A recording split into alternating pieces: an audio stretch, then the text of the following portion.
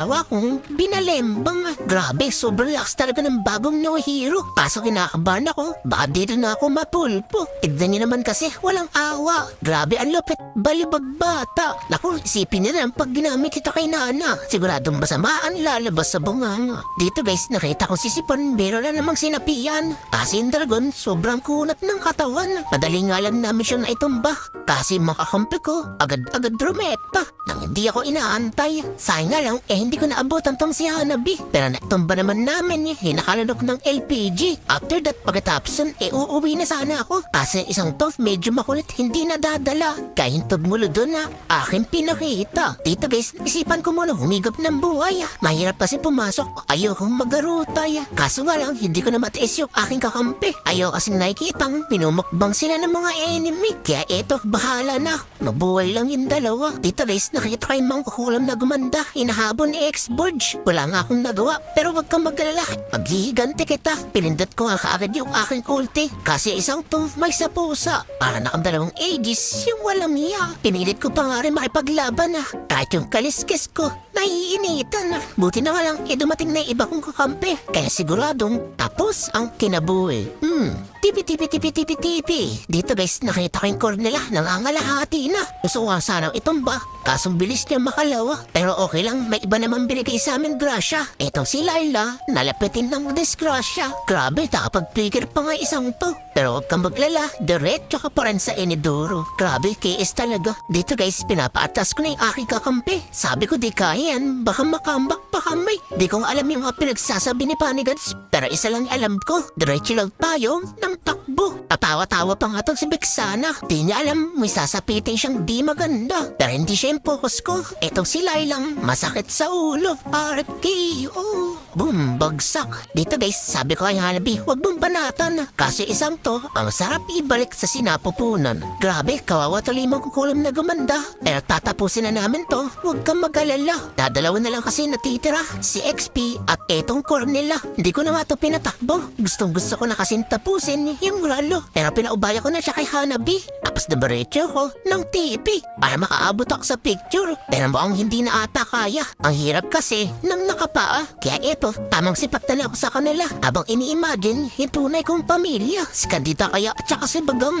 O si Gatotski at Aklas na pinagsama-sama lang. Comment nyo naman dyan sa video para araw-araw kayang victory!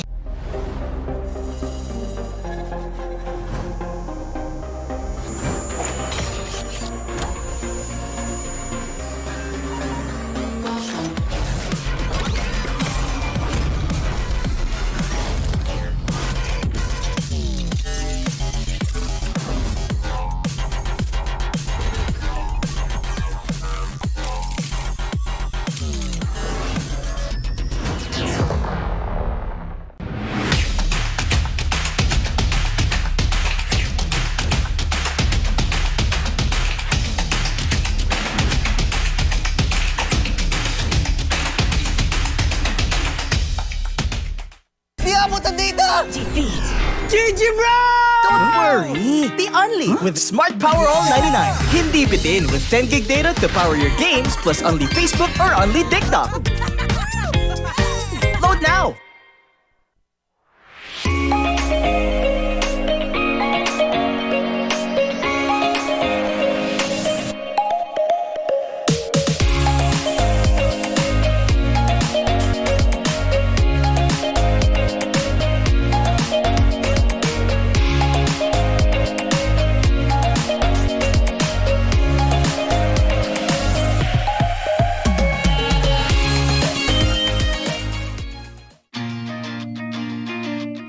To go to a concert when you can own that stage with your friends. Enjoy a night of impromptu bowling tournament.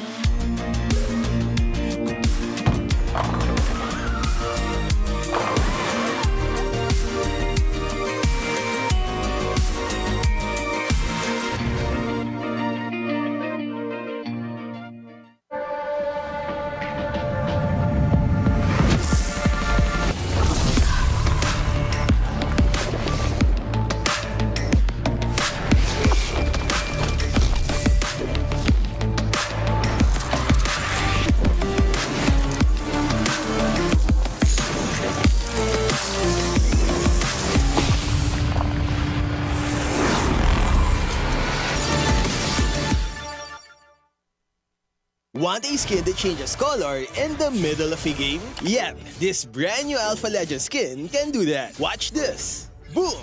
How cool is that? So how do you activate this transformation? Simple, just take down 10 enemy heroes. Assists don't count though. But hey, don't worry.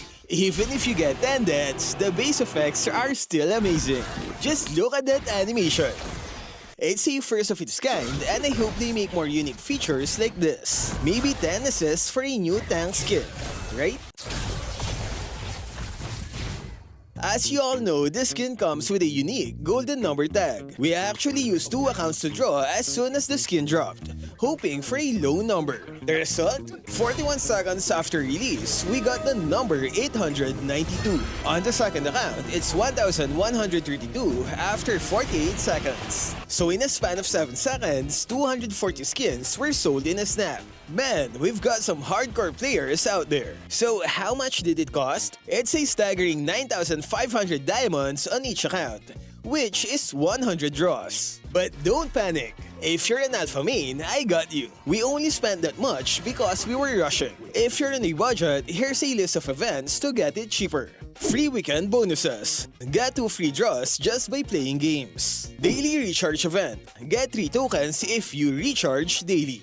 Mega Draw Bundle. Buy discounted tokens for as low as 10 diamonds. Plus a chance to join the lottery every day. Promo Carnival. This lets you collect and use promo diamonds on Alpha's event. You can start using it on March 26th. Draw rewards. Yeah, we didn't claim any during our draws. That's why it costs too much. Daily discounts. You get to draw for 50% off every day. And lastly, we have the recharge events. Phase 1 is happening March 29, while Phase 2 is on April 5. To keep it simple, here's a quick guide to get the skin for cheap. Simple, right? Top up early to get the tokens from the daily recharge and mega draw events. Then on March 29, you have to recharge 1,000 to unlock this task that gives 500 promo diamonds. Don't forget to claim as many free tickets as you can from the events. And remember to use daily discounted draws. It's an important part of the strategy to lower its price. Stick to this plan and you'll be close to unlocking Alpha's Legend skin for cheap. So are you ready to grab this skin? And hey, who got skin number 1? Let me know in the comments. Stay safe and thank you for watching.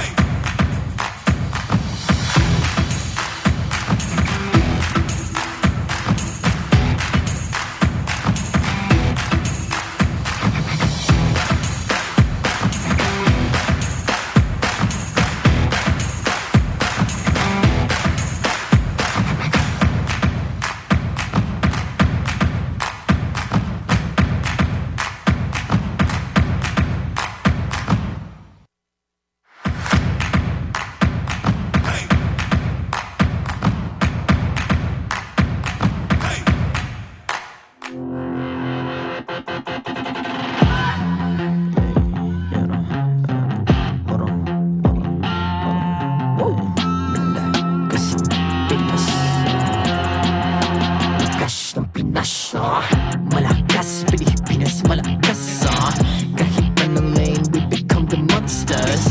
Malakas, Pilipinas, malakas face the golden sun and reppin' for the 3 stars. Look at us to the top, no ifs, no buts. Winning any game, para to sa PINAS. Di mo matitin ang aming boses sa new level. Nasa kalye man o mobile window, I become a legend. Open fire, we unite, we winners. Built with pressure, like diamonds are made of. Switch in a lane na parang gera. HB Racing, may reset up. Built like a buhat ni Hilda. Full load SS parang Laila. Susundan ko ang iyong bakas. Kasama pataas, tagumpay natin to. Dahil tayo'y malakas para sa Pinas.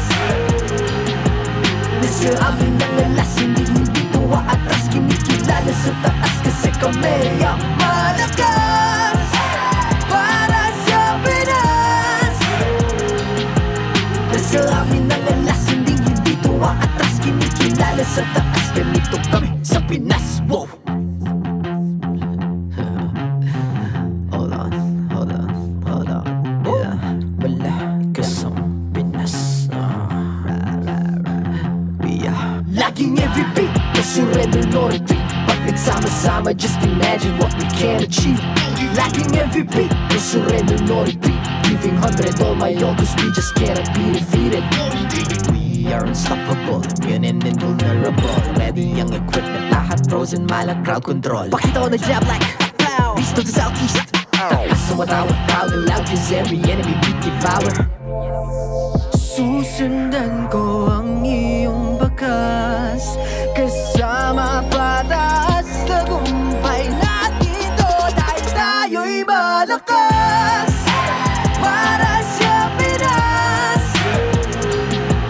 Nasa amin ang alas, hindi tuwa atras. Kinikilala sa taas kasi kami ang malakas para sa Pinas. Nasa amin ang alas, hindi tuwa atras. Kinikilala sa taas, ganito kami sa Pinas. Wow!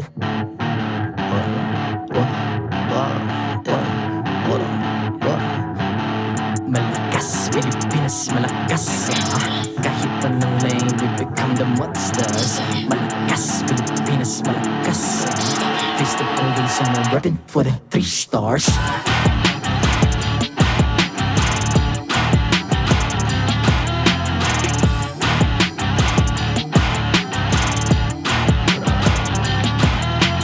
Ang lakas ng Pinas, we unite, be the stars. Ang lakas ng Pinas, we unite, be the stars. Ang lakas ng Pinas, we unite, be the stars. Ang lakas ng Pinas, we the stars. Ang lakas ng Pinas, we unite, we the stars. Ang lakas ng Pinas, we unite, we the stars. Ang lakas ng Pinas, we unite, we the stars. Ang lakas ng Pinas, we the stars.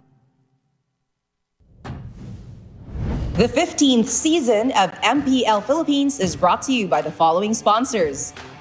Infinix, the MPL official tournament phone. Lakas sa laro with Infinix. Smart, the official telco partner of MPL Philippines. BPI, the official bank partner of MPL Philippines. Mas magandang bukas, buksan sa BPI. Our partner in esports, Time Zone. Join the fun at Time Zone.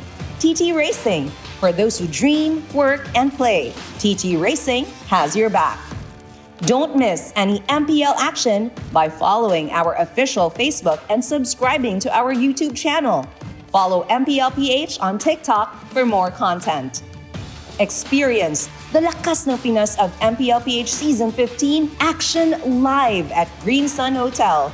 Grab your tickets now via official MPLPH website. All the regular season tickets are now available at 200 pesos. MPL Philippines is monitored and supervised by the Games and Amusement Board.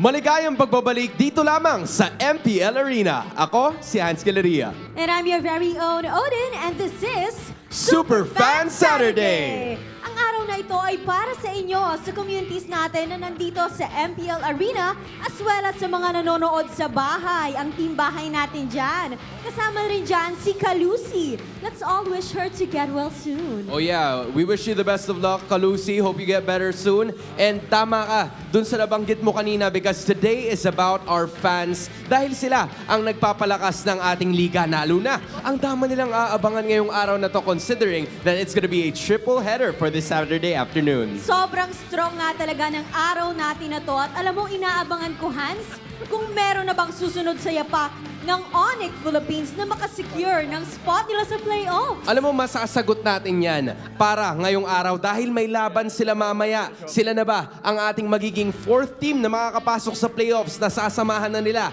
ang Aurora, Team Liquid Philippines, pati na rin yung Onyx Philippines. Well, let's not keep the super fans waiting. Alam ko excited na kayo na makita lahat ng aksyon.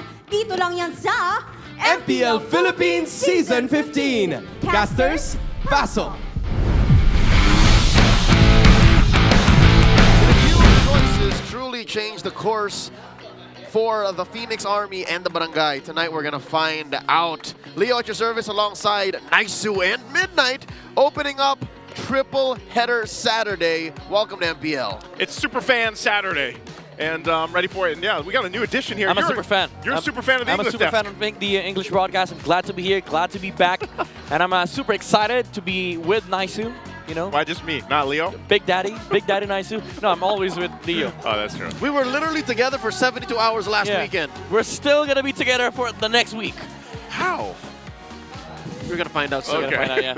Play like a pro with Infinix GT20 Pro, the MPL tournament phone. You guys can grab yours now and use the voucher code INFIMPL to get up to 1,000 pesos off and exclusive freebies. Sa GT20 Pro, sigurado ang hashtag lakas sa laro. That's from the Filipino broadcast. That's from the Filipino broadcast. No, that's from this broadcast. It just came from there. So with GT20 Pro, you know, you make sure that hashtag strength in playing. Hashtag lakas sa laro. That's good. You guys know what's up. Level up your savings for an epic tomorrow.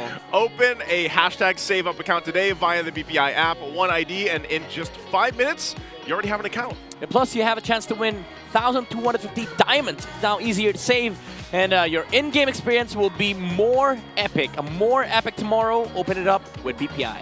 That's right. Start saving up and do it with none other than BPI. Gentlemen, I think it begs to be answered what exactly happened last night here on MPL Philippines. A couple of sweeps we enjoyed. It was a quick day, I would say that. And, you know, I would think at least for a lot of people, they're kind of getting worried here because their fan bases want to see which team is going to lock in the playoff next. We already got Rora, TLPH, Onyx locking in their spots. We had a proposal also, by the way. Congratulations again. Congratulations. Coach, why not? And yeah, so we still have, what, three slots left to go ahead and lock in for the playoffs. And for today, we might see another team go through the playoffs mode, because like a couple of teams there are already looking into the next few weeks of MPL. That's right. Starting with Omega and TNC in action here today. Neither of them are close to locking it in. One of them is in danger. And of course, here's one for you. Team Falcons PH, they are one series win away. Can Twisted Minds stop them?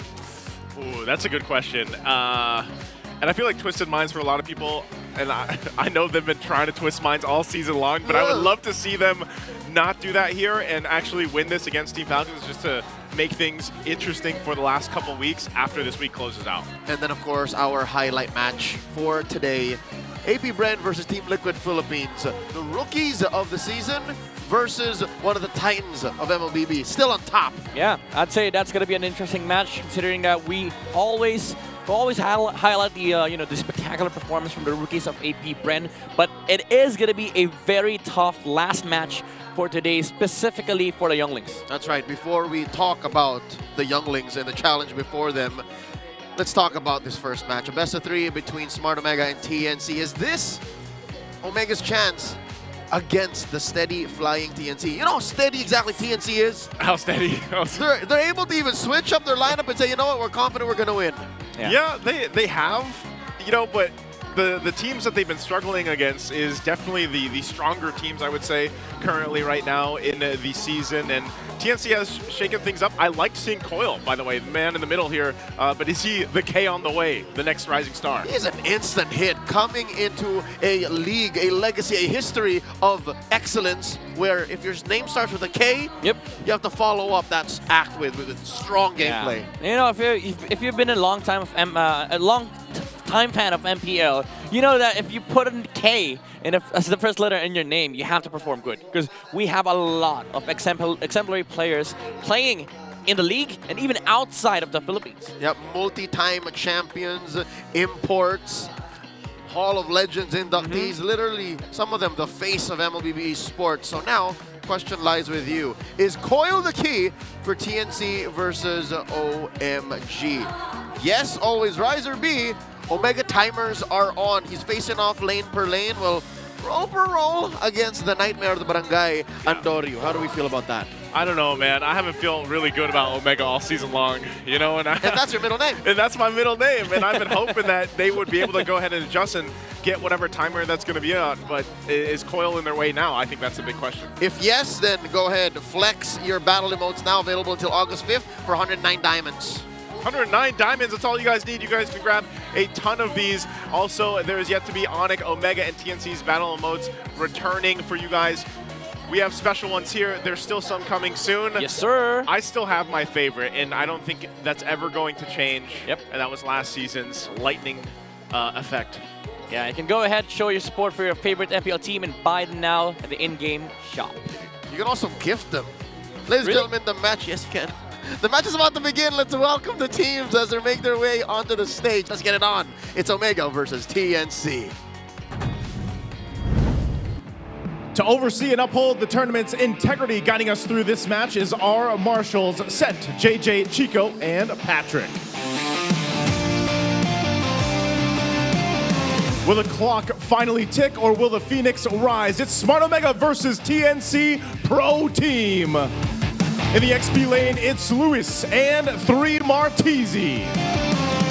In the jungle, Andoryu and Coil. In the mid lane, Ukir, and the mid laner of the week, Lancey. And in the roam, it's Chaknu and Yaoi. And in the gold lane, it's Jome and Benny Cutie. And their coaches, it's Coach Lembot and Coach Imba DJ.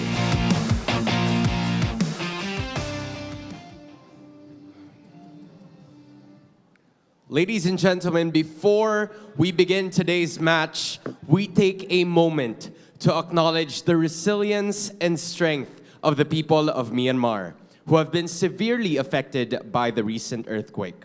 We stand in solidarity and pray with them during this difficult time. Let us observe a moment and a minute of silence as we wish for peace and hope for the people of Myanmar.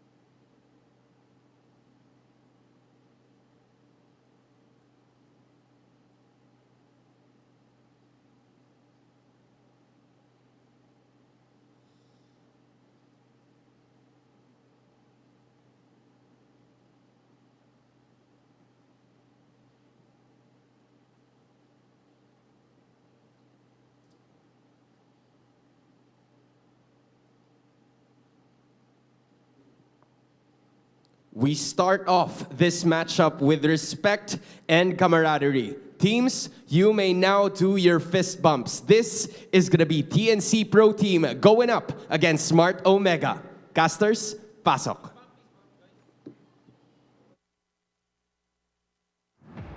Starting off the bout once again, Smart Omega ready and roaring to go. They've thrown Chaknu back into the mix.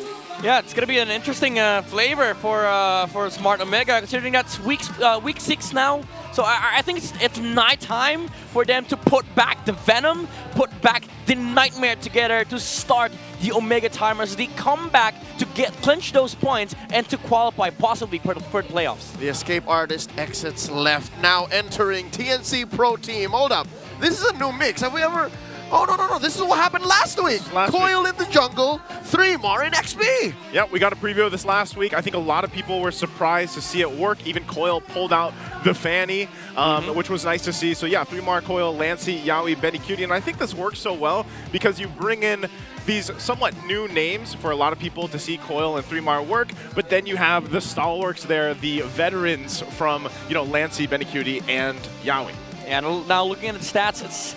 For Omega, it's quite nightmarish, I would say. Even though they have the Nightmare, they didn't have the best of performance in the first few weeks of the regular season, especially with the macro objectives. Yes, there were games that you see them dominating the early aggression. Those were the key factors as to how they win the games. But for TNC, it's overall stability. They have the early game aggression. Even with Coil filled in the jungle, he's able to show map dominance with his performance on the jungle. But for TNC, it's a matter of closing out games. Yep, I would do that any day. Trading out early game aggression for stability and a good spike into the mid and late game, which is, again, what TNC was missing for the better part of the past 2 to 3 years. And now suddenly, with this 5-man, with this new squad, inspired and motivated, I think this is it.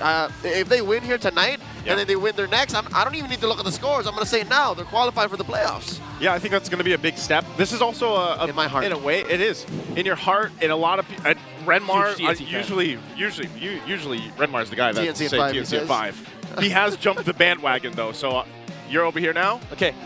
TNC, and there it is. For Renmar. Renmar. I'll jump on the bandwagon. I'll represent Renmar. If you're watching, I'll make you proud. Okay, he's probably not. He's probably in the air. He's probably in the air. Oh, yeah, he's probably, yeah. But no, the thing is this is actually, and also the fact that you have Smart Omega bringing in Chaknu again, as much as I love the Mamba, as much as I love his playstyle, I'm just wondering, is that the answer too? Because this is what we were asking about TNC. Now the Mamba coming back in, we saw him in the early weeks. He was kind of great, kind of not. And then now, as we get a look at him here, is he going to be able to help them kind of navigate through these bottom of the standings they're finding themselves in? The question is, what happened in the past week that made them bring Chaknu back up? Once more, he is facing off against the playmaker, Yaoi, who himself is, knee-deep in achievements. Again, MPL champion, cross-region, world champion.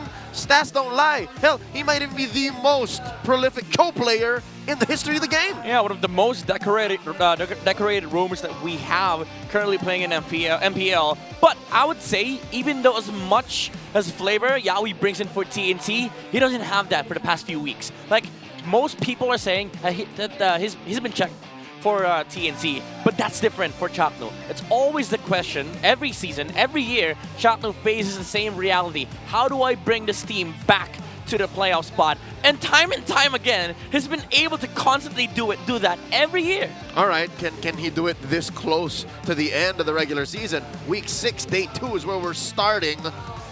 Mind you, Chaknu's facing off against a brand new opponent. Never in the history of MPL, in my recent memory, yes, has Chaknu ever played against Coil, the next K-star, currently undefeated, a game MVP under his belt, 14 total kills, great objective control overall, and he's able to play with a Fanny and a Joy.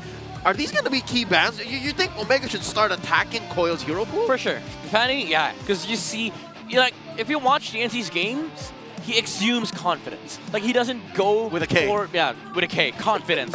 He flexed on day 1, by the way. Exactly. It seems like he's not playing an MPL stage. It seems like he's just playing an RG. Yeah. I was actually surprised because I remember specifically watching that game, and I was like, man, his debut for the MPL, he comes out flexing, and then he flexed in-game too. So, it's like when you have the talk, what is the saying? You walk the walk, talk the talk. Yep. Yes. He did. Coil did. So I want to see if he can do it again and just to go ahead and make sure that, hey, that wasn't a fluke when he came through last week. Yeah, dude, he was freestyling. He was freestyling. He was freestyling against James Banks, mind you. And a very, very, I would say, successful player as well on the side of APBR. And right now, TNT, we're having a lot of K-stars shaping up to be, you know, the next potential future of, you know, Filipino players. I need to change my name. I need to be either Kaisu or Kanaisu. No, I gotta keep. Well, mine fits. Kid Knight. Kid Knight. Kyo. I don't think it works for casters. I don't think that's how it works. Well, maybe we should test it out. It's never much know. better than Daddy Shortlegs. I'm not willing. Hey, do not attack Daddy Shortlegs, or Talai is a bridge. We don't do that here. Ladies and gentlemen, the match is about to begin in about less than a minute. We should be getting to the draft shortly. Once again, Smart Omega needs every single point that they can get to change the course of history. In MPL Philippines 7 years running, Omega only really missed 1 playoffs, and that was in season 13. Yeah. They've suffered many first round exits, but a total miss, especially with such a stacked roster that they had now that they've been working on for the better part of the past year and a half. Yeah. Imagine if they miss out now. It'd be kind of, well, it's not Friday, but it'd be a little bit of a Freaky Friday if eventually we don't see them go into the playoffs. Yeah, no, it's Super Fan Saturday, man. It can't be. No, for Omega if they don't make Super Sad Saturday. Yeah. But then again, it is only week 6. There's still a couple weeks to go. Those bottom of the standings right now can be really shaken up depending on who wins even the matches today here. And I think that's a big part of it. Because the same can be said for all the Phoenix Army out there looking to see if TNC is able to actually go ahead and change their destiny, which has usually been the case where, you know, they haven't been able to really make the playoffs consistently throughout the past seasons. And a lot of people, when they started now this season, they're like, all right, this is the season, man.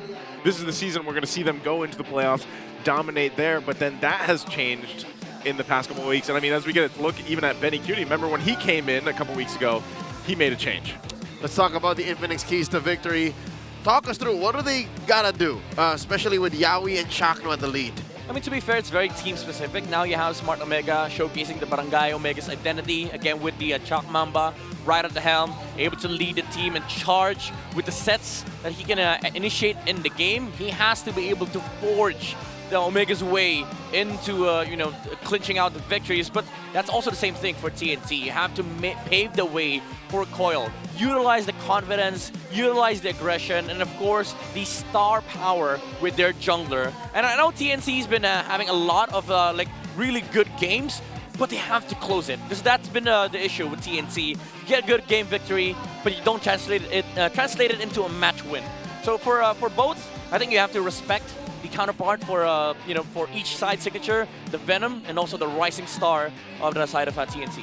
I'd reckon this is a good way to begin. By going on blue, Smart Omega can dictate and lock in those final pieces of their draft on the blue 4 and 5 before TNC can even clap back. Already, I'm looking at an even fight because look, yeah, there's 3 points between them, but if you watch their matches, Omega, even in their best form, feel kind of lost. So maybe with their North Star coming back in, that being Chakno, it should look a little better. Game 1 is upon us. Here comes the draft. Again, Omega on blue. Let's see what Coach Lembo and Coach Snap decide to ban out. And yep, that's the Jawhead taken out. Coach and DJ alongside Coach Semi taking out that Fanny. Yeah, I'm looking forward to whoever gets their hands on the Kalia. All things considered, Yawi and Chapnu, we all know them. They're great setters. But the Kalia is going to be an X factor in this upcoming match. Surprised though that the Fanny ban came out from the side of TNC. There goes a Kalia as well. Yep. So we go back to the typical Sui Joy exchange, which has been, you know, we gotta change it, man. We gotta change it up. Like, if there was one thing on my wish list, if it was early, you know, early for that, I'd be like, man, change the jungle. Like, Suyo, Joy. Nerve Soul. It's either that or maybe the gold lane. I don't know which one I want more. The Granger Harith constant that we see. I would say I'm fine with the Harith and Granger because, like, are you though? No. The thing is, even though it's been a while that we haven't seen a lot of different marksmen or gold laners, you have to also acknowledge the fact that for 2 years we only had Claudes and carries. So Granger and Harith is relatively fresh. They're still young. They're still young. Okay. And last time we saw Granger, by the way, was like 3 years ago. And he just got revamped. Yeah, he just got revamped. So I'm already sick of him. Hold up. That is there no? What is the ban for TNC here? Did they not ban? It's part of the strat. Did they not ban? Uh-huh. Last time we saw this was M5. And did we hear that right? There is a Diggy ban for Yeah. TNC. I think we go for I don't a know. redraft, boys. Maybe there's a. Well, we'll wait for that, but All right, go back to Granger. back to Granger. Well, okay, I'll be honest. I gotta be honest though. I liked the Granger revamp. I just don't like the fact that the revamp was so OP. The initial Granger was so OP. Now they've dialed it down. But the thing is, he's one of the the heroes that really synergizes well with timings and item synergy. You know how bad it is for Granger? How bad?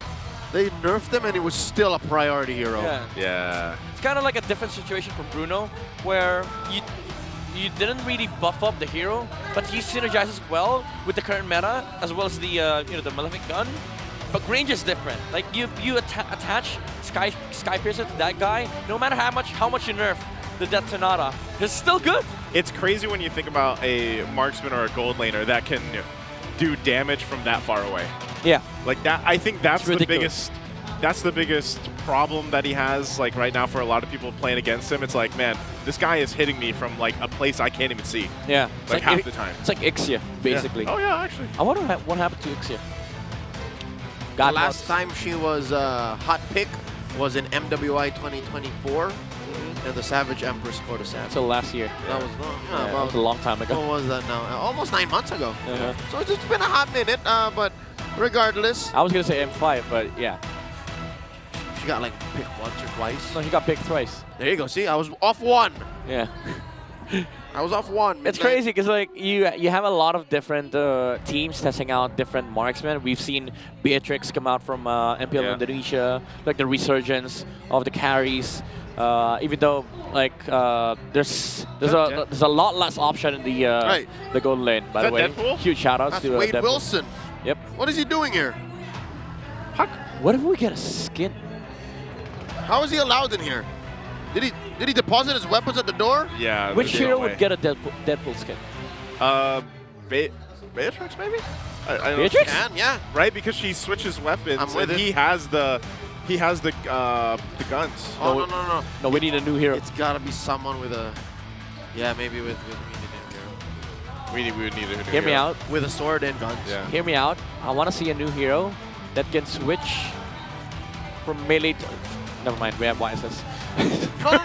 No, YSS? Melee to range. No, he doesn't. He's melee in range. He kind of does, yeah. Yeah, no, but it's not on demand. He just attacks with different ranges. What if he gets Deadpool? Well, you have a blade with a sure. melee range and then a gun. How do you make sense of his ult? Never mind. Just bombs. So we need a new hero. Yeah. We would need a new hero. Wait, tactical nuke. Come on. I guess. Tactical nuke. Are they redrafted? Are we? Yeah. This is Please a bear with us. There seems to have been scuffle with the draft, and I believe our production staff and league operations are figuring that out. Players are also making sure that everything is fine and dandy. Joe's about to rap. No, he's done. He did that already. He did that already. Before the match starts. Still has lines, you know. There's still lines in his head right now. There's still what? Oh, There's still lines. lines. He's saving him. Yeah. He's saving up. Saving him. All right. Whenever they win. Hello, Sir RR. The exam is so hard. Shout outs to you. Sir RR, hey, what are you doing? What are you doing to give these students a hard time? Isn't school like almost over?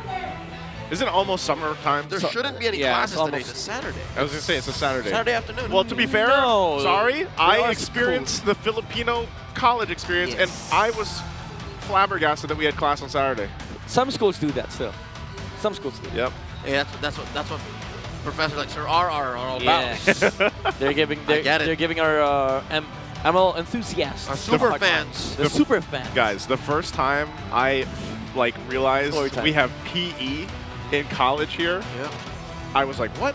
Hey, fitness is a very important part of our lifestyle. Wait, what do you mean? Even as an adult. Wait, sorry. What do you mean? You're I had- surprised that you guys still had PE? Yeah, we don't have PE like in other countries. I don't in the U.S. You don't have PE In in college. college. Oh. Now I understand. And then PE was like, what, ballroom dancing? Come on, Something like that? you're a buff dude. Why would you complain?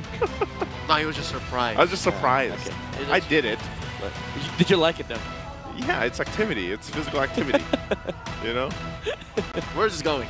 No, I'm just saying, like, what are we going to contemplate here? We didn't even get through the draft. Hey, to be fair, we have a lot of physically active players. We do. With TNC and Omega. These two are, I would say, the most physically active because like there's a lot Basketball. of basketball players. They literally have basketball courts Exactly. in their backyard. They have team courts, right? Yeah. Liquid, TNC, and Omega. Those three are the most active orgs when it comes to like physical contact sports. All right. Here we go. Here we go for reals this time. We maintain the first 2 bans per side, and then we resume with a low Yi ban for Smart Omega. For TNC, again, the burden of responsibility is upon them. Suyu Joy, which one is it? You can just go Bad Harith either way. Because like at the end of the day, you're gonna get one of the junglers, so And might then as well. you finesse through the Harith or the Granger. Yep. Oh no, you finesse through the Granger plus. Yes, sir. Oh no, if you do that, and then Lembo takes the Granger, it's fine. It's fine. You end up with the Joy or the Suyo. Yeah. Either way, so they go ahead and not care about a problem at all. Yeah. Put a burden back on Omega's shoulders, and now Omega, you have to choose either Suyo or Granger. Or scratch that, Joy or Harith. Okay. So now TNC, I think you go take Suyo and Granger Harith. here. This is the most fun part of the draft. It's like it's the most easiest part to telegraph. But they go ahead and take the Harith. You're not listening, man. I said Suyo Harith. Suyo Harith. I was thinking like they could take Suyo Granger, and if Omega takes Harith, you could just go Hylos on the other side. Oh, this does leave open the Zushin. The Zushin's open. So Ukir gets his hands on that, and of course Big J gets the Granger. Despite Omega's struggles, Big J is actually overall performing relatively consistently. I've looked at his stats across the board and like... Aside from week 2. Yeah. Yeah, that was like his only off week. What's the problem? What's the problem with Omega? Because Big J is doing his best to hard carry. It's just the game just doesn't follow through. Yeah, I'd say they have a hard time dealing with like Lord fights, especially against teams that are equipped in terms of like just overall Lord dances and stuff. The macro aspect of the game is what gets to them, and I think that's also part of the reason why they've been having a lot of success with Super Yoshi, because they play more relaxed, a more relaxed version of MLBB, but with Chocolate it's more chaotic. So I think this does give them a few plus points, but a ton of negative points as well. That's why I think it has to be. Like, if you bring Chaknu back in, it's literally, it's like switching a deck almost. Like, you have a different play style, and I know we've seen Chaknu play every single play style, but I think it's almost in a sense where, like, when a lot of people have expectations when they see Yaoi play, it's like, you want to see them play at their strength, and hopefully he's a playmaker. That's what Chaknu's able to do, and maybe this time around, that's why you. And it's funny, I'm actually glad they banned out the Hylos, because I didn't want to see Chaknu play the Hylos. Yeah. That's like I didn't want to see that. To be fair, it was good for Omega. Like if you look at this lineup, the 3 heroes TNZ, they're so bad against Hylos. But either way, you just don't want Chaknu on a Hylos. You want him on a Jawhead, on a Cho. Watch him pick a Raphael or something. No. I would say I'd forgive him if he picks up the Mathilda, even though it's bad with their composition. But those heroes are kind of forgivable. Chaknu Raphael is like a sin. All of the above is not available anymore. Yep. Except Mathilda. Except Mathilda. Mathilda can still come through. That's a Gufra. TNC can steal that too. That's a whole lot of roam bans, man. I'd say you go Kufra for the side of Omega. TNC goes, I think you go Farsa here for Lancy. Either Farsa or Vex. Can never go wrong with Vex, honestly. That hero is like just a regular dude. If you don't want something else, just pick Vexana. Just pick Vexana. Oh, they take the Mathilda away. They block out Chaknu's possibly best choice. Yeah. Now that leaves Chaknu what, with a Grok? I was wondering if we'd see. Wouldn't that be a debut? No. Or have we seen It Grok? would be. Yeah, it would be. Wait. In the league?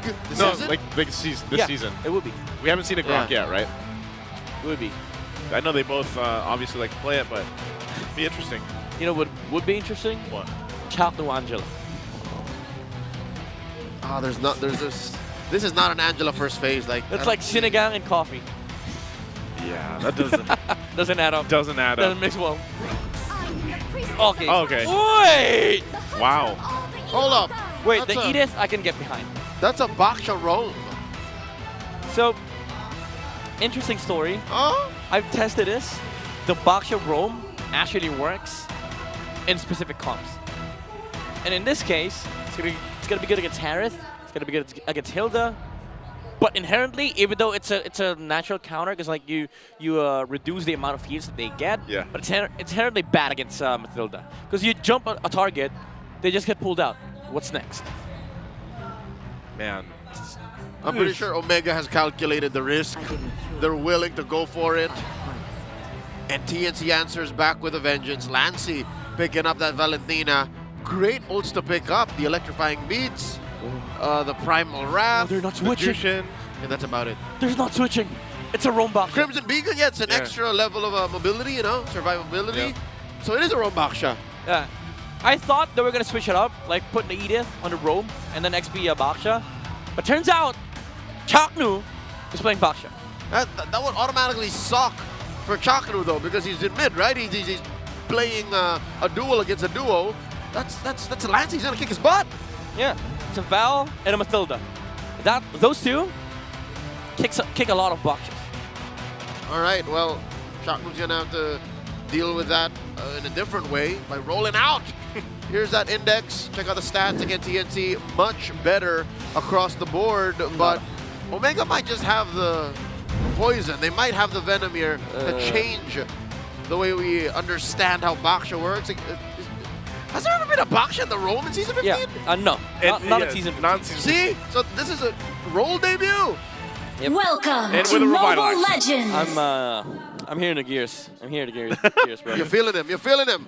Yeah. Game 1 between the Barangay and the Phoenix Army. Once more, Omega needs the points, man. TNC so steady. To be fair, with the Guinevere's, the Jawheads, the likes, you know, the Baksha, those act the same way. He's a very good leasher in the early game, but he has nothing to do up until the level 4. He might not have anything to do, but maybe he's in a way able to just be a distraction enough too on the back end. If he goes for the back line, you know, with this, depending on really how Chaknu plays this roam Baksha, since we haven't seen it too often at all, that could be a big part of if this works in Game 1 or not. Yeah. Oh, but wait, Joseph, there is no back line. TNC are fighting in the paint. Look, they're all relatively mid-range. Yeah, Harith, Val, Tsuyu. All these heroes, they want to get in front. We're going to get it up front personal. But for TNC, the good thing about their composition is that they don't have to worry about getting stunned. Because, like, again, as I've said earlier, you can just get pulled out by the guiding wind from Yaoi. Even though it's, you know, the Baksha does counter out some of the benefits of having the Mathilda on the playing field, like the heals and stuff. Matter is you have to close out these skills. Okay, Chaknu's already going to pop that Revitalize. They were trying to follow up. He's just going to get whittled down here until he goes down. First blood for Coil. First one of the game. Ukir, I don't know what the communications were, but hey, man, I can deal enough damage. Lewis in trouble. Oh, no. Lewis going to be in trouble. And no, another kill. Going in the hands this time around of 3mar. This isn't looking too good for Smart Omega already. First turtle is up.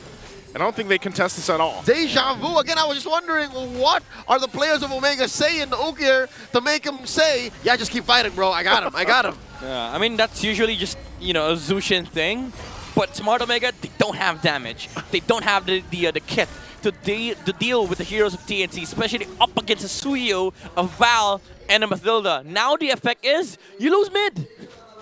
And it's miserable because even Andoni was like, man, I got to catch up on the farm. He Retribution's a small camp. That's how bad it is, and that's how scared he is for his own farm. Yeah. That TNC is going to start rolling into that side of the map. You were asking this earlier, Leo. You know, what about Jome? He's been pretty consistent in his lane. And I think this is the case. Like, Jome, he doesn't have control of what's happening here in the early game, and most of their games for Smart Omega, it falls apart before it even gets to the point where Jome can shine. Yeah, if you just try to get into Jome's head right now, thoughts would be running.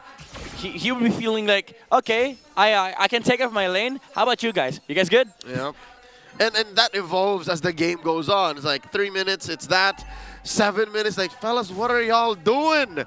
Big J's trying to work here, and Big J is behind maybe 100 gold from Benny Cutie here, who, by the way, is top in the charts. Benny Cutie, amongst all gold laners, he's doing great in Season 15.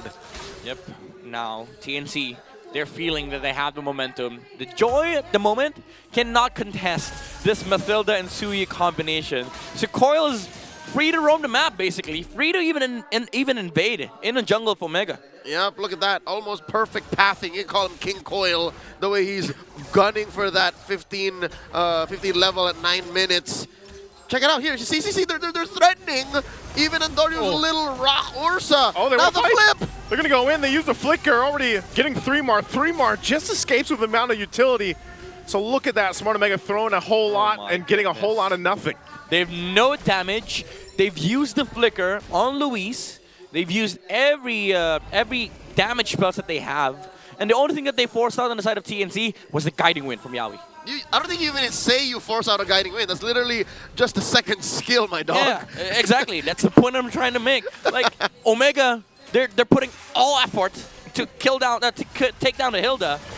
But they save him. Oh, no! They're going to fight again. Once again, they're going to be in trouble. Revitalize is going to be popped. 3-mar's the one to go down. Couple flickers used. Antonio somehow gets the turtle, though. Still going to be breaking on the fight, and Lancey will escape with the guiding wind. Ukir does jump in with the Binkin and makes TNC retreat. So, hey, they get on the board. They get an objective. Well, I'll be damned. That's all they needed. Midnight, they needed Big J to be part of the engagement. Well, if you're asking for big damage, of course, it is going to come from the Granger. The timing is there. Fortunately for Smart Omega, Turtle spawned on the top side, so they did have some form of damage. But is it enough? Oh! Okay, he's going to be fine, Luis. Luckily there to stop Benny Cutie. I'm not sure if Benny Cutie would have even been able to get that kill, but yeah, we're back to it, and now it's more or less even across the board, at least in the item-wise here, as we take a look. Okay, actually Andorio is getting a lot of farm. Has a higher gold, has a higher net worth over Coil. That's surprising considering that Coil has been invading a lot of jungle creeps on the side of the Omega. Uh-oh. Team Arteezy here running around.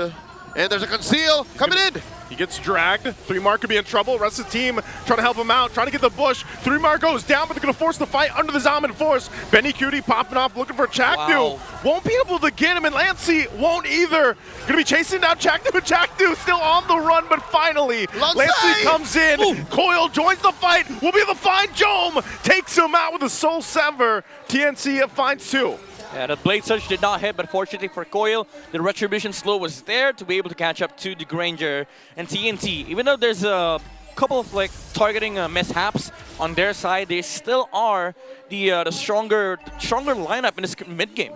The Barangay overheated. It looked great until it didn't, because the rest of TNC were ready to answer back, and Coil finally finding his footing. Looking at it again, he's catching up again. He was down like what, 200, 300 gold earlier. Now he's about on par with Andorio, who I reckon took a lot of the gold from that bottom lane tier 1. He chopped away the shield, and now they're looking to go last turtle on the line. Going for the turtle here, and Doria's going to be able to secure it, but the fight already breaks out. Chaknu's gone, and now Luis in trouble under the Zaman force of Benny Cutie. Benny Cutie looks for one, now going to be looking for Jome. Jome's going to be chased down by 3-mar and Yawi as well. They'll clean up the kill as Yawi takes out Jome. Yeah, this is going to be a big problem for Smart Omega. Even though it looked like they were having fun with the Baksha, it was making sense for some of the few and key team fights that Omega were winning, especially with Andorio being consistent on the Turtle Steel. Bigger story is you have no catch against Benny Cutie, and he's rocking a Purify. Even the jump from Chapnu or Luis can just get Purified. Yeah, sure, your tanky targets, but we only just need to take down Joe. And the thing is, Benny never needed to use his Purify. Not 8 minutes into game number 1. And who's going to catch him, right? You already mentioned Lewis, you already mentioned Chaknu. How is Andoryu supposed to get the job done? How is Jome supposed to get the job done? Because Jome is afraid of Lancey. Jome is afraid of Coil too. Hell, even Three-Mar. Three-Mar's been taking heads. Yeah, he's an easy target here for TNT. Andoryu has to find a good angle where Yawi has already exhausted the guiding wind, because that's the only case that they take down this Harith. If Yawi is not able to save Benny Cutie in time for the electrifying beats to come through. Oh, look at this. Down bottom, Andoryu doing some work. Chaknu engages. Chaknu jumps in. Guiding Wind's going to be able to find a couple of members and into the Soul Sever. Chaknu's gone, and they're going to fight under the tier 2. Benny Cutie popping off with his Dominant Force. Looking for Lewis. One hit away, but will be able to get away. So the turret goes down. Only one body, and that's Chaknu for TNC. And that turret. They lose at tier 2 up top, but Andoryu does find his mission accomplished down bottom. But that's all they get. Yeah, I mean, to be honest, Benny Cutie missed a Chrono Dash there. Could have taken out Luis. Could have gone for more. Even a tower in the middle lane, it's not safe anymore for Smart Omega. But now comes the Lord fight. And I think Smart Omega, they don't have the capacity to contest this Lord, even if they jump all 5 members onto one single hero. Let's see which hero that is. It's not a TNC who they're willing to throw out. Might be 3 Martizi. Gets hit with a Crimson Flare. And oh, no, he can't be touched again. He's already built that Radiant Armor. Yeah, he's pretty tanky himself and just will heal up in the bushes here with that passive. So Lord is up, and it does look like, hey, Smart Omega, they don't mind that they've been losing all these team fights, that they're actually willing to go ahead and show face here for this first Lord. Nope, not going to take this line down. Smart Omega staying within range. The Lord dance has begun. Quick knock up, Lord at half health. Benny Cutie still holding on to that Purify and that Zaman Force, and soft reset. Going for the reset here, still half health. Andoryu on that far side, just kind of letting the team, but that's the thing too, there's a lot of poke here from TNC's lineup.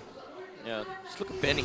Very far away from the damage dealers on the side of Smart Omega, and they're just letting Coil tank the Lord damage because he does have lifesteal. Oh, they're jumping on the Harith. They might go too. A couple seconds on that flicker from Luis, so they might wait for that to actually force an engage. Revitalize. Revitalize is actually going to be used. Chaknu? By Chaknu. They already have that information. And Dory's going to jump in. They might want to just go ahead and reset this and wait. That's another one coming through. Lord now with a 5th of its health, an 8th, a 10th. Oh, they're going to go for it. And Coil will be able to secure the Lord. Now Lewis on the run. Pops the Primal Wrath, going for 3-Mar. And now the rest of the team comes through as Benny Cutie finds Luis. Very easy job for TNC, gets the objective, and now looking to take the mid-turrets. The Phoenix Army is eating good. Omega got nothing out of that. Yeah, I'm actually surprised as to how close that Lord Dance was. But again, it's hard to out-Retribution a Suyo with a Soul Sever Retribution combo. And they lose Luis off the back of the Lord contest. I was going to say, again, they didn't have the capacity to contest that Lord from TNC. But TNC, they did play it slow. They did play the disciplined approach to the Lord Dance, and now they're going to be able to wipe out the outer towers of Smart Omega, and that forces the Granger and the Joy to stick inside their base, and that's not fun, especially for Andoryu, because you have to go out, you have to get this farm, you have to complete your items for you to be able to land the finishing blow onto the Harith. Robert, not fun is an understatement. I'll tell you now, the correct term is miserable. Miserable as indeed. a Granger and as a Joy, you are going to be begging for alms. They are so down on gold right now, approaching the 5K mark, and Andoryu's doing God's work. Look at that. Andoryu's like, all right, we can push one up top. He's having his own concert up top right now, and it's kind of what he's got to do. And if you, I guess you want to look at the bright side, Smart Omega held on to their shields. Yeah. You know, and that Lord was taken. They are down about 4,000 gold, but ultimately they keep things together. Again, this is symptomatic of Midnight's observation. TNC are super conservative. They are taking it slow, and they're not rushing anything. Yeah. Even though, as much as I would say, I'd praise that approach from TNT. They have timers, by the way. It's still a Joy. Yes, you have a Harith, you have a Mathilda. There's damage, there's saves from TNT, but you gotta respect Andoryu's timings as well. Once he hits that spike of the Joy where he just one-shots the heroes on the side of TNT, he is gonna become a problem as well. They're gonna pull this in. Now 3-Mar gonna be in trouble. Gets tossed in the air. He does get away with the guiding wind though. Still gonna be alive, and now the circling needle from Yawi able to find 2, knocks them up, and the follow through. Luis goes down as well. 2 already down.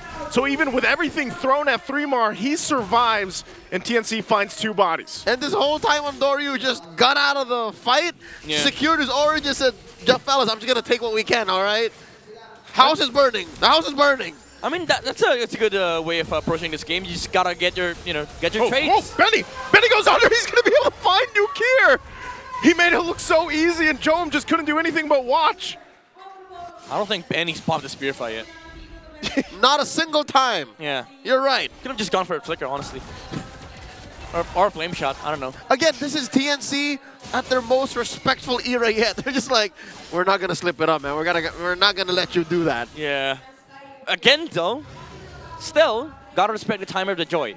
Like Andoryu's way or approach to this game has been very methodical. Like you get the good trades that you can. You're trying to lose less when you're losing the team fights, but you're also getting more farm off of Andoryu splits, off of him surviving these unfortunate clashes. So now you're at the point where you just need to breathe a little bit more. Is this the timer, though? He's got Divine Glaive. He just picked it up. So the one timer more. we're talking about for the one Joy? more. One more? Yeah, one more. Maybe the Blood Wings, or maybe a Winter Crown or something. I'd say the rest of the team has to catch up. It's not just Andoryu they're waiting for. Yeah. Big J also needs a lot of catching up to do. He's just on his way to his 4th item. I'd reckon a Halberd of the Seas. That's a big item though. Like the amount of anti heals that they have on their side, it's gonna reduce a lot of the shields coming out from Yawi and Benny. All right, we got an end angle incoming. Lord marching through bottom. Top lane and mid lane, chubby wave incoming for the Phoenix Army. Another penetration incoming, I'd reckon.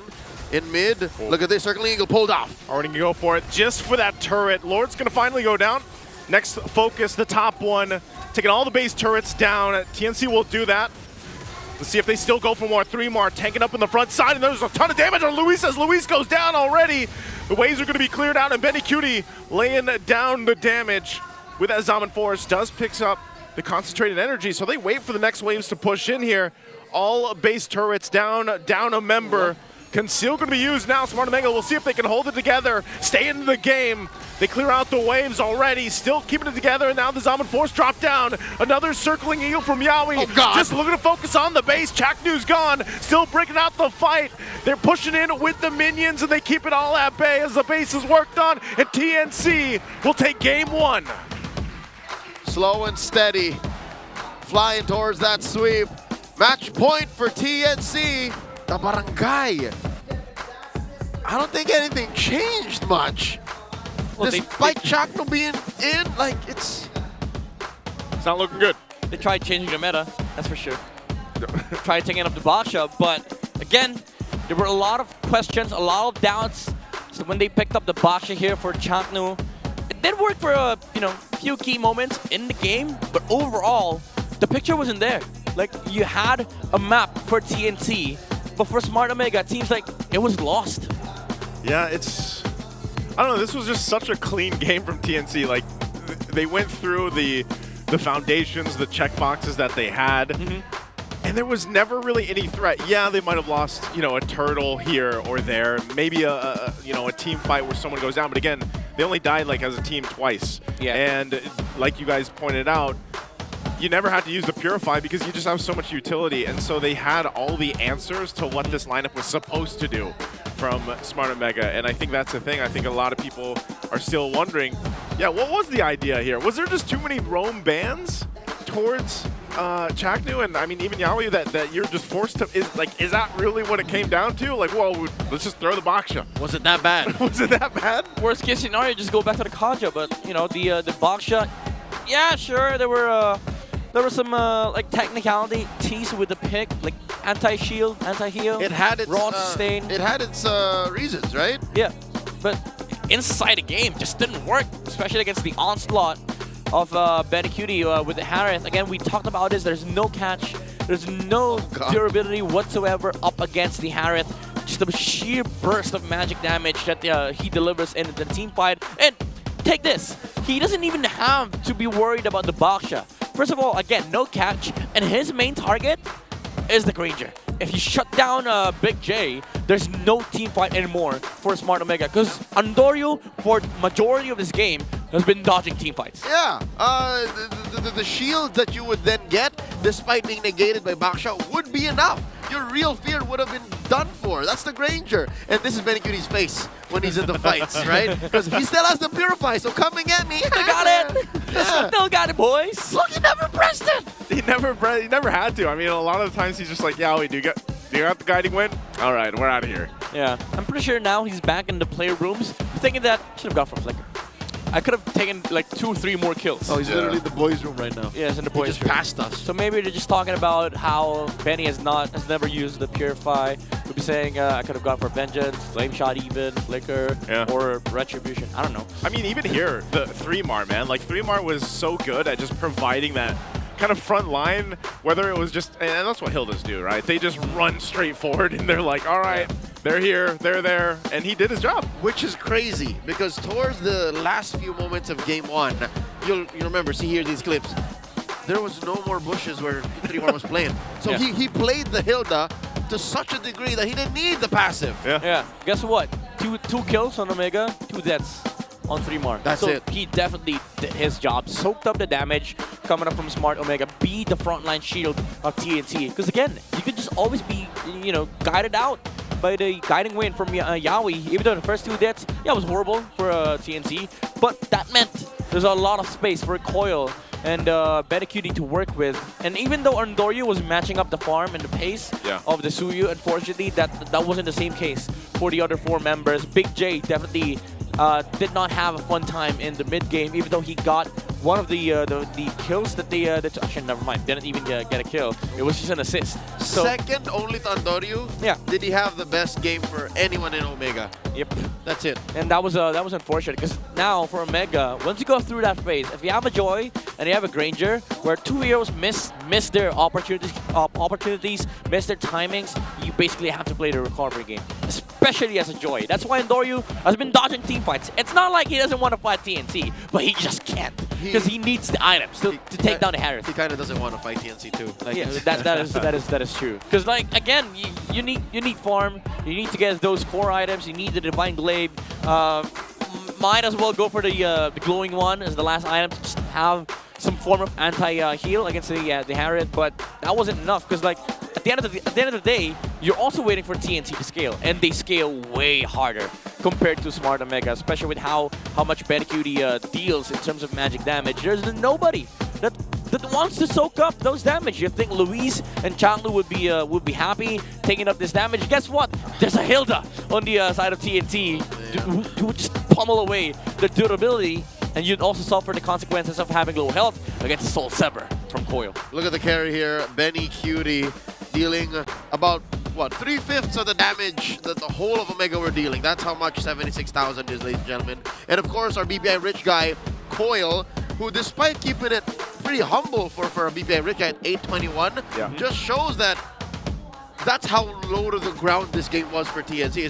This is just enough for him to deprive Andoryu even of his own resources. Yeah, it's map pressure too. Like, there was a point in the game where Andoryu was richer than Coil, but Coil was putting more pressure on the map, securing more objectives, allowing them to enter the mid game with a much better momentum, and that's where his farm came from. Like the amount of space that they were able to get in the mid game translated into the gold, the resources, and also map control. So even against the Nightmare, even against the Mamba, Coil has proven that he deserves to sit on that chair, on that stage, just as much as anyone from TNC does. So now comes down to this, one more game, a match point moment for TNC. Can they do it? Well, what does Omega do right now to change the course of this? Is it too late? Is Super Yoshi here? Would we do it? Will we do them like that? I know. I think even if you put Super Yoshi there, man, these have been the inconsistencies of Smart Omega for the past 6 weeks, regardless of what combination we've seen from them so far. So I think that's been pretty difficult for them to go ahead and figure out here. I'm pretty sure folks over at the Omega Watch Party are all shouting out their own alternative solutions, saying, don't pick the Baksha, let Yoshi play, prioritize the Cho. They're over at the PUP Condo Tel Manila with their own watch party. Again, this is for Barangay Omega. So look at that many people saying, you should do this, you should do this. They're in Manila right now. Yeah, huge shout outs to those fans who are watching with their co-fans, with their super fans in Barangay Watch Party. props to you. Thank you for supporting Smart Omega. But yeah, sure. Share your thoughts as to how Omega will be able to bounce back and give your alternatives. And they are also facing off again remotely against the Phoenix Army. They're having their own watch party over in TNC P Noval. That's happening today. Yeah, there's also a surprise awaiting 5 lucky fans. Stay tuned to the official social media pages of TNC Pro Team. You know what's crazy? What's crazy? This very TNC where this watch party is happening is where I used to spend a lot of my days when I was in college. Yeah. When you're in college? When I was, yeah. It's a legendary TNT station. Yeah. So what's so special about it? It's where a lot of pros played. It's one of the longest standing TNT cafes. Yeah, so about 2 years ago, I still stepped. Was it 2 years ago? Yeah, I was still college 2 years ago. Yeah, that was. I thought you were in college last year. I had graduated sooner. Ladies and gentlemen, before we begin and resume the match, let's go ahead and check out what's going on with an all-access here in the MPL Arena. Maraming salamat sa ating mga casters. Kasama natin ngayon ang Smart MPL Battle Trips. And there we finally have it. Ang kanilang mga representatives ngayon ay walang iba kundi si Razel at si Yuzel. So si Razel galing siyang TIPQC. And of course, ito namang si Yuzel ay galing sa NWSSU Main Campus. Kamusta naman kayo, guys? Sobrang saya po na nandito kami ngayon sa MPL. Ayan, madaming energy yung mga to, Hans. Dahil galing sila sa ating battle trips na ginanap kanina lamang. So, Renzel, ano ba yung ginagawa dito sa battle trips? So sa battle trips po, nalalaman po namin yung backstage ng MPL kung paano po ba nangyayari before the broadcast. Ayan, ano naman favorite part mo doon? Yuzel? So, bale po, yung pinaka-favorite part ko po, yung sa discussion about sa mga background like sa caster kanina kay Coach Leo tsaka kay Sir Rockhart. Ano ba yung mga nasabi nila sa inyo? Bale po, sa kanina, na-explain ko nila yung mga background nila kung ano yung struggles tsaka mga pinagdaanan nila. Tsaka yung kung paano ba Ayan, okay lang yan. Naiintindihan ka namin. Meron pa ditong gusto mag-caster? Naiintindihan ka nila. Ayan, ang dami gusto mag-shoutcaster sa kanila, ha? Alam mo, nasabi nila kung paano. Paano nga ba sumali?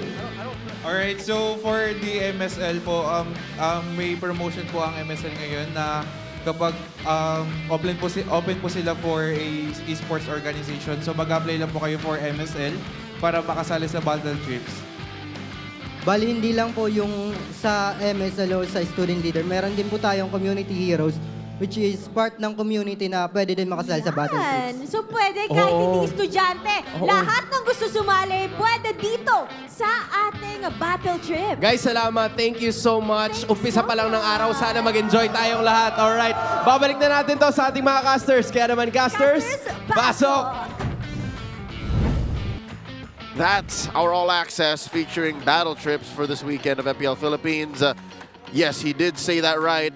Coach Leo and Sir Rockhart did give him a little talk, and we shared, the ins and outs of being an esports talent, specifically for MPL Philippines, and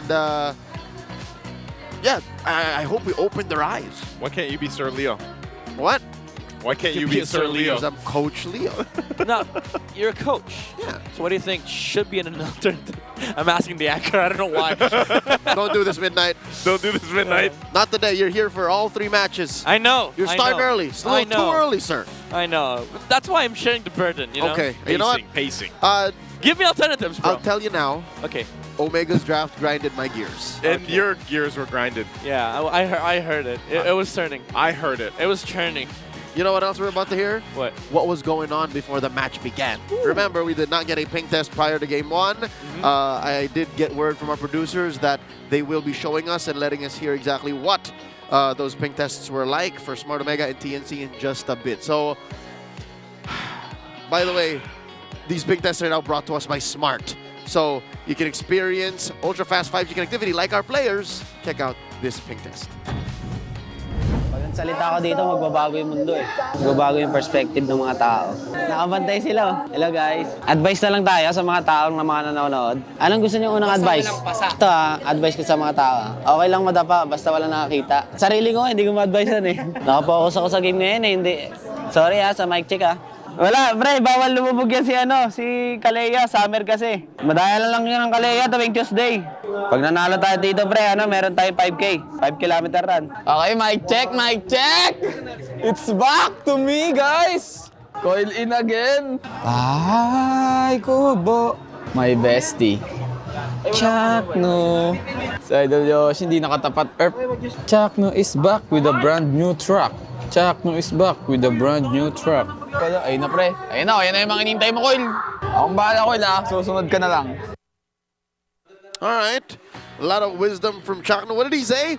Kalia is only broken on Tuesdays. I don't know why. Why would you say that in a smart ping test? Because there's a saying, only on Tuesdays. It's like a...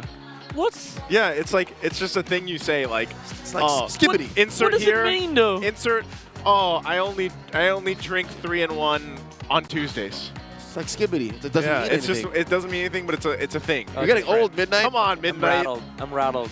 I don't get... My gears only grind on Tuesdays. No. That's not the case. Okay, it's always on. That's every day. It's always on. You just gotta control your your stuff. Okay. You were saying. What was I saying? Exactly. No, Tuesdays, right? Yeah. Tuesdays. I understand the 3-in-1 part, like the coffee. I understand that. Only Tuesdays with Kalia? Like, well, 2 Tuesdays. Patch notes. I don't know. Just move on. It's not that deep, man. Yeah, That's why. So, I'm an analyst. Come on. Given what's going on, give me a break. And given the lack of information to support what we're going to be talking about for Omega's recovery in Game 2, let's move forward, all right? This is not going to... We only pick boxer with Revitalize on Tuesdays. Let's not do that. It's a Saturday. It's Super Bad Saturday. And once again, TNC are at match point. They decided to go blue. And it's down to Coach Lembo, Coach Snap to give their players a good fight. Because you can't be doing that anymore.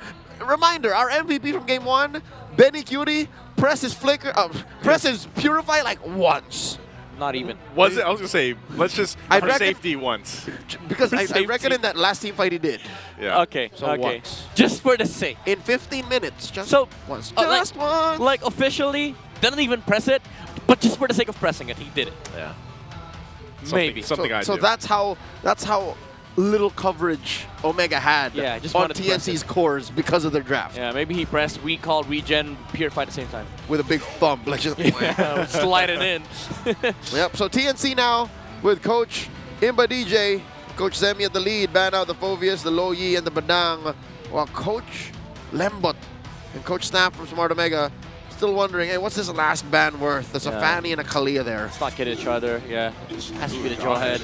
It was banned in Game 1. So it's still going to be banned in Game number 2. Now, Suyu Joy Exchange, Granger Hat as well is open for TNC. Oh, wow. Up to them to take whatever they want. They should not leave one open because, like, that's going to give Omega 2. So they take a Suyu. You got Joy and the Granger for the side of Omega. Maybe Joy Harris for Omega here. Joy Harris? Yeah. I think that's risky business. Is it risky business? Yeah, it's full magic. And then you just risk getting got-taught by TNC or Hylos. Got-taught, yeah. It's the past tense of the... Yeah. Got-taught. It's like the got-taunt, That's true. You got taunted. That's better than See, Unbreakable. Filipino broadcast is mentioning it. The got-taught in Hylos. So yeah, don't. It's literally just don't. Synergy, bro. Synergy. It's just worse that way. So they take Zushin and Harith. All right. Okay, this one I like. They don't need to rush the Joy though, but I don't think they should pick the Joy anymore. Yeah. With these 2 picks here. I think you go Hayabusa with the with jungle on third for Smart Omega. Or as you would say, which by the way Renmar can't get over, the better alpha. Who's the better alpha? Lucas. Renmar was losing his mind, bro. Why is it? Yesterday there were a couple of less than ideal Lucases, man. Wait. So what was was he memeing? He didn't like. No, he just does not like Lucas the way I don't. Still. Okay. I only like it in the hands of Demon Kai. So you guys are synced up with how you want to treat Lucas. Yeah. Because I did mention the better alpha version. Yeah. On the Filipino broadcast. He was going off about how Lucas is good last weekend. Yeah. I still think Lucas is great. I'm on the fence, bro. It's like, hey, come on. Like, people thought Alpha was trash for a long time. He was not touched by Moonton. For sure. And then he became meta. You know what's trash is the win rate of Hanzo. It is It's trash. 0%. Hey, from one shinobi to another, this one is possessed by a demon. I would have preferred the other ninja, though. Yeah, I would have wanted the Hayabusa. Exactly. So what is going on with Omega, man? We need a montage of Hanzo, like, not winning, but getting kills and being like, it's demon time. Oh, my God. He's on demon time, but he's not winning. Cue the sound effects. The gears are definitely a grinding. All right, second phase alongside TNC's closing for the first. The Granger and the Cho closed up. TNC, they could clamp down on roamers again. And I think that's a great idea. Yeah. Just deny all the picks from Chaknu. Yeah, take the Hylos down as well. The Gatot, the Cho was stolen already, so I think TNC's very happy with that. So again, you go with the Hylos man, I think. Yeah. For TNC, don't want to give it to Omega. Especially could be flex on both XP and Roam. But again, I still wait. I just have to get this out. Why would you put Basha on Roam when you have an Edith? You could have put another XP laner elsewhere. Oh God! All right, they're not hamming down in Changma's Hero Pool. They went on ahead and banned the glue. I smell a Lucas. I don't know why they banned the glue. They could have just taken the Vexana or the Paramus on the side of TNC. Maybe Lance ain't feeling it. Yeah, maybe just because of the fact that Lance does not want to play Paramus today. Yeah. So. The go ahead, ban the glue. Hylos is still open. Just maybe just ban the Hylos or ban the Gatot. I think take out the Hylos. Yeah, Hylos. Yeah, better. because look, here's what's crazy. I rarely say this, but Omega can afford. TNC can afford to give Omega the Matilda. There's very little synergy. Oh, they took out the Tigreal instead. So Matilda or Hylos here or Gatot, they're all open. They have their pickings You now. know, Cho is an answer to Watch two, them pick none of those. And they can pick one, and then TNC picks the rest. Oh, got taught. There you go. Ready to get Gatoed. If they don't take Hylos here, I think Smart Omega just takes the Hylos. And who are you going to kick? There's Purify and Harry, that's for sure. There's going to be Purify and Zushin. You cannot kick the ghost. The ghost of the Hanzo. You can. It just doesn't do anything. Yeah, you can, but like the gears will be turning. They already are. Still is running. Oh, so man. again for TNT. Pick the Hylos. Hylos XP. Or CC. I don't know. 3-Mark can play in the XP. Maybe Uranus. 3-Mark special. Let's not do that. Yeah, let's not When do 3 that. Martizi debuted under Work Oster Force in Season 7, he played a lot of Uranus, but that's a different time. Different meta. Vexana, Aurora, Farsa, it's decent against Zushin. All right. Oh, thank God. They Okay, needed a little more, tankiness and up front too. Anyway, Yeah. to deal with all this. I'm just wondering how this is gonna be for TNC, because that's one thing. Even if they get a lead, like the Hanzo's always a threat. That is one thing why teams have, the few teams that have picked them up, play them. Yep. Okay, there's the Edith. Yeah, that's always going to be the case for Smart Omega. Oh. Almost all last picks that are XP for Omega has always been the Edith. Yep. And then they decided again, Lewis, today you're playing Edith. With that Prismatic Sentinel skin. It's the MPL skin. Grab it while you can. For this season. He asked Lembot, how many games are we playing today? Edith. Edith. All right, coach. Thank you. Locked in. Okay. It looks like Snap and Lembot are still as confident in this draft as they were in Game 1. But that's the kind of belief and mindset you want to give your players, despite being down a point. Let me be honest though.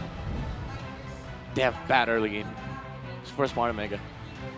This is look, that there's like 2 out of 5 the same from Game 1. And that's exactly what happened in Game 1. They had very little early game. The mid-game clapback was there, but they found it hard to close off. So I won't lie to y'all, super fans. I won't lie to y'all, members of Barangay. It's tough to be a fan of Omega right now, but they need your support, especially since TNC are at match point. Welcome to Game 2. Welcome to Mobile Legends. Also, rocking the 2 Purifies here. for them. So maybe they have enough tools, I guess, for Smart Omega this time around to go ahead and deal with some of the pressure that this lineup from TNC is supposed to go ahead and put out.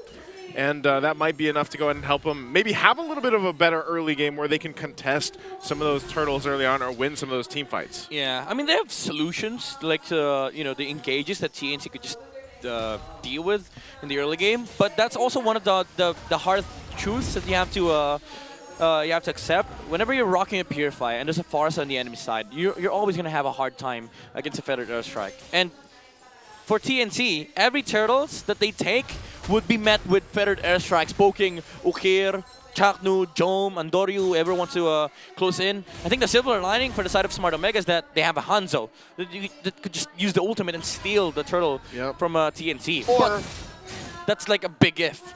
Or hunt down Lancy. You could also have Chaknu jump on the Lancy when the AOG is on, but you want another hard pill to swallow? What? Omega has very bad wave clear. Omega has very bad in-base defense. Yep. So if they miss out on the early game and they're trapped inside their base, it's so much worse. It's a harder fall. Like, it's a bigger risk compared to game number 1. Oh. I didn't expect that I was going to say that with Bashiro on the field. Oh, with a flicker from Benny. Good flicker usage. He's better that he doesn't die there anyway, but they already got the information, so they might just go ahead and Dory might just go and take the buff. The turtle's up though, so they're going to probably trade, I guess, for this, and someone will just go along with that. Yep, it looks like that's a better choice.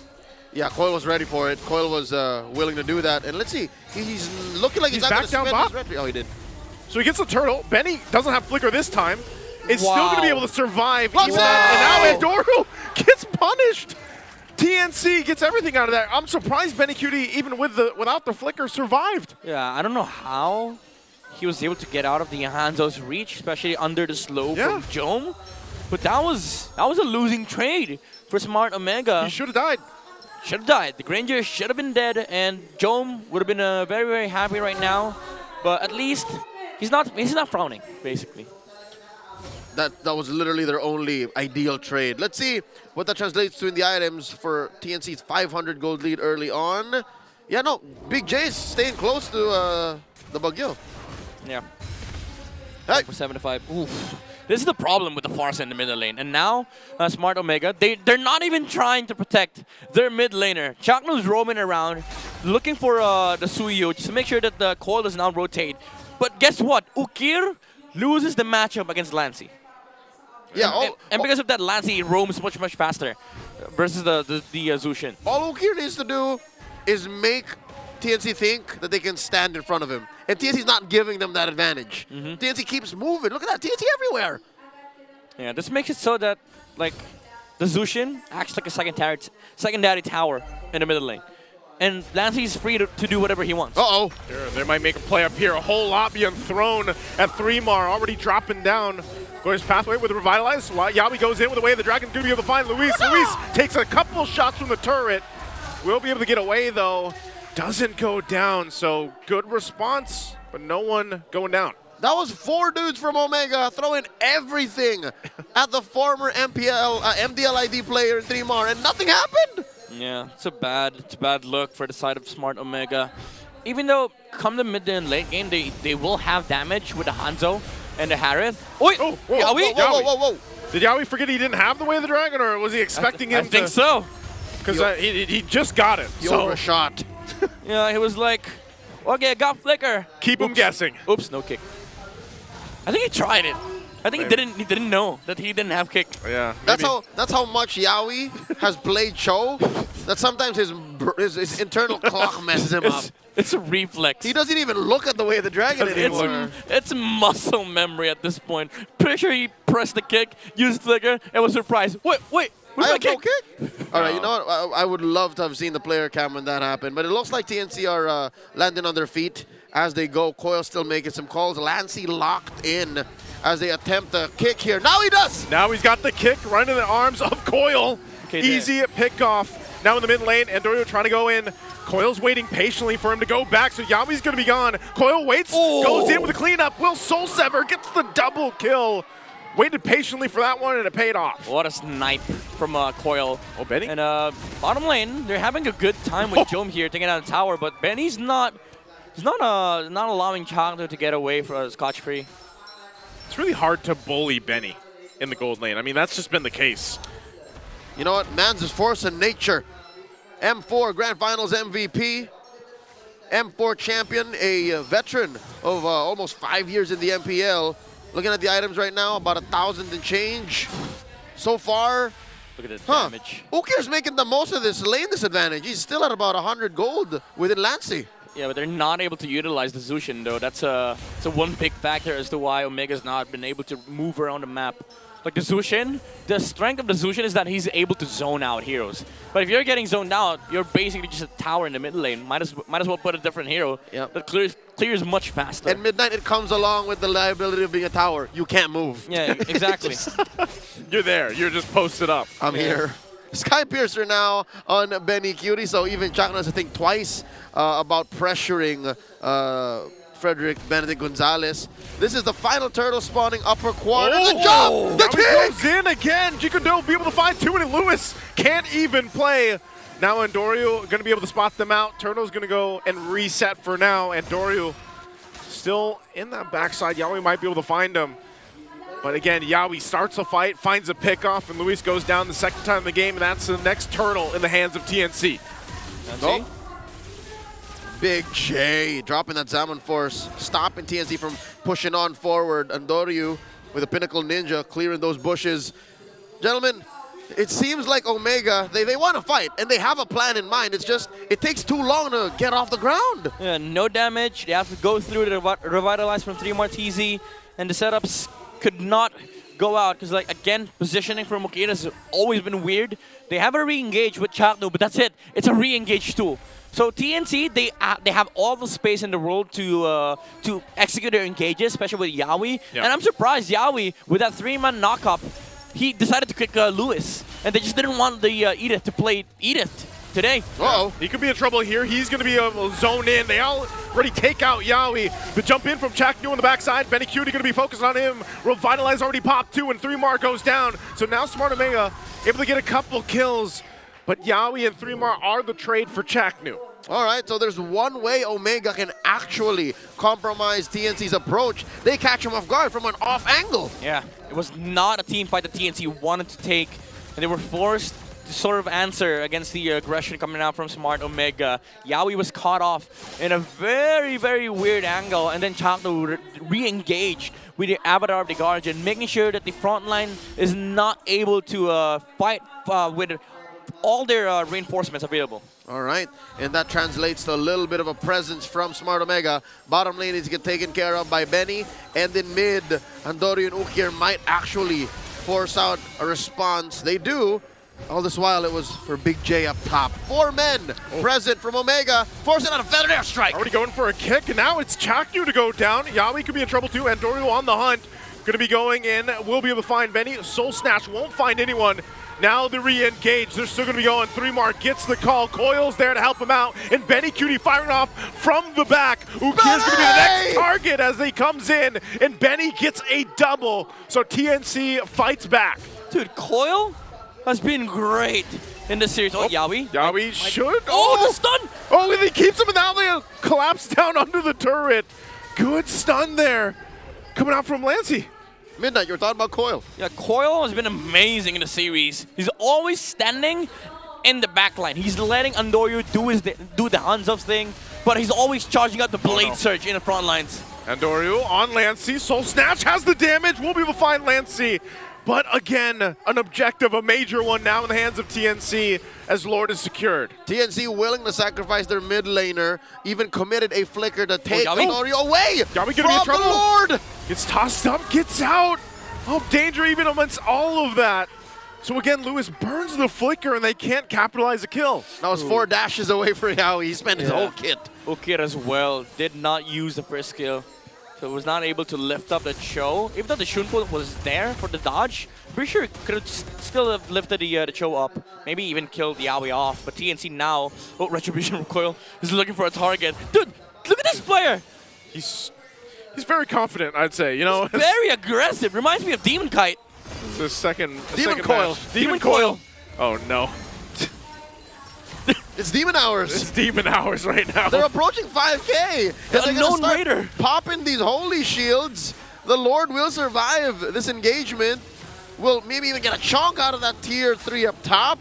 Oh man, TNC are shrinking Omega's map. Dude, it happened.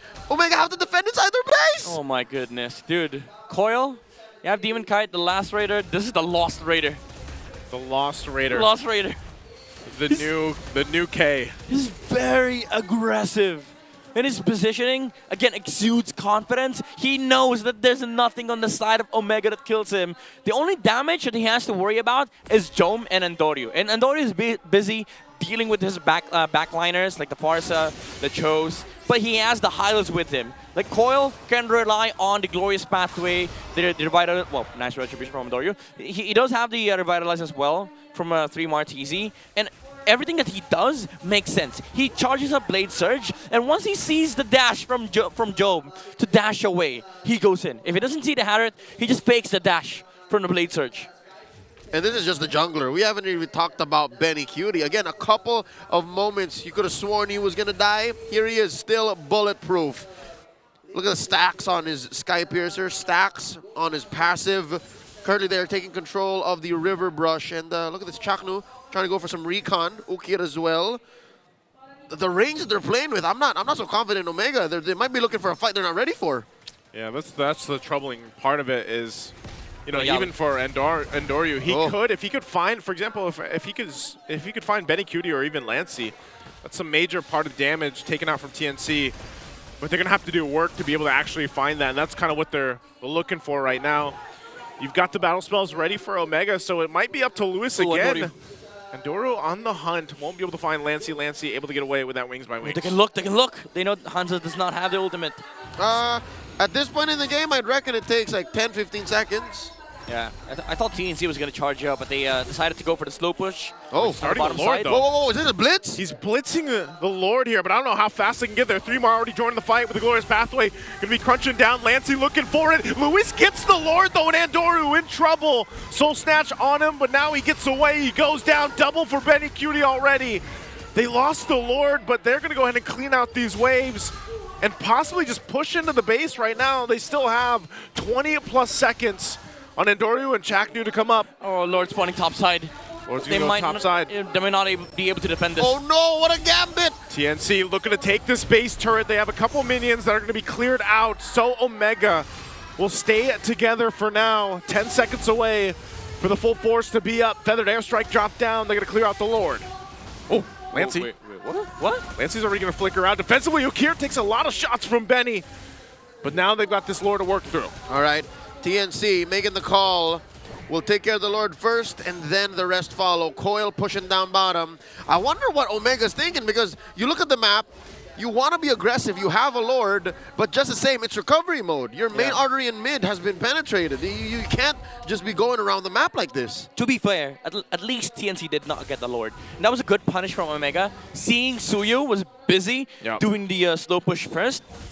So Andorius went straight ahead, ran straight to the Lord, and then decided to just burst the Lord, take the Lord away from TNC. At least you get to the later game. It didn't cost them much too. I mean, 2 bodies, sure, but they're not dead yet. Yeah.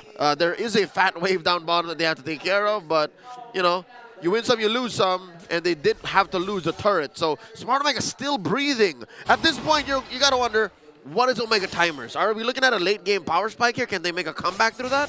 I'd say there's a chance, especially with the Harith and the Hanzo. Like, these 2 heroes are incredibly powerful in the late game. Their damage is something that you shouldn't underestimate. Like for TNC, Lancey, Benecutie, these 2 targets are primarily the targets of Andorio here. But even then, you have to be worried about just the Suyu standing in the front lines, because Ukir, Chakno, and Luis has not been able to handle Coil for the past, like, what, 6 to 8 minutes. And Coil is a threat regardless of whether he's fighting dudes or minions. he can literally just leave a chubby wave and then be a part of the fight 5 seconds later. So that's what he's been doing down bottom. Look at that. A lot of work that Jome and Andorio have to get to. And sure, these are extra gold XPs, but TNC understand that Omega's going to get them anyways. Yeah, this is also just a very kind of good look that we see from TNC where they're really just playing the disciplined game. They did this in game 1 too, even when they had a lead, and now they have a relatively bigger lead than what we saw in the previous one. Yawi's going to use that conceal. Not sure if he's going to be able to catch Ukir. He doesn't. So Glorious Pathway going to be dropped down too. Interesting. Coil will take a shot on the back now. Joim going to force the fight a little bit longer, and Doru as well. Soul Snatch right for 3-mar. But he pops the Revitalize. He's able to find a multiple Jiku no as Lewis goes down.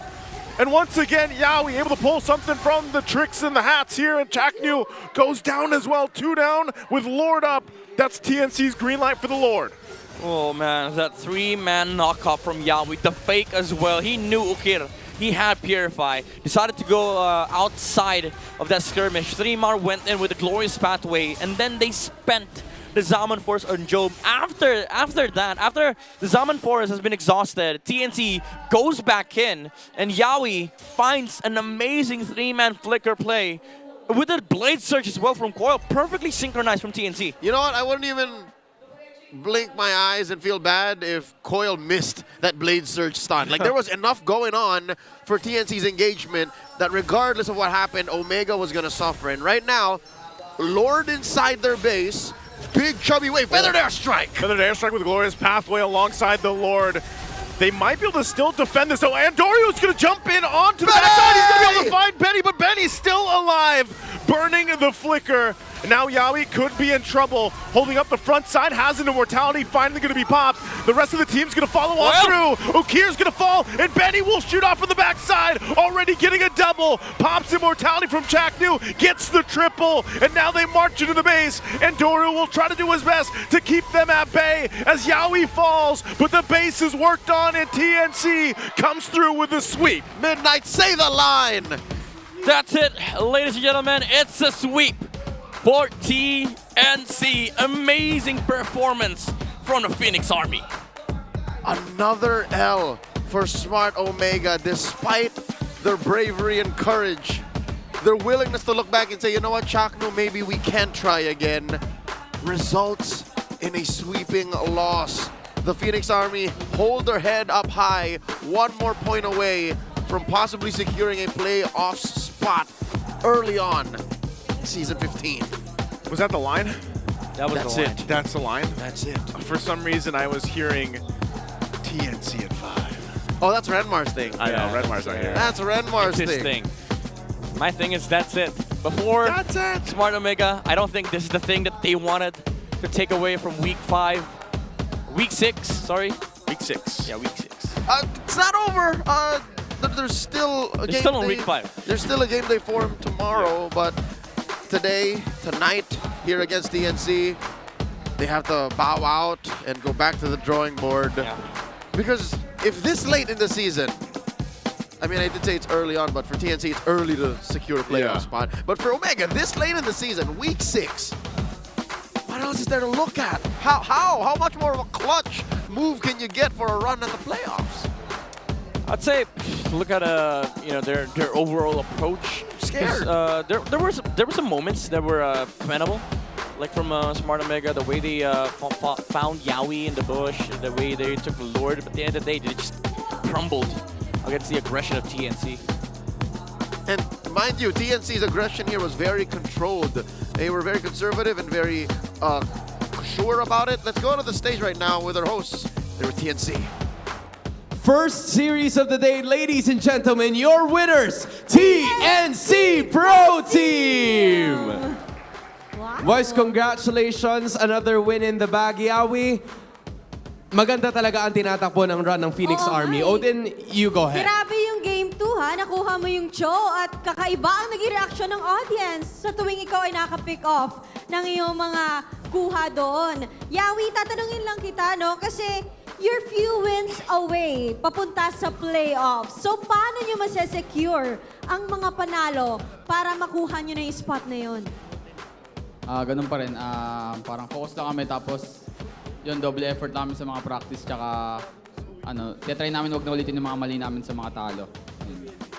Nakikita natin na sa pagbabalik nila dito sa second half ay mas palakas pa sila ng palakas. And Yawi, Ngayon, nagbalik si Chaknu. Ito mo yung bestie mo kanina. Oo, yung bestie mo. Kinakantahan mo pa nga kanina sa mic check, no? Anong gusto mo sabihin sa kanya? Nice game, bawi lang.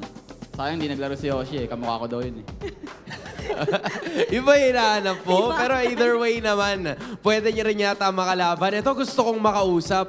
Coil, pwede na ba kitang matanong? Pwede na, pwede na. Oh, kasi Pwede last time, na. sabi niya, ano ang palag yan sa akin? Ayan. Di ba? Pero ngayon, pwede na.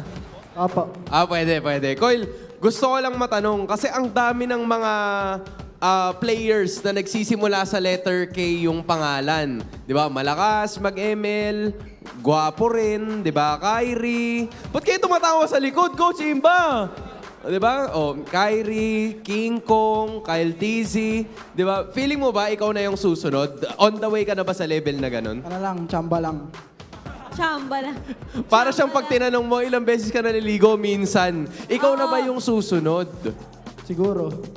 Ay. Wow. Siguro, ayaw pa niya i-claim, Oo. pero hinahayaan lang niya yung community na mag-cheer para sa kanya. Oo nga. Katulad ng mga super fans ng TNC. Ang Parang dami, sila ng marami. ang dami nila sumuporta. Gusto ko lang din tanong, Koila, kasi unang beses ka naglaro sa MPL, Season 13. Tapos kalaban mo rin yung Omega during that time. Kwentuhan mo naman kami, ano bang pinagkaiba ni Coil nung Season 13 sa ngayon Season 15? Coil, ikaw lang? Busog lagi. Yung pala ang pinagkaiba. Ngayon, At least busog lagi. Ano na lang ang masasabi mo sa lahat ng Phoenix Army na nagpunta para sa araw na to? Maraming salamat sa pag-support every laban namin. Thank you sa pag-support. Maraming salamat. Then once again, your winners, TNC Pro Team! Gentlemen, you may now take your walk of victory. Parang required na laging may ganun. And with that win, you may now take your bow. It was a dominant win galing sa Phoenix Army. Sinusubukan ko i-hold yung tawa ko, pero wala. Nangyari na. Nakuha naman nila yung panalo still. Sobrang bilis nga ng mga pangyayari doon sa match 1 na yun, Hans. Hindi natin in-expect lahat na naghihintay sa atin at nagsisimula pa lamang ang araw ng Sabado. Ano kayo masasabi ng ating mga casters? Babalik na namin sa inyo. Kaya naman, casters, pasok. I love the emphasis on Coil's character. TNC definitely feeling themselves with the sweeping victory again. Congratulations. Congratulations to them. And so TNC is currently right in this middle of the standings, right? Yeah. So they are points. getting closer now. Yeah. To be able, maybe To next secure. week. Maybe next week. Yeah, there's a magic number that they're chasing. Magic number. Whoa, 10 And despite Coil's all-star, spectacular, stupendous, splendid performance, you cannot put down the storm. The force of nature, Benny Cutie with a back-to-back MVP performance. I mean, how do you stop a typhoon? How do you stop a storm? You can't. Have you seen the movie You Twister? just have to wait it out. Have you seen the movie No. Twister? No, You unfortunately, get a no. shaman. All right, you gotta share the story to me later. But now Okay. I'm sharing the story of Benny Cutie. In the highlights, again, it baffled us in the early game how he was able to survive the gank from Andoryu. Maybe he's just awake, so he didn't get the nightmare from Smart Omega. That's a good way to put. Didn't die. I can't have a nightmare if game. I'm awake. I'll allow Exactly, it. you know. Stay woke. How do you get bad nightmares if you're just, you know, just awake? If you're living a nightmare. If you're living a nightmare, you start hallucinating. That's different. That's a lot of that's scary. You ever just sit there, stare at the wall, and be, No, he has too much on his mind. Midnight's gears are getting grinded so Yeah. often that he has no time to do that. It's not just I see it, I experience He the lives pain. it. Oh, boxer roll. He lives it. And that was game one. That was game 2, one. though, it was a more fair fight. Yeah. You were looking at Chakno and a Gatot. You were looking at Andorio and a Hanzo. Yeah. You were looking at Lewis on an Edith. Say Louis.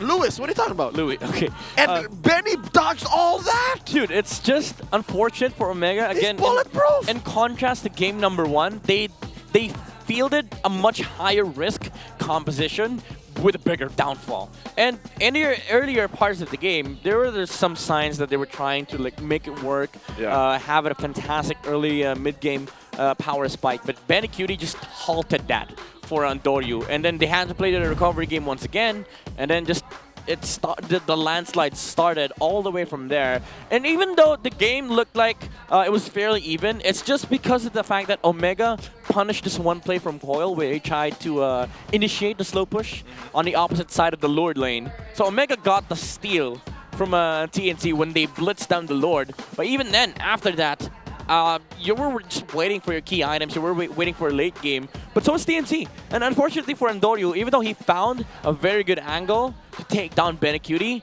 all Benecutie needed to do was buy a Rose Gold, switch it up with Immortality if he's nearing death. And there's also this possibility of just buying the Wind of Nature too, from to save yourself from the Hanzo. So Omega overall just didn't have enough answers with the snowball that TNC was able to accomplish in the mid game. And as I said, there's a lot of problems with the lineup of Omega. Even though it looked like they had enough to deal with Lancy's Sparsa, it was just the case. The Glorious Pathway with the Feathered Earth Strike was just too much for Omega to handle, and you also have to be worried about Yaoi kicking your players out of your boot camp. Yep. And TNC was just having a blast, especially Coil, also initiating in the backlines with the Blade Surge. Did you just break the fourth wall? Yeah, I did. Omega did not respect the signature pick on Yaoi. It came in the first phase. To be fair, I don't think anyone was expecting the Cho to come that early. Nope. Third pick, right? Yeah, Third pick. literally. I was gonna joke, dude. I was gonna joke earlier. Like first pick Cho would have been a thing, but I did not expect TNT's confidence to be that high to take the Cho first phase. Look at this. Most of the big four were the same from last game. Yeah. Save for Sandbag. Our best wingman, of course, 3 Martizi. No, he was Sandbag. Last game. Yeah. But it was Wingman. Wingman was Yaoi, I believe. That's what you switch up. Yeah, because There that you was go. Mathilda. But it's still TNC all the way. Our BPI rich guy, of course, still Coil at a 907 GPM. He did the same thing he did in game 1, literally with the same hero. Yeah. Thing is, game 1, he was just making space. Yeah. Game 2, he was surging up to Smart Omega. He was playing the Suyo like a backline assassin. The benefits of having a Suyo in this meta, and also why he's one of the top junglers, is that he's also a fighter. With a damage reduction, a stun, a HP-based damage. I don't know what is with Suyo. Why he's not getting nerfed anytime soon. He did, but here's the thing. Suyo got nerfed a record once in his life as a hero. He probably needs another pass-through. Dude, the nerf was like just a cap. Don't tell Moonton that. He probably needs another pass-through. I'm sorry. A revamp. Suyo is fine the way he is. No. Suyo is amazing. No. He is a balanced hero. No. No. I do love Suyo, but no. There's nothing he can't do. He's like Renegade. He just does everything. He does. He does everything. He's an assassin. too much. He's a fighter. He has range. He has mobility. He has escape. I see the value. I see the value in Suyo. He's amazing. He's amazing. Ladies and gentlemen, let's take a peer behind the curtain and see and hear exactly what was going on with that mic check.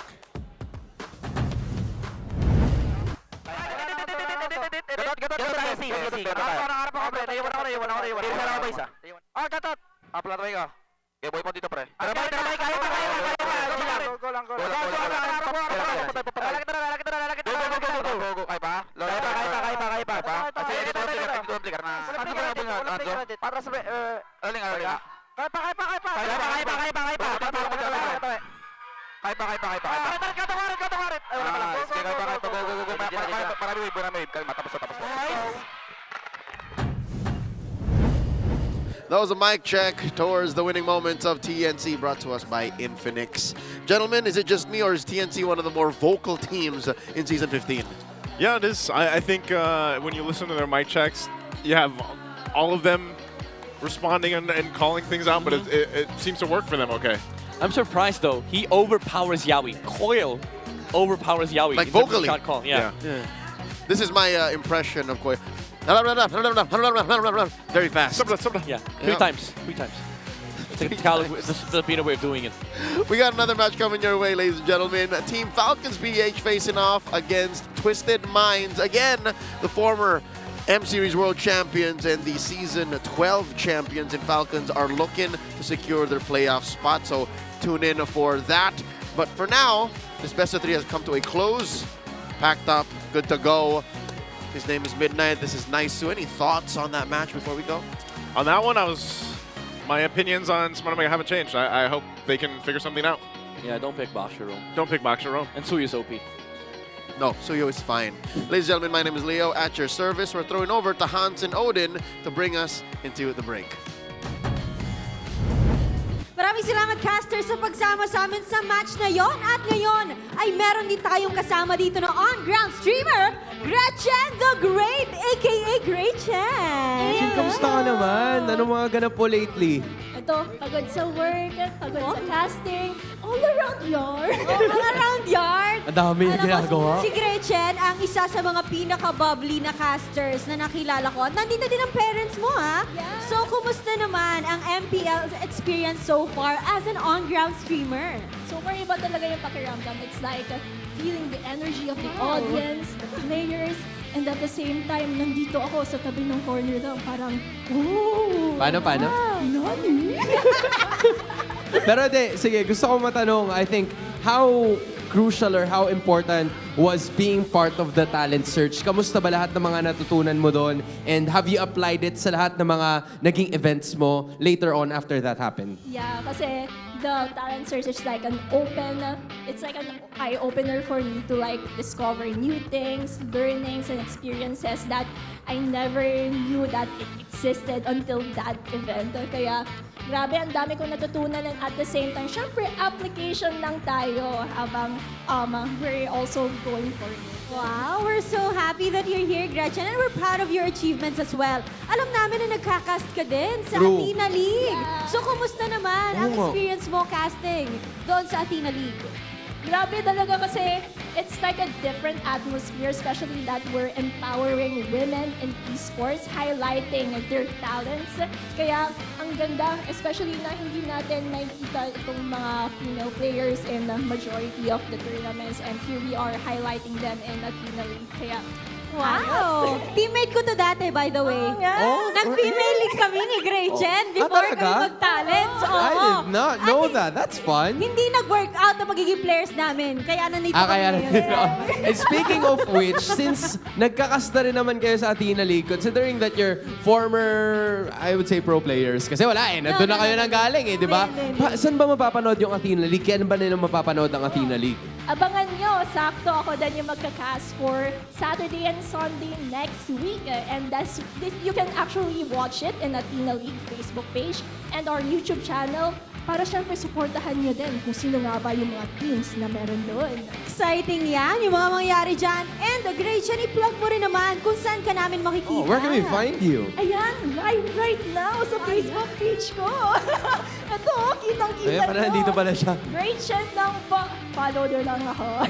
Ayan, sa lahat ng social media accounts, i-follow natin si Gretchen. And once again, maraming salamat for being with us today.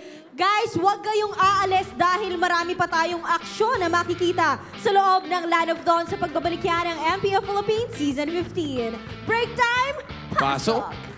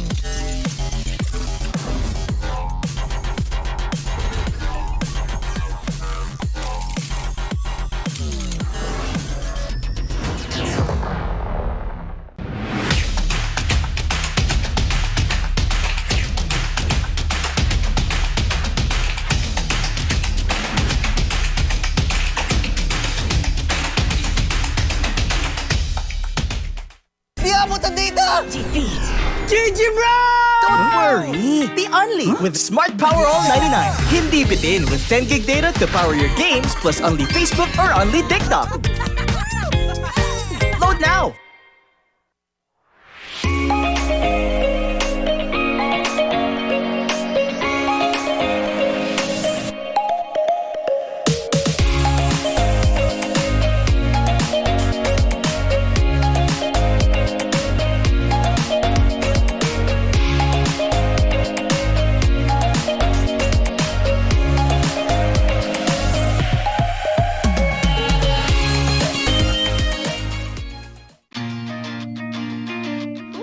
go to a concert when you can own that stage with your friends.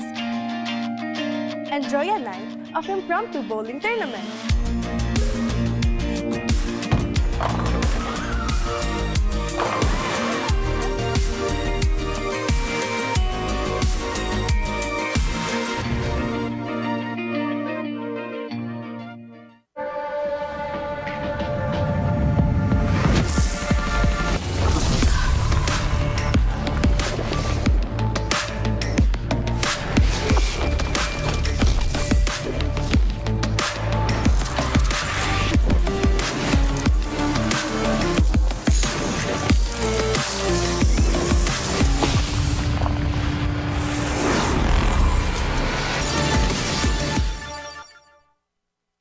Want a skin that changes color in the middle of a game? Yep, this brand new Alpha Legend skin can do that. Watch this. Boom!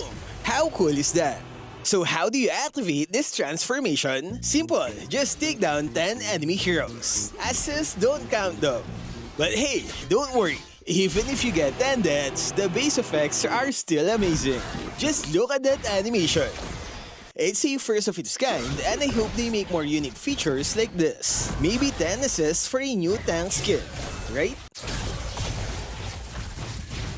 As you all know, this skin comes with a unique golden number tag. We actually used 2 accounts to draw as soon as the skin dropped, hoping for a low number. The result? 41 seconds after release, we got the number 892. On the second account, it's 1,132 after 48 seconds. So in a span of 7 seconds, 240 skins were sold in a snap. Man, we've got some hardcore players out there. So how much did it cost? It's a staggering 9,500 diamonds on each account, which is 100 draws. But don't panic.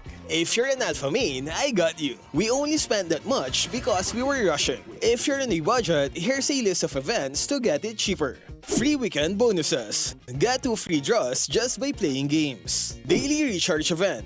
Get 3 tokens if you recharge daily.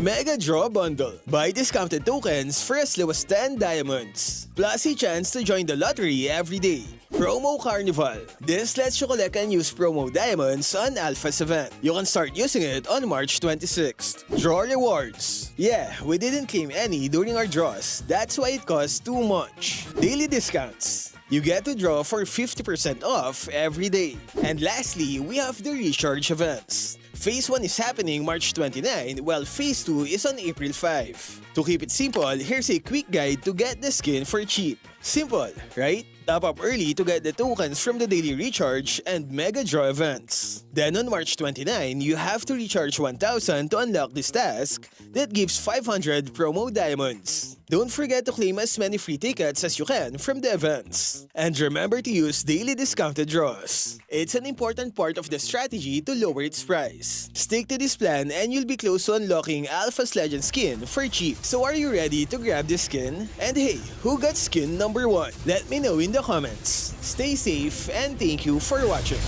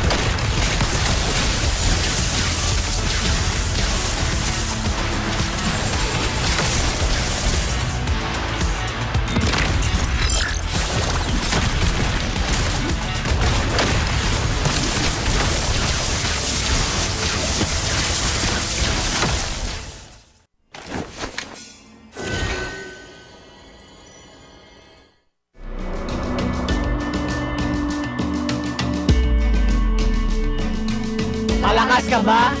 Sali na!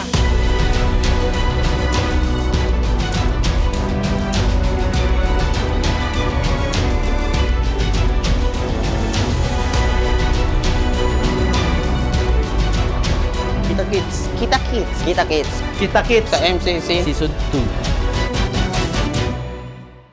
Tagtag dugo, tagaktag bungo. Manood kayo sa social media. Ikaw ba si MP The King?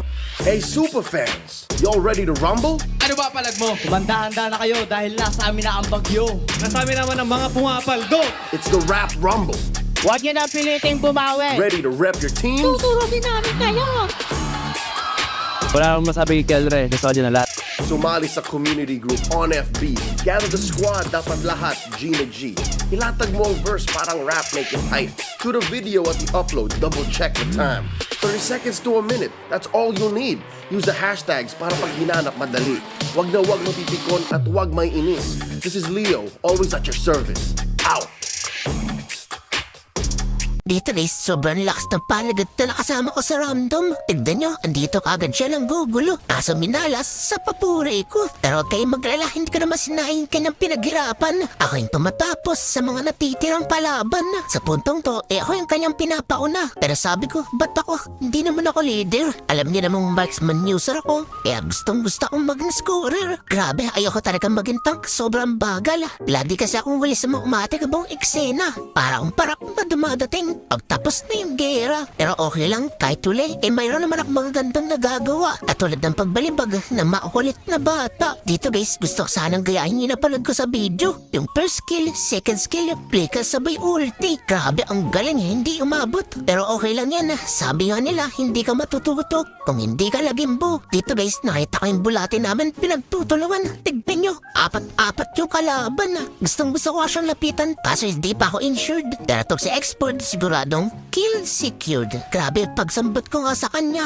dinagit ng agila. Yan ang masasabi kong tunay na kaesera. Dito guys, yung panigads namin nagpangitang gilas na naman kaso kasama ang palad, wala siyang nasabitan. After niyang humandusay, nabol kami dito ni Sipon. Masyado nagmamatapang, kaya walang awa kong binalembang. Grabe, sobrang lakas talaga ng bagong no hero. Kaso kinakabahan ako, baka dito na ako mapulpo. Tignan niyo naman kasi, walang awa. Grabe, ang lupit. Balibag bata. Naku, isipin nila pag ginamit kita kay Nana. Siguradong masamaan lalabas sa bunganga. Dito guys, nakita ko si Sipon, pero na namang sinapian. Kasi yung dragon, sobrang kunat ng katawan. Madali nga lang namin siya na itumba.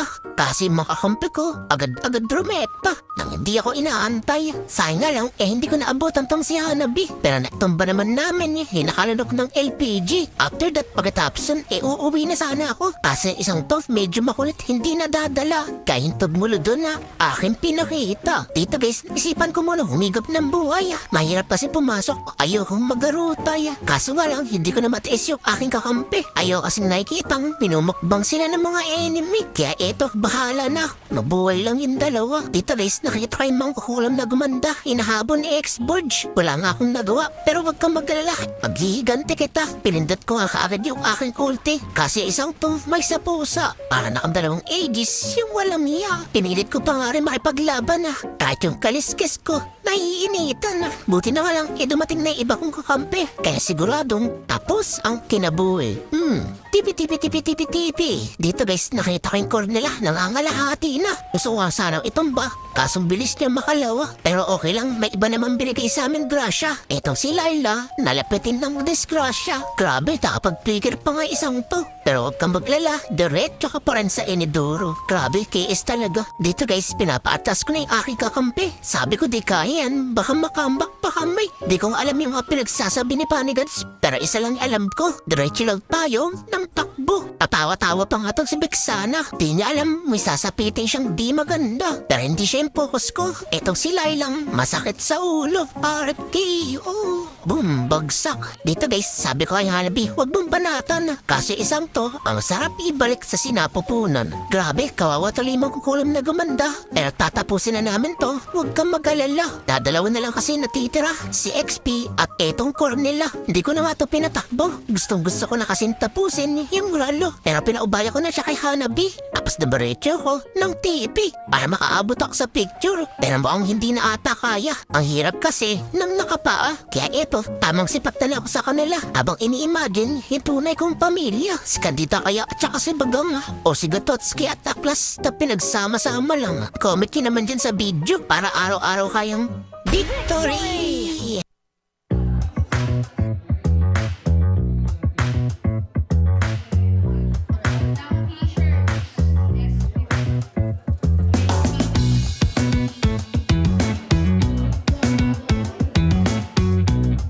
Omega!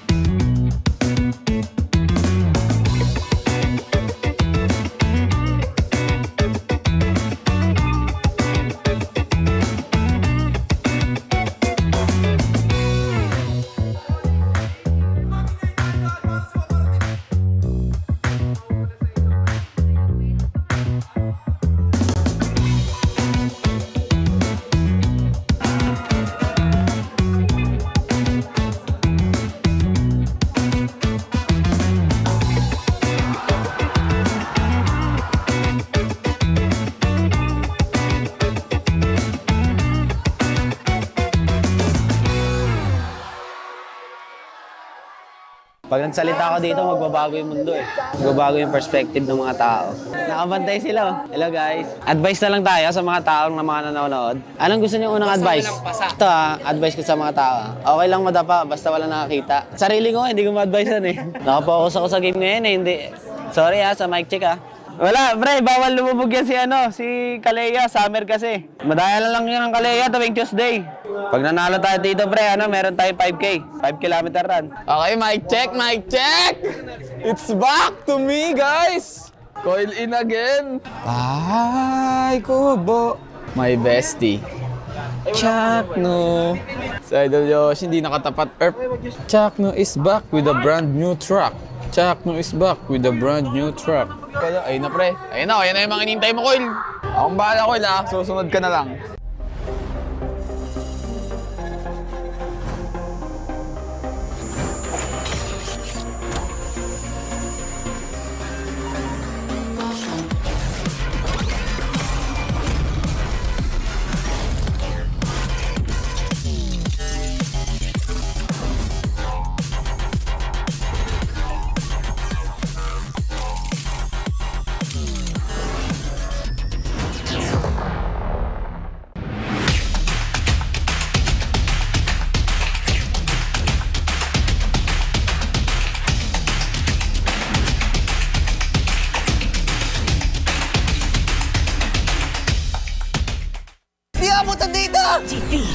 GG bro! Don't worry! The Only with Smart Power All 99. Hindi bitin with 10 gig data to power your games plus only Facebook or only TikTok. Load now!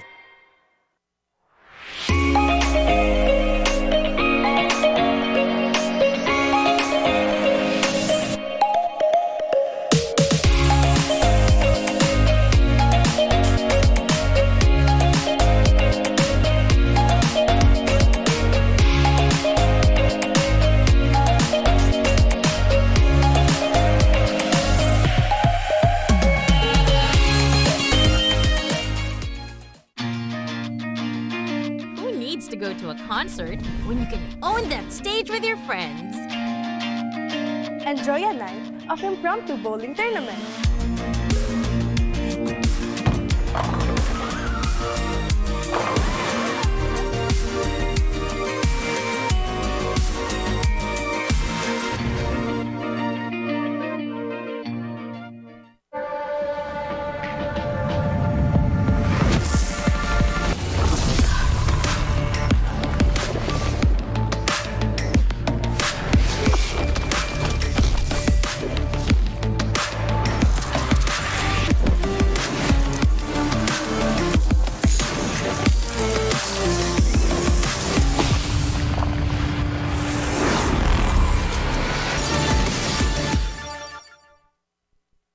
Want a skin that changes color in the middle of a game? Yep, this brand new Alpha Legend skin can do that. Watch this. Boom!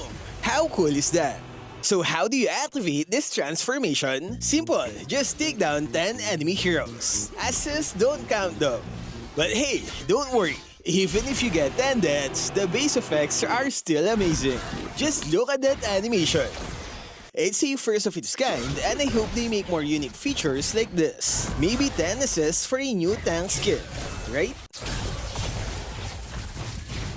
As you all know, this skin comes with a unique golden number tag. We actually used 2 accounts to draw as soon as the skin dropped, hoping for a low number. The result? 41 seconds after release, we got the number 892. On the second account, it's 1,132 after 48 seconds. So in a span of 7 seconds, 240 skins were sold in a snap. Man, we've got some hardcore players out there. So how much did it cost? It's a staggering 9,500 diamonds on each account, which is 100 draws. But don't panic. If you're an alpha main, I got you. We only spent that much because we were rushing. If you're on a budget, here's a list of events to get it cheaper. Free weekend bonuses. Get 2 free draws just by playing games. Daily recharge event. Get 3 tokens if you recharge daily. Mega Draw Bundle. Buy discounted tokens for as low as 10 diamonds. Plus a chance to join the lottery every day. Promo Carnival. This lets you collect and use promo diamonds on Alpha's event. You can start using it on March 26th. Draw rewards. Yeah, we didn't claim any during our draws. That's why it costs too much. Daily discounts. You get to draw for 50% off every day. And lastly, we have the recharge events. Phase 1 is happening March 29, while Phase 2 is on April 5. To keep it simple, here's a quick guide to get the skin for cheap. Simple, right? Top up early to get the tokens from the daily recharge and mega draw events. Then on March 29, you have to recharge 1,000 to unlock this task that gives 500 promo diamonds. Don't forget to claim as many free tickets as you can from the events. And remember to use daily discounted draws. It's an important part of the strategy to lower its price. Stick to this plan and you'll be close to unlocking Alpha's Legend skin for cheap. So are you ready to grab this skin? And hey, who got skin number 1? Let me know in the comments. Stay safe and thank you for watching.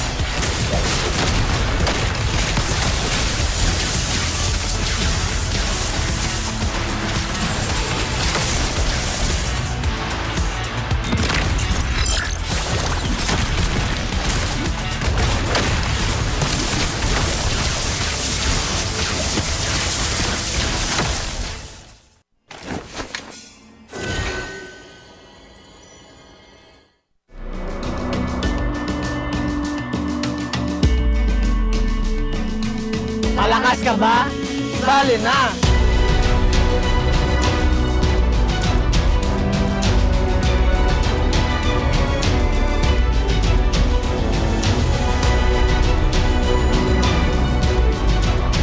Kita Kids. Kita Kids. Kita Kids. Kita Kids. Sa MCC Season 2.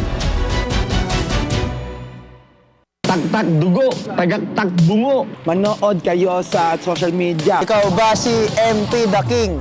Hey super fans, y'all ready to rumble? Ano ba palag mo? Kumanda-handa na kayo dahil nasa amin na ang bagyo. Nasa amin naman ang mga pumapaldo. It's the Rap Rumble. Huwag niyo na piliting bumawi. Ready to rep your teams? Tuturugin namin kayo. Wala akong masabi kay Kelre, gusto ko dyan na lahat.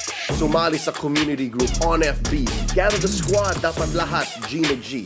Ilatag mo ang verse parang rap, make it tight. To the video at the upload, double check the time. 30 seconds to a minute, that's all you'll need. Use the hashtags para pag hinanap madali.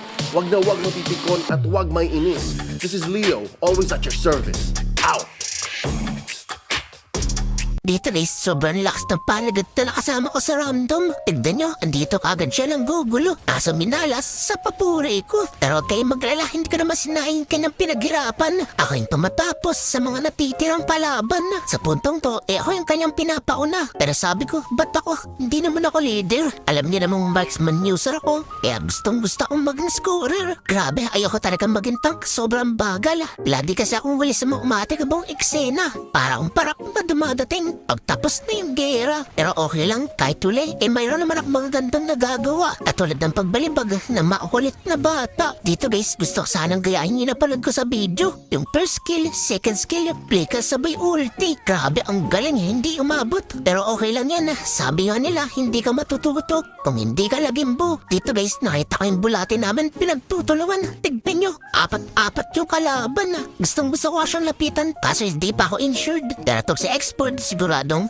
kill secured. Grabe, pagsambot ko nga sa kanya, dinagit ng agila. Yan ang masasabi kong tunay na kaesera. Dito guys, yung panigads namin nagpangitang gilas na naman kaso kasama ang palad, wala siyang nasabitan. After niya humandusay, nabol kami dito ni Sipon. Masyado nagmamatapang, kaya walang awa kong binalembang. Grabe, sobrang lakas talaga ng bagong no hero. Kaso kinakabahan ako, baka dito na ako mapulpo. Tignan niyo naman kasi, walang awa. Grabe, ang lupit, balibag bata. Naku, isipin niya na pag ginamit ito kay Nana. Siguradong basamaan lalabas sa bunganga. Dito guys, nakita ko si Sipon, meron na namang sinapian. Kasi yung dragon, sobrang kunat ng katawan. Madali nga lang namin siya na itumba. Kasi makakampi ko, agad-agad drumeta. Nang hindi ako inaantay. Sayang nga lang, hindi ko naabutan tong si Hanabi. Pero natumba naman namin, hinakalanok ng LPG. After that, pagkatapos uuwi na sana ako. Kasi isang to, medyo makulit, hindi nadadala. Kaya hintog mulo doon aking pinakita. Dito guys, isipan ko muna humigap ng buhay. Mahirap kasi pumasok, ayokong magarutay. Kaso nga lang, hindi ko na matiis yung aking kakampi. Ayaw kasing nakikitang pinumukbang sila ng mga enemy. Kaya eto, bahala na. Mabuhay lang yung dalawa. Dito guys, nakita ko yung mga kukulam na gumanda. Hinahabon ni X-Burge. Wala nga akong nagawa, pero wag kang magalala. Paghihiganti kita, pinindot ko nga kaagad yung aking ulti. Kasi isang to, may sa pusa. Para nakadalawang ages, yung walang iya. Pinilit ko pa nga rin makipaglaban kahit yung kaliskis ko, naiinitan Buti na nga lang, dumating na iba kong kakampi. Kaya siguradong, tapos ang kinabuhi. Tipi. Dito guys, nakita ko yung core nila, nangangalahati na. Gusto ko nga sanang itumba, kasong bilis niya makalawa. Pero okay lang, may iba naman binigay sa amin grasya. Itong si Laila, nalapitin ng disgrasya. Grabe, nakapag-trigger pa nga isang to. Pero huwag kang maglala, diretso ka pa rin sa inidoro. Grabe, KS talaga. Dito guys, pinapaatas ko na yung aking kakampi. Sabi ko di kaya yan, baka makambak pa kami. Di ko alam yung mga pinagsasabi ni Panigads. Pero isa lang alam ko, diretso lang tayo ng takbo. Atawa-tawa pa nga to si Bexana. Di niya alam, may sasapitin siyang di maganda. Pero hindi siya yung focus ko. Itong si Lailang, masakit sa ulo. RKO. Boom, bagsak. Dito guys, sabi ko kay Hanabi, huwag mong banatan. Kasi isang to, ang sarap ibalik sa sinapupunan. Grabe, kawawa tuloy magkukulam na gumanda. Pero tatapusin na namin to, huwag kang mag-alala. Dadalawa na lang kasi natitira, si XP at etong core nila. Hindi ko na nga ito pinatakbo. Gustong gusto ko na kasing tapusin yung ralo. Pero pinaubaya ko na siya kay Hanabi. Tapos nabaretso ko ng TP para makaabot ako sa picture. Pero mukhang hindi na ata kaya. Ang hirap kasi ng nakapaa. Kaya eto, tamang sipak na ako sa kanila. Habang ini-imagine yung tunay kong pamilya. Si Candida kaya at saka si Bagang o si Gatotski at Aklas na pinagsama-sama lang. Comment nyo naman dyan sa video para araw-araw kayang victory!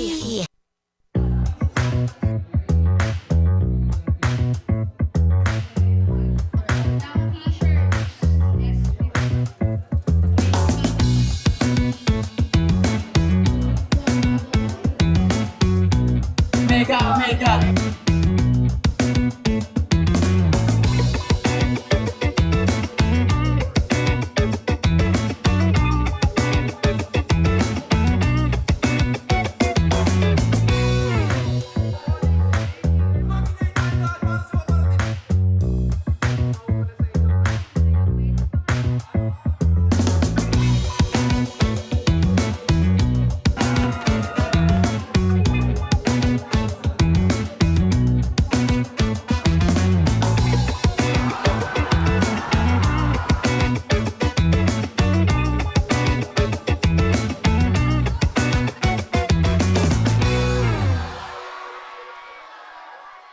Pag nagsalita ako dito, magbabago yung mundo eh.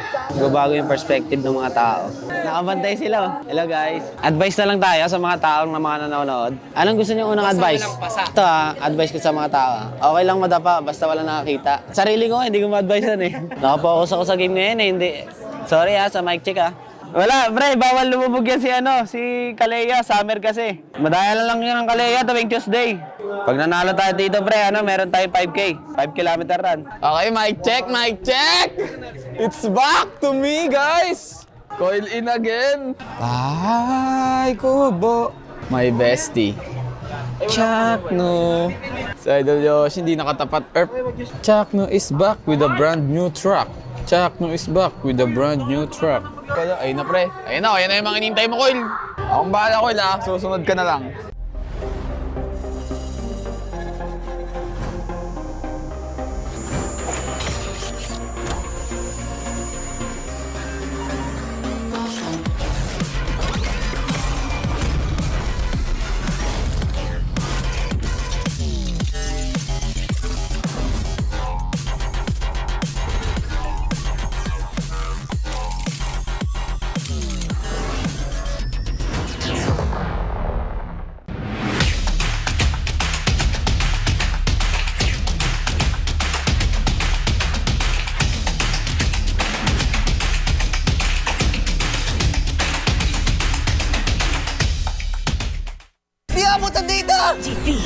GG bro!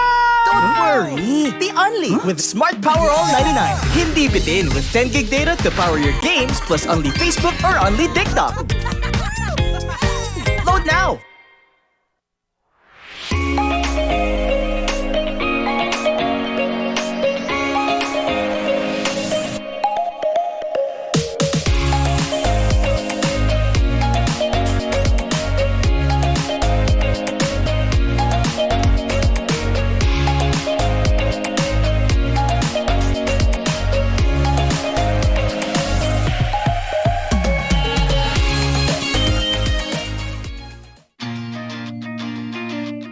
To go to a concert when you can own that stage with your friends. Enjoy a night of impromptu bowling tournament.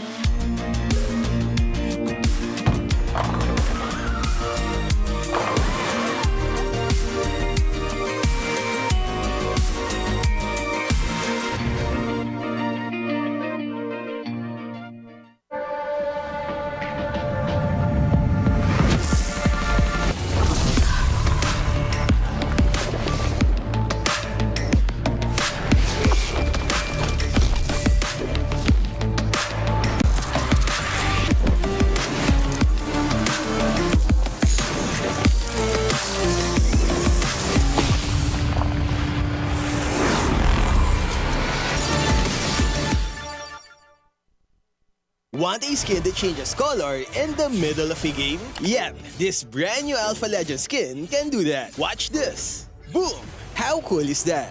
So how do you activate this transformation? Simple, just take down 10 enemy heroes. Assists don't count though.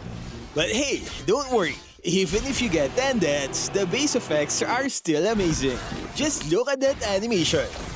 It's a first of its kind, and I hope they make more unique features like this. Maybe 10 assists for a new tank skin, right? As you all know, this skin comes with a unique golden number tag. We actually used 2 accounts to draw as soon as the skin dropped, hoping for a low number. The result? 41 seconds after release, we got the number 892. On the second account, it's 1,132 after 48 seconds. So in a span of 7 seconds, 240 skins were sold in a snap. Man, we've got some hardcore players out there. So how much did it cost? It's a staggering 9,500 diamonds on each account, which is 100 draws. But don't panic. If you're an alpha main, I got you. We only spent that much because we were rushing. If you're on a budget, here's a list of events to get it cheaper. Free weekend bonuses. Get 2 free draws just by playing games. Daily recharge event. Get 3 tokens if you recharge daily. Mega Draw Bundle. Buy discounted tokens for as low as 10 diamonds. Plus a chance to join the lottery every day. Promo Carnival. This lets you collect and use promo diamonds on Alpha's event. You can start using it on March 26th. Draw rewards. Yeah, we didn't claim any during our draws. That's why it costs too much. Daily discounts. You get to draw for 50% off every day. And lastly, we have the recharge events. Phase 1 is happening March 29, while Phase 2 is on April 5. To keep it simple, here's a quick guide to get the skin for cheap. Simple, right? Top up early to get the tokens from the daily recharge and mega draw events. Then on March 29, you have to recharge 1,000 to unlock this task that gives 500 promo diamonds. Don't forget to claim as many free tickets as you can from the events. And remember to use daily discounted draws. It's an important part of the strategy to lower its price. Stick to this plan and you'll be close to unlocking Alpha's Legend skin for cheap. So are you ready to grab this skin? And hey, who got skin number 1? Let me know in the comments. Stay safe and thank you for watching.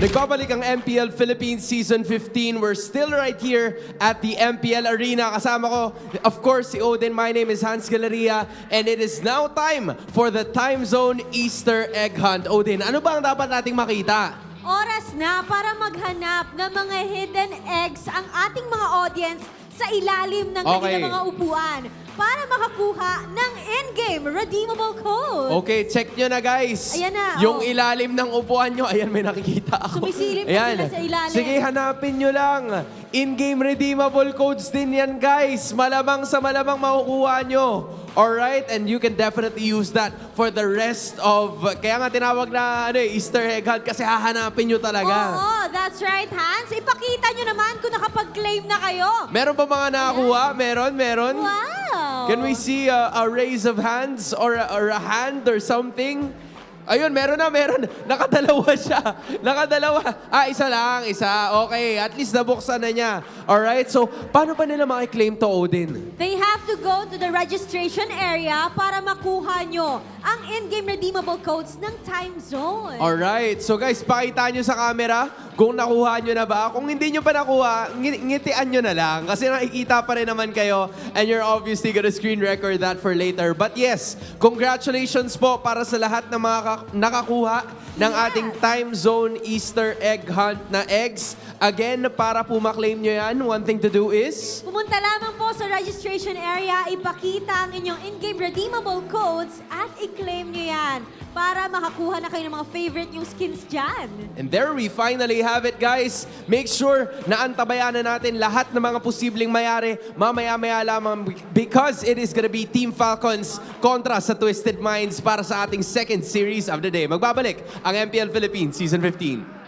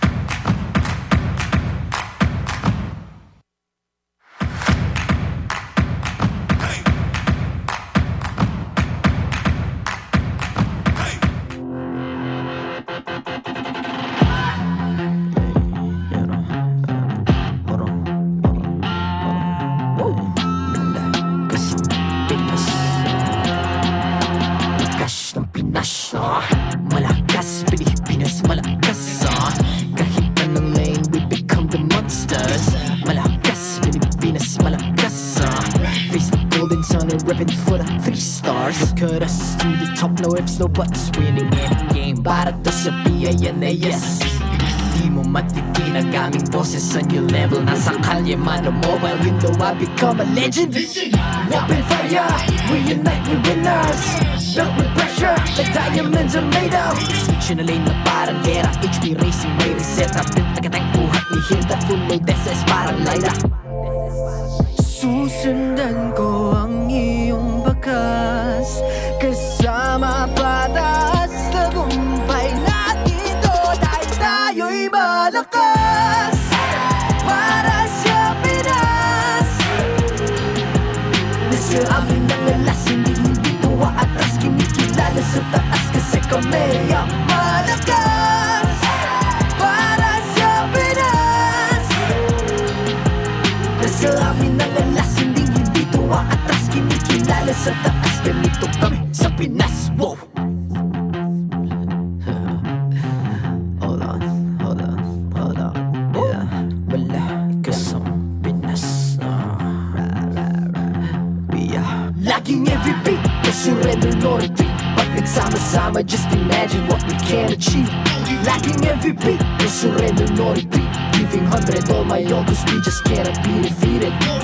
We are unstoppable, immune and invulnerable. Ready ang equipment, lahat frozen, malang crowd control. Pakita ko na jab like beast of the southeast. Sumatawag proud and loud, cause every enemy we devour.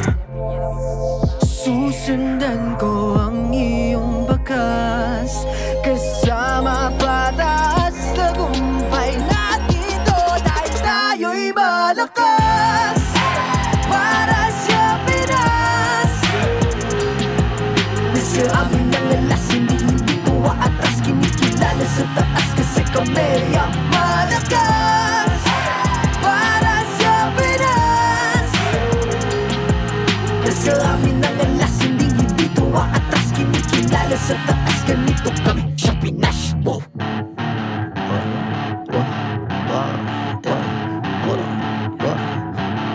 Malakas, Pilipinas malakas Kahit anong lane, we become the monsters. Malakas, Pilipinas malakas Face the golden sun and reppin' for the 3 stars.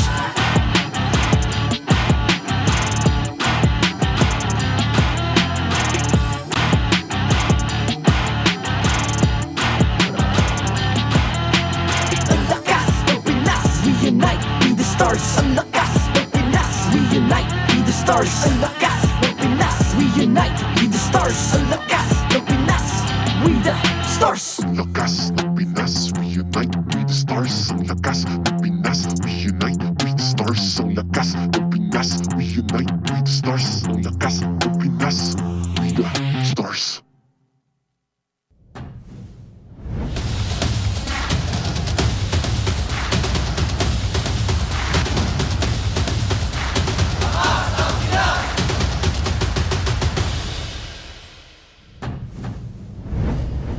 And we are back at it right here in MPL Philippines. And we are here for match number 2 here on our Community Day Saturday. Super Fan Saturday. So Fam Saturday. Sunday, that's for Sunday. What? Fam is Sunday, right? Super Fan. Yeah, Super Fan. Super Fan Saturday. There you go. And welcome, Rockhart, Naisu, and Midnight. I kind of had to clear that up in my head. And we are giving you the match between Twisted Minds and Falcons PA. I think your mind is getting twisted because I'm here. Oh, I thought you were going to say something else. You thought his mind was twisted because... Twisted mind. Yesterday's happenings. Oh, yeah. Check it out on social media. That too. But mostly because I'm here. Mostly because Midnight's here. Congratulations for being back at the desk here. I'm back, boys. A bit of a recap here earlier. Coil rises to the rescue to secure TNC's regular season sweep versus OMG. Gotta say, very impressive. And again, they're rocking a Coil free Martese lineup, and it has been working so well for TNC. It has. I know we poked fun a little bit at the name. He was on Demon Time. He was Demon Coil. Demon Coil. The Lost Raider. The Lost Raider. But he's sitting at 4-0 right now. Like, he's 4-0 since his debut. We saw him last week, and him and 3mar definitely came in and they look so strong for TNC, and this is kind of what they needed. I feel like they needed a little bit of a shakeup coming into this point, because that's still the thing. They want to go and defeat these stronger teams and obviously secure their spot for playoffs. I mean, as much as happy as I am with Coil's performance, I'm pretty sure Zydus trembling somewhere in the venue, shaking. His hands are shaking. Like he needs to prove himself, but it's it's a good road for TNC so far, and they're 1 point away as well from almost playoffs contention. Almost. And speaking of playoffs, we're going to talk a little bit more about that a little bit later. But for now, Time Zone has an exclusive promo just for you. You're going to be able to get 400 peso power load for only 200 pesos. All you have to do is register on the Time Zone Fun app, insert the promo code TZXMPL, and then redeem the voucher at any of your favorite Time Zone venues. And don't miss out on this amazing deal. I feel like Renmar right there. Don't miss out. He basically trademarked that deal, right? He did. And you know what? There's a lot more in store for us, because you can get a 2,000 pesos worth of discount on your next purchase by using TT Racing X MPL Philippines exclusive voucher code MPL2000. That's MPL2 and then 3 zeros over at ttracing.ph. Don't miss out on this. Amazing Yeah, just kidding. I'm kidding. Don't miss out on exciting TT Racing Gaming Chair giveaways as well. During MPL Philippines, we're throwing a chair around. You have to catch it. I'm kidding. But stay tuned for more info, man. Just remember, for those who dream, work, and play, TT Racing has your back. But that's real. We're giving away chairs. We're not, but the throwing it to you is not real. Yeah. Don't worry. You don't have to come here and catch it. Trying to catch a chair. maybe some other chairs. That's a different chair. It's a different chair. What kind of chair? What kind of chair? I don't know. There's some crowd chairs. It's a wordplay. I feel like people throw are some now, crowd chairs. They're worried, man. They're worried. They're worried now. No, the cheers. Oh, the Or cheers. teams. Come on, dude. Man. You're in Philippines. There's a lot of word plays going on. Nice. That's a good one, Midnight. Yeah, that's a good some one. crowd cheers. Throw some cheers. You're bringing the Tagalog. Especially for Twisted Minds. Bringing the Tagalog humor over here. We're getting twisted a lot here today, aren't Welcome we? to welcome to Philippines, my friend. It's gonna be a crazy Saturday with Midnight here. I can tell you that, 100%. So, you remember earlier we were talking about, wow, we got potential playoff partners with TNC. But you know what? I feel like we might also get some news about the playoffs just now, and very specifically for this matchup, because I feel like at least one of these teams, I guess you can kind of guess who it is going to be very close to that as well. Yeah, I think, now that we're in this point, week 6, I think a lot of us were surprised that we were seeing teams lock in playoff spots as early as last week. And so now as we get through already week 6, and then I know we have kind of like a break in between everything, it's like there's not going to be many spots left, I feel like, after this week closes out. That's right. And you know what? Here it is. It's breaking news time. It is Falcons, who are currently running on 6 points. Remember, with Omega's loss versus CNC in match 1, though, with their possible points now at 6. So that means that Falcons right now are playoffs secured. Yep. And to keep things short, basically Omega, AP Bren, and Twisted Minds, max possible points is 6. So that means there's 3 teams that are fighting for the second round in terms of playoff contention, but one of them will incur a loss. At least 2 teams. By the way, at least 2 teams from each of those 3 that I mentioned earlier will incur a loss, because guess what? They still have to face each other. So that means 2 of those teams, their max possible points will be 5.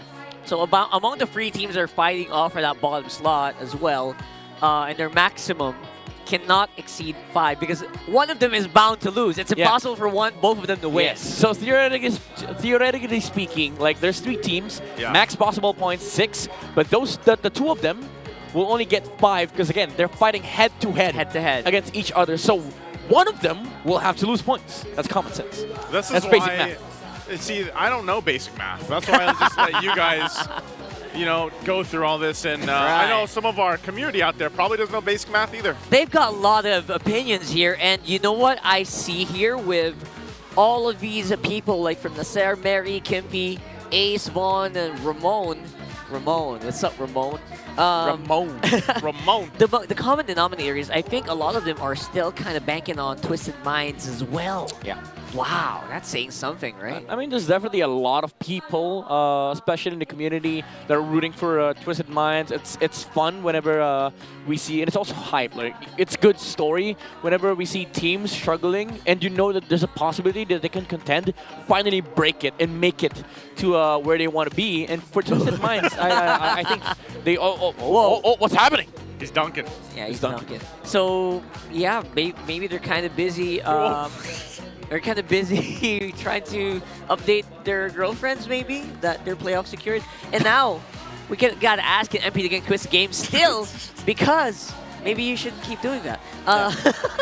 Maybe I should We're gonna have a little bit of comparisons here between our two junglers. It does feel like Calteezy has similar stats to MP the King, despite everything, all the shakeups happening. But the biggest thing, look at that. The most banned hero against the person is Alice. And that's all from, you know, I just can't stop looking at Kyle and Flap here, but the cutoff for the banner is not really helping you guys. It's not. It really isn't. Just go on. Keep making it worse. But that's the thing, man. If it was the Alice, it was because of what happened in the early weeks with MP. But he is also, you know, we just saw this previously where the Hanzo was picked up, and it's still sitting at a 0% win rate. So if Twisted Minds wants to go ahead and get that point, because again, they already know Team Falcons have secured their spot. Twisted Minds obviously wants to get a point up there. I don't know. I would love to just see them stick to what's going to work for them. A foundation lineup, maybe, not something too crazy. By the way, you know, like, that was insane. I just remember that happened last week. That was just last week. So maybe now's the time to not twist their own minds. Yeah, not too much. You know, when you watch a movie, there's a difference between a good twist and unnecessary twist. And that Nana was definitely unnecessary. A twist, just a twist. I came out of nowhere. Yep. So for you guys though, who do you think will be the next team to secure a playoff slot? Let's make it organized. Let's run it by the letters. And Twisted Minds, do you think they got a chance here? Or do you think the TNC Pro Team has a better chance with Coil and Free Martezi in? Do you think Smart Omega can make a miracle happen here? Or do you think AP Bren might just be able to make it out with James Punks? Yeah. Closest for sure is TNC Pro Team. Again, you're definitely free to root for whichever team you're supporting. You can comment on all the social media groups, you know, all the channels, the community. Go support your team. Go to their watch parties. Give them advice. Give them comments. Give them everything. Yeah, these not teams, really. Don't give them everything. Give them your chairs. Give them your chair. Give them your chairs. Tell them chair up. Yeah, exactly. Chair up. Again, always feel free to drop your comments on social media or on the stream chat. We'll try to read them as much as we can. Also join our community groups and socials on MPLPH as well. Yeah, we love to hear you guys' thoughts, and big shout outs to the people that are also joining the official group. I know we had a new one. We were talking about this in the beginning of the season too. There's been a lot of good discussions out there, and I think, again, it's been an exciting season. I know we still have a couple weeks, you know, after this break. Like, we still have a couple weeks in the regular season, so those last couple spots that are left are going to be up for grabs. And like you mentioned, I think a lot of people are going to put beat, because TNC right now is the closest. There's 4 slots left. 4 slots left. Yeah, 4 slots left. Because you already have TNC, Liquid, Aurora, Onyx, and then Falcons. How do we have 4 slots? Sorry, 2 slots. Never mind. I'm good at It's not basic math. I am deeply sorry. Today, I 6 apologize. minus 4. Sorry, I was about to say there's 4 slots that were taken. That's and our 2 analyst, by the slots way. left. There you go. A little bit under the weather, guys. A little bit under the weather. You're doing great. You're doing But yeah, 2 slots left.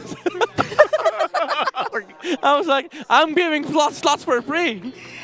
Let's try to refresh ourselves. Let's walk and see our teams on the stage. I'm going to walk now. To oversee and uphold the tournament's integrity, guiding us through the matches are marshals Joshua, Duvin, Patrick, and David. A twist in the game or flight for the Falcons. It's Team Falcons versus Twisted Minds. In the XP lane, it's Flap, TZ, and James. In the jungle, Kyle, TZ, and MP the King. In the mid lane, Few and Hajizi. In the Rome, it's Ogwin and Escalera. And in the gold, it's Super Marco and Outplayed. And their coaches, Coach Trevor and Coach Bonchan.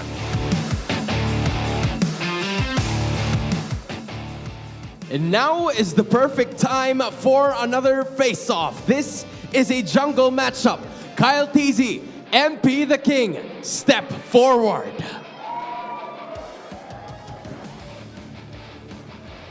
Kyle TZ, uunahin na kita. Paano nyo ba makukuha ang panalo sa araw na ito? Ano ang palag mo? Gagalingan ko lang, tsaka papakita ko sa kanila na consistent ako maglaro. MP the King, how will you battle that consistency? Ano naman ang palag mo? Mukhang wala talaga eh. Hindi natin pinag-usapan yon. Players, fist bump. Twisted Minds, Team Falcons, go ahead and do your fist bumps. Falcons Nest, Minds, magingay tayong lahat para sa paparating na laban na ito because it's finally underway. Casters, pasok. What is up with Flaptease's head today? So we are bringing you Team Falcons who look very happy because they are playoff secure, but don't forget, the fight is not over for the upper bracket yet. Yeah, there's a lot of matches left to be played, and Team Falcons, for the longest time, we keep on reiterating their road towards their glorious form, much like the pose of Flaptease. And there's a lot of matches to be played, and there's room for improvement. There's a lot of things that needs to be done behind the scenes, especially when it comes to teams that are very, very good and chaotic in playstyle. And for Twisted Minds, of course, still clawing or trying to claw their way back into this one, with a lot of opponents proving it very difficult for them to get a point.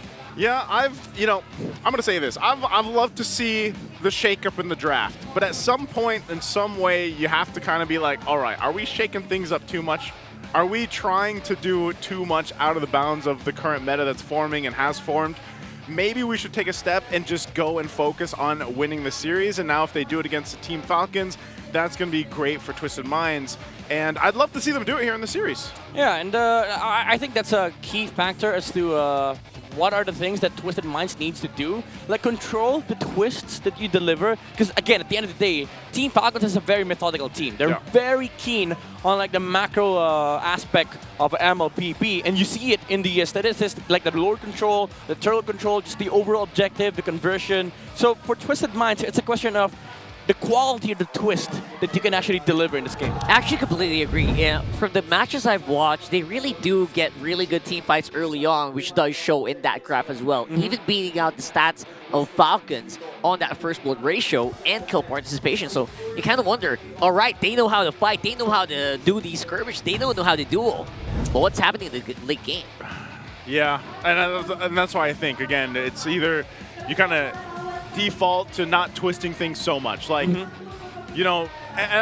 I love the testing, but at this point, there's still a lot of room. I feel like because of the patch that we had, it just was it now 2 weeks ago, and then we had the introduction of Kalea, and she's mostly been banned out now, even just today. So it's like you have room to work with, but also that's the thing. They've tested a lot of stuff in the jungle. They were one of the first teams to even test bringing the Hanzo out.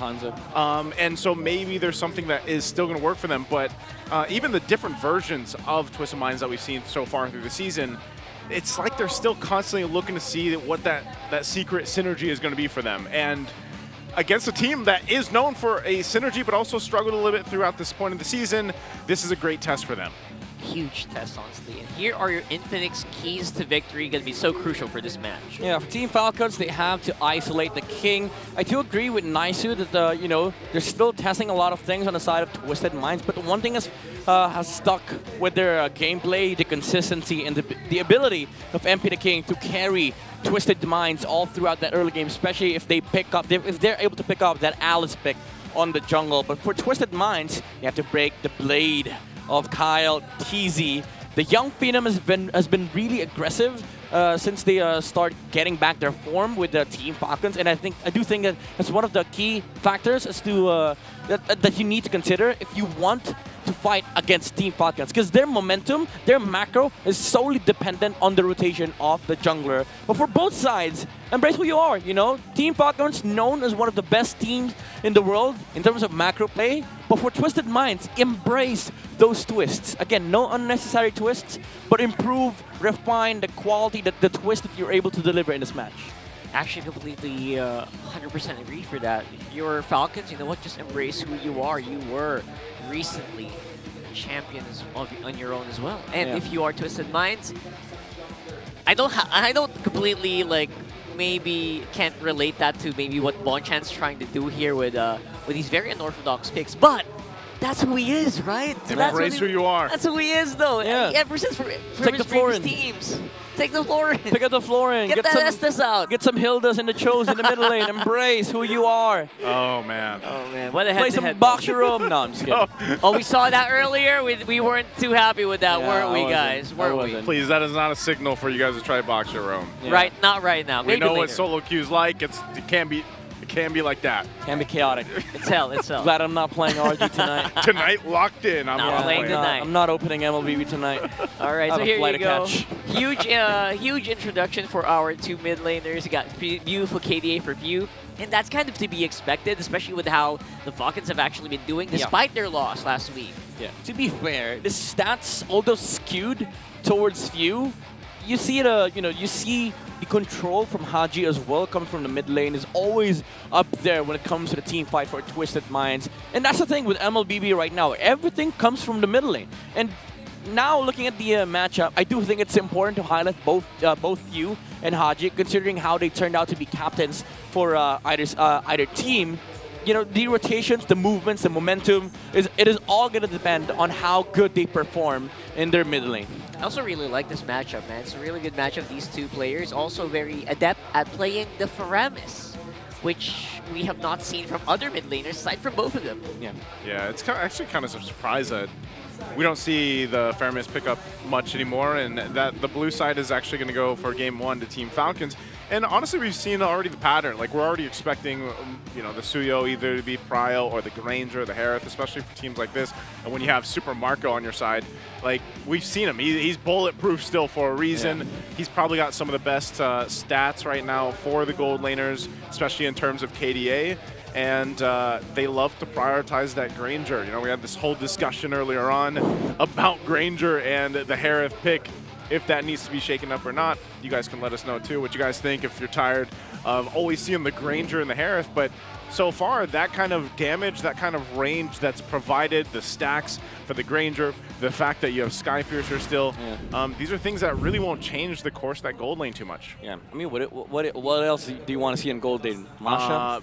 No, of course not. You know, I mean, we got other marksmen. Put them there. Yeah. Hey, Beatrix did pretty well in Keller yesterday, so there's that. Yeah, but where's the Hanabis? Where's the Laylas? Where's the Mias? Where's the Mias? Big J, come on. Come on now. So Falcons on blue side, by the way, 58% win rate on that side, choosing that. And Trevor also known for very quick drafts here. Let's see if that's going to happen here as well. Kalea open. Kalea, Suyo, Joy, Granger, Harith, all are open. Team Falcons opted to go and remove the Alice first thing as a housekeeping for their side. They don't want to get twisted in game number 1. And of course, for MP the King, there might just be another hero that would pop out from Twisted Minds, but this could also mean that they have to go back to the typical MLBB gameplay that we are familiar with in MPL Philippines. But now, Team Falcons, they take the Kalea's first pick. Finally, Flaptease has been wishing for this hero for a whole week now, and maybe there's a chance he gets it on XP. Yes. I personally have been playing that Kalea, and I've been winning. I have a 90% win rate on that hero. 90%. Wow. It's so good. Hope all. Hope all. You know, while we wait. Okay, there's the flex, guys. There's the joy. No, it's fine to flex. I just randomly thought about one of my games that I recently played. What? It was crazy. There was a Kalea and an Atlas. What? I cannot remember where the Kalea was. For some reason I think it was Kalea Jungle. Kalea Jungle. Kalea Jungle, Atlas Roam.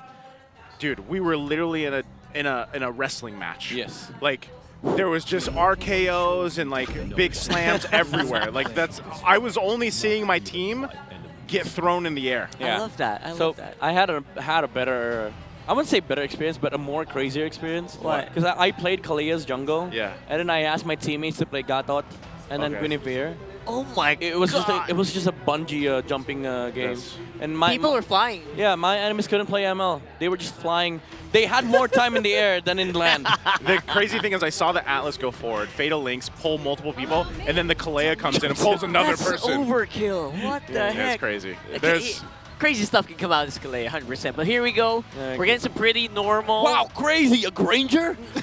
crazy the Suyo. We're getting pretty. It's crazy that Twisted Minds are now kind of just relegated back to normal drafting style. This is where Rockhart, they twist our minds. Yeah. These are this. That's why sometimes if you guys listen to us draft, like we don't even talk about it, deep dive into it anymore because this is usually the first phase. Yeah. Now the second phase though, I feel like that's where the room, the room to go ahead and bring out some of the twists. It's like a come double through. pump fake. Especially for Twisted Minds. Like, this is something that you need to watch out for. Even for Coach Trevor, like, his mind has to be stable right now. Yeah. Because if he gets twisted, then that's about it. Like, you lose the natural progression of the draft, especially with Twisted Minds being on the red.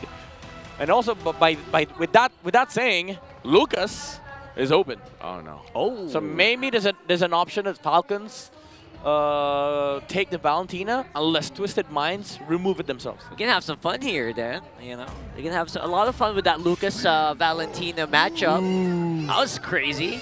But here you go. They're running out of. They're trying to run out the XP lane picks as well. So I think they're signaling straight into that. Lucas is Val? open. Unless they want to run Haji and Hilda, and then pick up the Lucas last pick. Which has happened before, right? Yep. Yeah. If they pick up a fighter here, then that's for sure. Oh, they go for the Farce. Still, Lucas is available for both sides. I do think Team Falcons might also want to take it, unless Flap actually really wants to play the Kalia. Yeah, there's a good chance they're gonna XP this. I don't know, or maybe it's Flap taunting us and trying to outplay your opponent with the mind games. He's twisting the twist. He's twisting the twist. The It's a double minds of the twist. twisted. I don't even know what's happening. That's a double helix right there. That's your DNA. Double twist. Yeah. Okay, so yeah, there's always a possibility of it still going Ogwin though. So maybe, right? For a few. But we've proven it's proven that Kalea is good at XP, right? Yeah, either Roam or XP could actually still be played on the jungle. So now they pick up the Valentina just to make sure they don't take the Lucas on the side of Twisted Minds, and they pick up the Magician, Guinevere Roam. Guinevere on Escalera. Yeah, that's some people might think no, that's an XP. No, this is Twisted Mind. That's Escalera picking that up. He's got some pretty solid plays on it. So why not? And we're going to see that one more time here. Is it finalized? Did they swap out Flap and Ogwin? Or was it? Flap's playing Hylos, which is sad. Okay, all right. I was expecting Flap to play Kalia. I was excited for that too. I mean, to be fair, I do think the Hylos merits a lot of being in the XP here because you are up against the Hilda. I mean, the Kalia wouldn't mind playing into the Hilda, but you'd rather have a faster level 4 with the Glorious Pathway so that you can actually help out your jungler, in this case, Kyle TZ, and then allow the Kalia to be able to play up into the Guinevere of Twisted Minds, which is not really a bad matchup, but at least both of them have threats of just jumping in. That's right. So we're into game number 1 here between the Falcons and Twisted Minds. Falcons PH just doing some pretty good job despite the loss again. Yes, last week. Welcome They were to actually on the Mobile roll, so Legends. let's see if they can continue that here. Again, despite being playoff secured, they are still fighting for that upper bracket slot. See if they can get off to a good start in this best of 3. It'd be great. Twisted Minds bring this lineup. It's not anything too crazy. Go Few. Wow, Few going really aggressive. Flickers on out, but MP, as we were just saying, maybe they get the right footing already in game 1, and they do. Ooh. Talking about crazy, I mean, I think that happened right there and right now. MP the game feels like he is out for blood here today. Yeah, I think in the last 5 years, that's the most aggressive I've seen Few in the middle lane. Oh! Oh, already jumping in again. Escalera gonna try to get away. It does flicker, but it won't be able to escape. So hey, Few gets one back from earlier. Quick re-uptake here, and Falcons feel like they might be at a bit of an advantage coming up on the top side. Again, Hajizi very happy to just deal with that whatever happens here on the mid. Now we're going to see them kind of just rotating here up top. Try to get outplayed in a good scenario maybe, but again, map presence is already a given for these folks. So pretty sure they're going to be fine. Maybe run up to the turtle next in 20 seconds. CalTZ just casually clearing a wave for Super Marco. That means a total reset on that wave. So Team Falcons don't have to worry about the matchup between the Harith and Granger. So that allows them to just focus solely on a Searle take against Twisted Minds. Yeah, haven't seen anything too crazy yet here, but Falcons really fast attack so on the turtle. Already going to be jumping in. Spatial Migration, Revitalize going to be popped as well. Kyle TZ will get the turtle. Fight's still going to break out. Ogwin holding James out front, and now Kyle TZ is going to be the one to go down, and now Escalera chased by 3 from Team Falcons as Ogwin picks up a kill. So an objective and some kills for both teams. Yeah, to be fair, you take that for MP the King. Like, he got a kill, and that was the enemy jungler, and that allows him to invade the jungle of Kyle TZ here. Unfortunately, he meets the Granger, and he used the electrifying beats. No retribution as well. So that means Purple Buff is safe for Kyle. That's right. And that's usually what's important, right? You don't get that turtle, but you still get that post-turtle team fight. That's usually what our current world champions Onyx Philippines usually does as well. Yeah. So always have something for the trade. Keeps that goal lead very much close together. Yeah, so far, Twisted Minds are having a good time on MP the King. This Joy is going to be able to scale up and fight against Team Falcons. But remember, there's an upcoming power spike for both the Granger and the Suyo. Once the Sky Piercer comes out for Super Marco, wondering if he's going to rush it this game. Oh, never mind. He's going for the 100 strike first. Ooh, that's a more conservative approach, isn't it? You want to be able to have a better power spike in the next team fight. That's usually what that means. Yeah.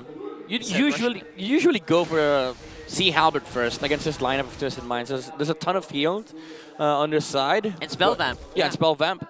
But the 100 strength does give him mobility to escape from the clutches of the Guinevere and the Joy. So I do think it's a safe way for Super Market to go with, because I don't think the earlier rush Sky Piercer would actually have worked, considering that Kyle has to recover some ground first. Yep, gonna go ahead and sidestep. Escalera gonna be in trouble, gets caught in. The slam wasn't even needed from Ogwin. So already a kill. Turtle comes up. Team Falcons has the numbers advantage. James will go ahead and give that information. So they're gonna go ahead and grab the buffs that they need. Few, pretty aggressive again in the mid lane, and now has to flicker out defensively from James. Meanwhile, Team Falcons holding the turtle the whole time, waiting for Kyle TZ to make his way. MP just on the other side. Now Few gonna have to get away and dodge out from outplayed. Gonna be in trouble. Kyle TZ gets the turtle. Few's already gone. Now Kyle trying to run away. Flap and Ogwin here to help him out. They'll go ahead and split up. Twisted Minds. James slowly whittled down, but they'll call it off. Turtle secured for Team Falcons. This Kalea pick from Team Falcons is soloing some of the tough members on the side of Twisted Minds. The Surge of Life with the Revitalize from FlapTZ allows Ogwin to sort of like be a fighter as well for Team Falcons. And that Surge of Life actually hurts. It even attacks towers, by the way, so the damage is insane. The sustain coming in from it is also just impossible to match with in a 1v1 scenario. So I think the Kalea really is working well with a Revitalize, with a Hylos as well in this matchup. Yep. And for Twisted Minds, at this point, you're basically just waiting for MP the King and Outplay to have their items, but let's go time for Team Falcons. They're going to go again, and there's the Tsunami Slam. Escalera will be able to get away, utilizing the flicker and the spatial migration out. There you go. Looking really good so far for Falcons. They're taking as much as they can. Twisted Minds just trying to keep that gold as close as possible, but they're having a hard time doing it. Yeah, Twisted Minds, they're on not recovery mode, but they're just waiting for trades to happen, as they're you know, if you're Twisted Minds, you want to dodge team fights. You want to be able to just get trades, look for potential counter engages. And for Team Falcons, now that they have the Sky Piercer on Super Marco, it's go time. This is the time where you want to showcase the strength of the Suyo and the Granger. Yeah, and Few also has that glowing wand, so we got lifesteal under control here. Wow, so Glorious Pathway dropped down my flat just to keep the turret up. Good usage from Flap TZ there and Super Marco. That was 4 members of Twisted Minds up there. Yeah. I mean, it's an attempted push, but Team Falcons have defended, but they've exhausted the Glorious Pathway, so this is going to be a much easier take here for Twisted Minds if they ever want to contest. They should contest this. They know that's down for now. Still going to be able to respect that front line. Again, they're going to force a fight here. Revitalize going to be used as well, and Turtle for the taking. It's going to be Kyle that grabs it again. Already 1 down, and Kyle TZ will jump in with the go in with the Surge and the Soul Sever, but no one falling from Twisted Minds. But they slowly continue to lose ground in the gold department. Dude, Few, the veterancy and the experience on this guy, he had the Fettered Airstrike copied with IMU, and then he saw MP the King trying to cross from the middle lane, so he went on and used the Fettered Airstrike to poke the Joy, and MP the King was late to that turtle fight. Even though they lost the Hylos, the Twisted Minds, they still are able to get the turtle for Kyle TZ. Yeah, that turtle really does stack up, and it does matter over time, so right now it feels like just Flap TZ going down, that's a trade I would take any day. Yeah, at this point, if you're Twisted Minds, you're just buying time. You're buying time for MP the King and Outplay to get their items. Look for the the team fight in the later stages of the game, especially around the Lord dances. And right now, Team Falcons, as much as they're leading by 2k gold, they're just up by a whole tower, and that's it. You know, Twisted Minds, they're still free to roam around the map. They're not constricted with their map movements. There's still lanes to be covered, and a lot of minions to be farmed. So I think if you're Twisted Minds, you're still happy. Oh, you're again, in the game. Pathway drop down. Going to be looking for Hot Jeezy. Hot Jeezy out of the picture already. Tsunami Slam back in. A flicker from James, though, will try to keep him alive. And he does get away with his speed here on that Hilda. So only 1 casualty there. Team Falcons gets it. That's not a good trade for Falcons, I would say. Yes, they got the kill in the far side, but they also lose the tower on the top lane. Even though the Purify was burned on Hajizi, still, you're not touching the course of Twisted Minds. Yeah, not really able to do that much. Actually, I saw the gold dip below like 1,800 lead, so that means there was really some good that happened for Twisted Minds in terms of gold in that last trade. But then again, there's still so much map control here for Falcons. I feel like they have so much to work with either way. Yeah, there goes a Halberd for Super Marco. Now this changes things up. So some form of anti-heal for the Granger. And I do think Few has a glowing one as well, if I'm not mistaken. Yeah, he does. He built that really quickly. It was his first item. Oh, Lord Dance. It's still going to be used. Escalera trying to lead the charge here. Lord, a 4th of the health. MP's going to jump in. And Kyle gets it again with the Retribution after he goes down. So Kyle falls. Lord secure, though, for Team Falcons. They'll go ahead and just regroup without the jungler here. That's actually insane, bro. Did you see that? Owen literally just bodied Escalera. Yep. That block oh my from God. the rumor of Twisted Minds really prevented that Lord fight from both Escalera and Outplayed. MP the King losing the Retribution to Suyu. Of course, to Suyu. You know, Soul Sever Retribution. Yep. Pretty broken.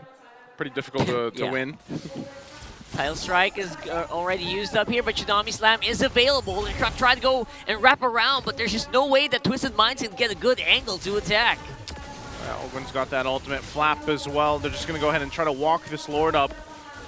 Main goal is to get some of these shields down. Conceal was used. MP pushed in that mid lane, and they might try to cut him off, but I don't think they're going to be able to catch him. They know the orange buff is up. Lord already dealt with, still holding on to the shield there on that bottom side for Twisted Minds. Main focus for Team Falcons is to get the turrets they can and steal what buffs they can. Yeah, get rid of those towers so that they can actually control the map. So far, MP the King, again, still dodging the team fights that Team Falcons are getting into in the middle lane, but this is going to be a different story. Oh, and jumping again with a Tsunami Slam. They'll find Escalera this time with the Tidal Strike and Tsunami Slam comboed together. They find Escalera, but that turret in the mid still stands. Special delivery. That's what Ogwen's calling out here, and Escalera is having a bad time in this game. Yeah, but look at the farm, though. They're almost neck and neck Like this gold lead from Team Falcons is mostly coming from the Granger. Out-farming, outplayed. But do take note, Twisted Minds, they have an amazing late game. MP the King still 3-0. Yeah, exactly. Just constantly trading the map. And now they finally break the tower in the middle lane. But at what cost? They got a tower on the bottom lane as well. And MP the King still was farming. So it does feel like they're losing out on money. They're hemorrhaging money from out of nowhere. It's like their pockets are kind of have holes in it, you know? The way that they're going around the map and doing some trades. Twisted Minds are actually doing something pretty good. It's pretty decent. Yeah, there will come a point in time where this Joy will be unmatched in the side lane. Like they have to at least put 2 heroes there. Or unless they want to put the Hylos on the side lane, which is bad. Because, you know, they would just not care about the Hylos at all. And then fight 4v5 with Twisted Minds. So I do think there's a lot of danger with Team Falcons' timings right now. Like, they're leading by 2.7k, but you're also playing into the late game of a Joy and a Harriet that could just demolish these frontliners of Team Falcons. And they're really going to suffer here a lot, especially that front line. James can't really keep the fight properly corralled here. Anybody see that, Retry? Yep. I had my eyes closed for like 5 seconds. So Kyle got it. Yeah, but there were like a couple of HP left. They know that there's no retribution in Kyle though. There's no burn, and that's fine. They can try to buy some time here if you're Falcons. But Twisted Minds and see, you know what? Maybe we have an opening here. Hello? No retry? No retry, but he's going to have it now. He's going to have it back up now. He's going to go ahead and start it up.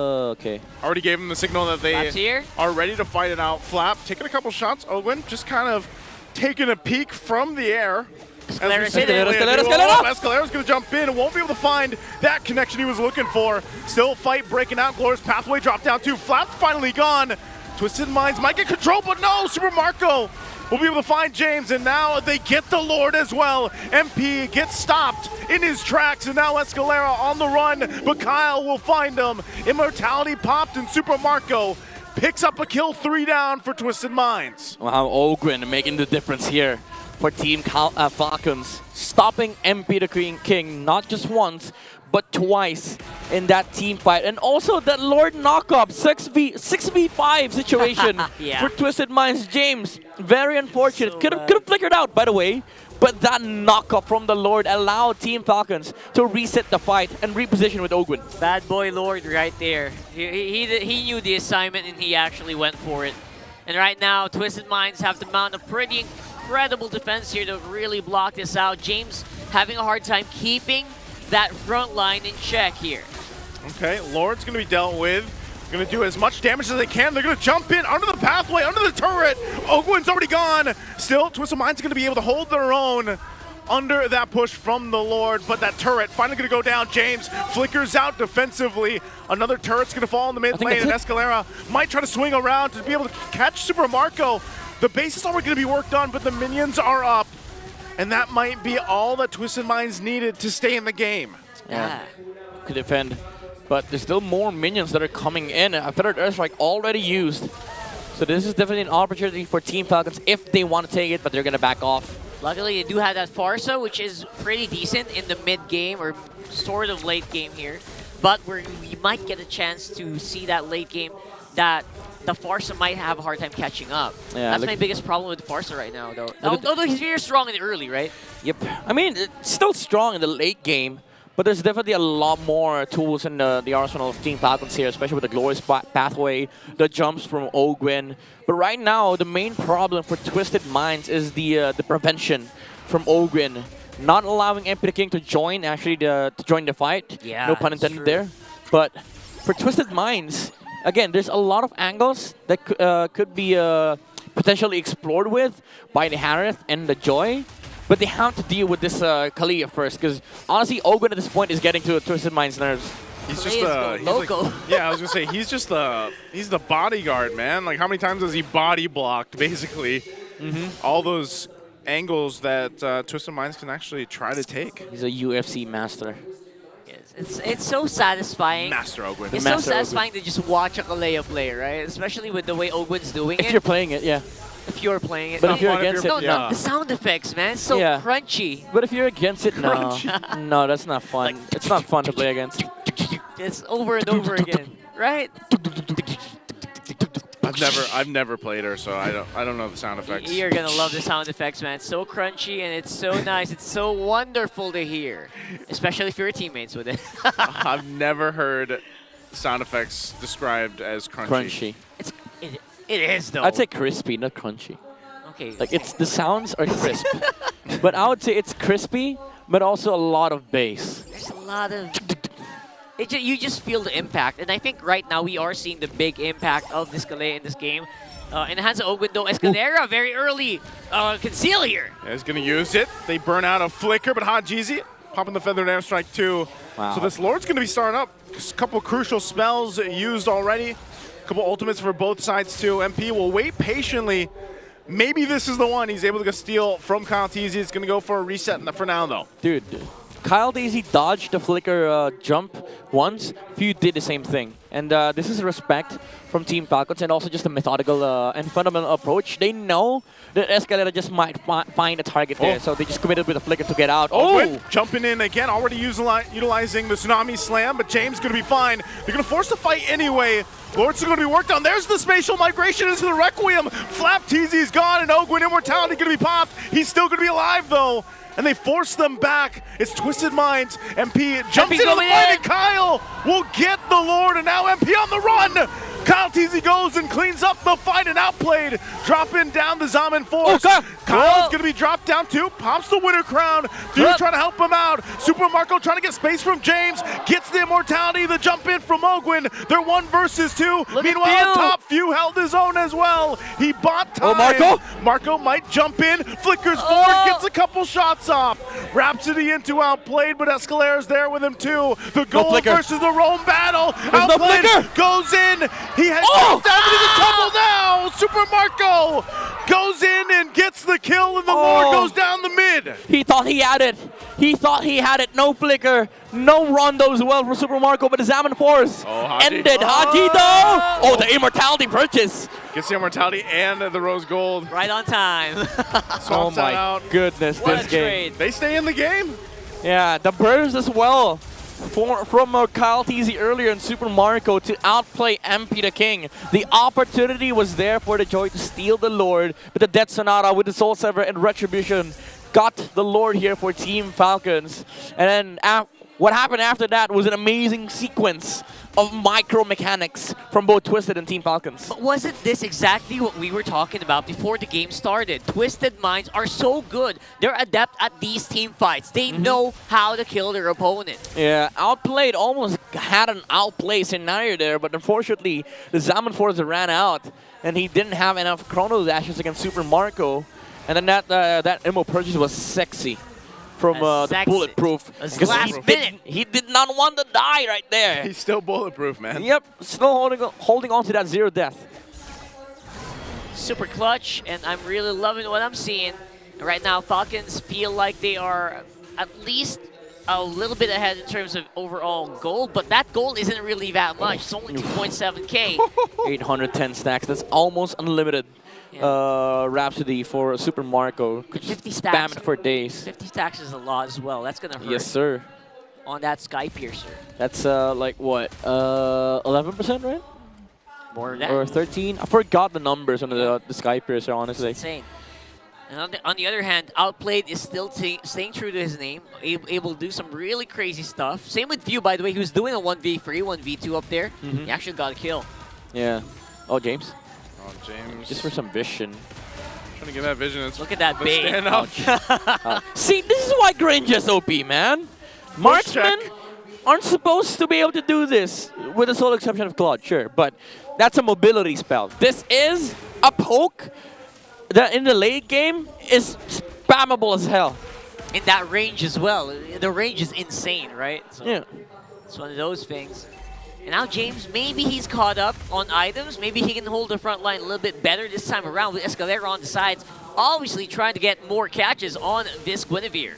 Ooh, Twisted Minds actually has good control around this Lord. Flapteezy giving the information. You got the wave pushing it up top. They're probably going to deal with that. Escalera's going to be able to jump in. Of course, pathway to try to cut them off. And Kyle Teasy chasing Hajizi down. He's going to get stunned, though. Still looking for the kill. He's going to be able to find Haji. Haji's gone. But Kyle's gone in exchange. MP's still up. But Super Marco will pick up another kill. The flicker forward from Few. They're going to force MP back. Look at the They base. still have control. The base is being pushed. Twisted Minds has to go back to deal with that. But Lord is secured by Ogwin. Oh, it's close. They'll clear out the Oh my minions. God. And Oh they my keep God, it there's more together. minions. It's close. They can push this in. A Few and Super Marco and Flap. They just have to walk in with these minions. 2 more hits. Glorious pathway drop down. Twisted Minds will try to do everything they can to stay in MP, the game MP. and clear things out.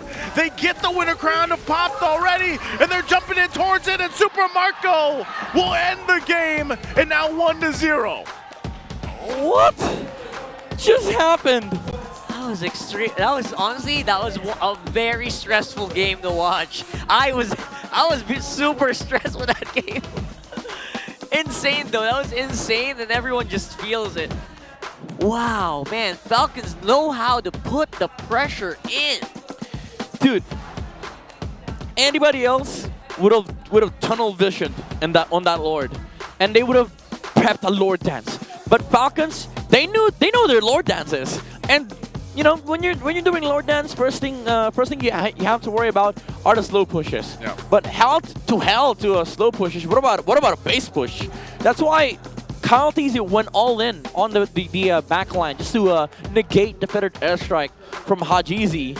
And now Team Falcons, after that, even though Suyo died trying to engage on a Farza and a Joy, it allowed Super Marco and the rest of the squad to deal with the Harriet on the front lines. Don't get me wrong, Twisted Minds, they did a good job in terms of holding the mid-game from Team Falcons. It was just a constant battle of attrition in the middle lane. The tower sat right there for 10 whole minutes. Twisted Minds did not want to let go of that tower because they know if they lose that tower, they lose the momentum and they lose the game against Team Falcons. But either way, they still did lose to Falcons because of the presence here of the bulletproof Super Marco. No deaths, once again. Very typical of Super Marco. Does not want to die.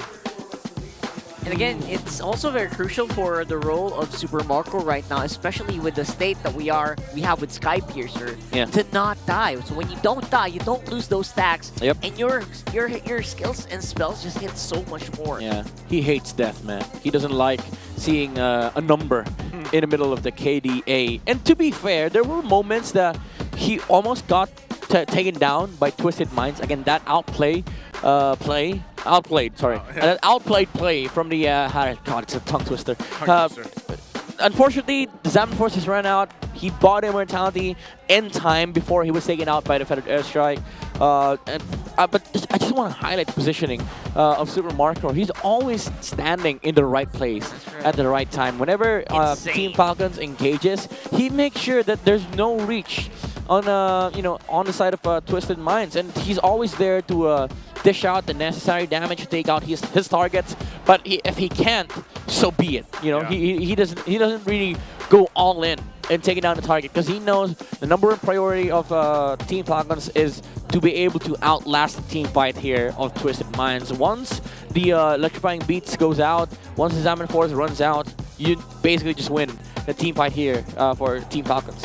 It just feels like sometimes Marco is like the anti-Grim Reaper, right? He just refuses to die. He knows how to kite well. He knows how to position, and he's very aware of where his opponents are for a majority of the time. And he knows how to execute these beautiful duels. Yeah. And that just makes him just so bulletproof and again, look at this immortal one. Even using the retribution from Kyle Teasy, because they know after this, if they at least take down a single hero on the side of Twisted Minds, they just win the game. Yeah. And they didn't care about Lord at all. Fancy enough, they actually still took the Lord before they got to the base of Twisted Minds. Safety check, basically. Safety check. Just to make sure, Coach Trevor warned us that if we don't play macro, we're not eating dinner. So, Joking only. Yeah, just joking. Base push, check. Lord dance, check. Lord, optional, but still checked. Yeah.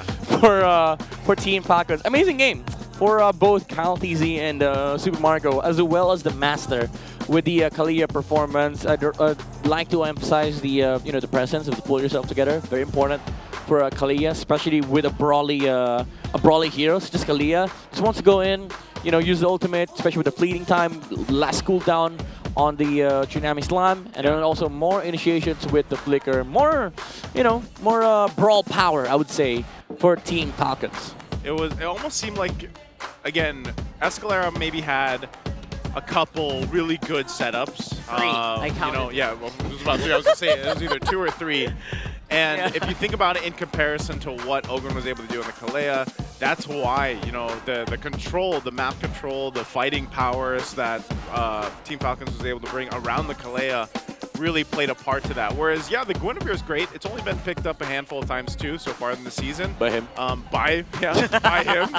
And it reminds me a lot of the pick that we see from MP the King when he plays the Hanzo. It's very niche to their team, but this time around, the Guinevere might have worked in a couple situations, but they just weren't able to capitalize it earlier. I feel like if they did, and they had a better capitalization in the early game, then maybe they would have been able to snowball, especially that joy, like you were talking about, that we saw Twisted Minds bring to the table. Yeah, I mean, we almost saw the effect, of the late game of the Harith and the Joy, but unfortunately, Master Ogwen exists in the, in the world, and MP the King has to acknowledge that, and it goes with the, the key to victory to just isolate and stop MP the King, which allowed our BPI Rich guy to just play his game, play the typical bulletproof marksman, dish out your damage, use the Rhapsody, bang, bang, bang, kill some target, don't die. That's the that's the overall game plan for Super Marco. And then the team just followed the plan. Follow the blueprint, get the objectives, utilize the macro advantage of our lineup, and then just naturally win out the the game because of the course of how it's going. The way that Super Marco plays the game feels like he's immortal, right? But of course he does. Feels like it. What is his KDA right now, man? What? I said, what is his KDA Average right now? KDA? Let me check. I'll check. Must be I'll check for insanely you. high. Because how many games have we seen where he just doesn't die? Exactly. And even in the games they lose, He he dies doesn't like die. once or twice. I am currently checking, so you guys talk. It's insane. Honestly, I feel like he just plays immortally. And also, not to downplay what Ogwen did in this amazing game for them. Few as well, Few as well was dueling 1v2 so many times. He was also flickering in. He was rather aggressive. So aggressive on that Valentina. Yeah. So, again, stuff like this probably won't be possible without such good communication and synergy for his team. I feel like at this point, Fuse, he's done so much already. Think about all the achievements he's had and everything. He's like, I got to push the limit somehow. So I'm going to play Valentina like this. Yeah. All right. Breaking news. Breaking news. Super Marco is sitting at #1 in terms of KDA ranking. #1 KDA. Yeah, 7.75. Next is Benny Cutie. Yeah. But Benny has lesser games. Yeah, Yes, like So this is impressive for 5 Super games. Marco. 7.75? Yeah, 7.75. Wow. That's average 7 kills per game, no deaths. And he's played all weeks. He's played all weeks, yeah. Well, so insane. that's amazing. Wow. Bulletproof. We got a bit of an all-access pass here for you guys right there on the backstage. Let's see who it is.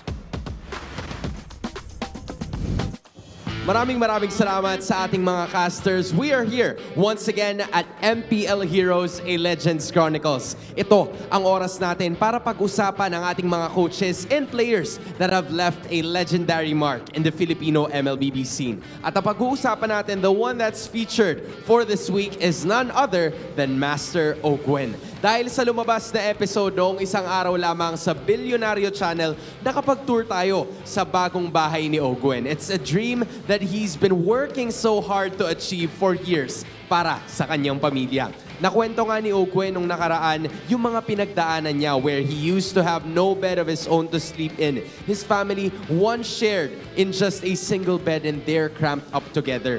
Despite their situation, sabi rin ni Ogwen na todo ang suporta ng kanyang pamilya. Kaya nung nagsisimula pa lamang siya, ay pinahiram nila ang kanilang mga sariling cellphone kay Ogwen para masimulan nila ang kanyang training and to also get his gear on right at the amateur scene. Doon niya na-realize na kailangan niya ring buhatin ang kanyang pamilya to give them a better life and to give his family better opportunities. So he decided to become a master of his own fate.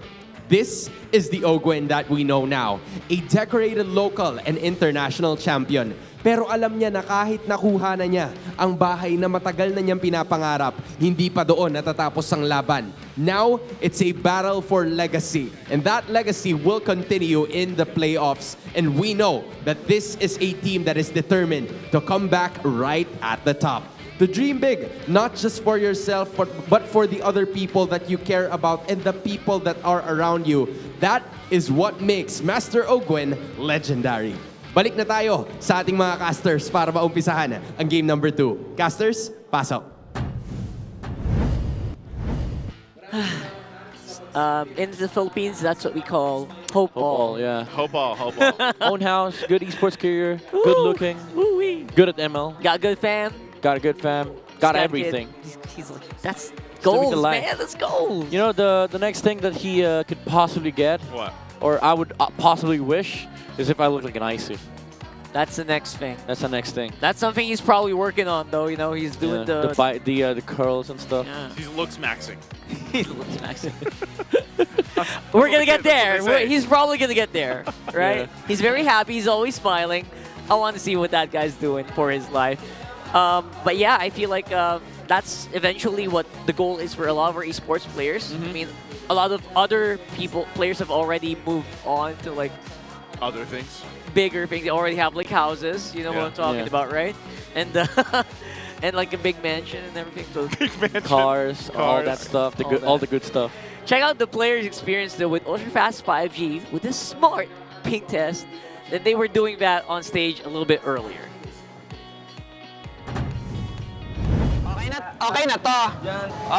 Bakit ganito? Pinaparusahan ako. After ng laban namin, Recta Airport. Tapos darating sa Indonesia ng umaga na. Sabay, walang tulog.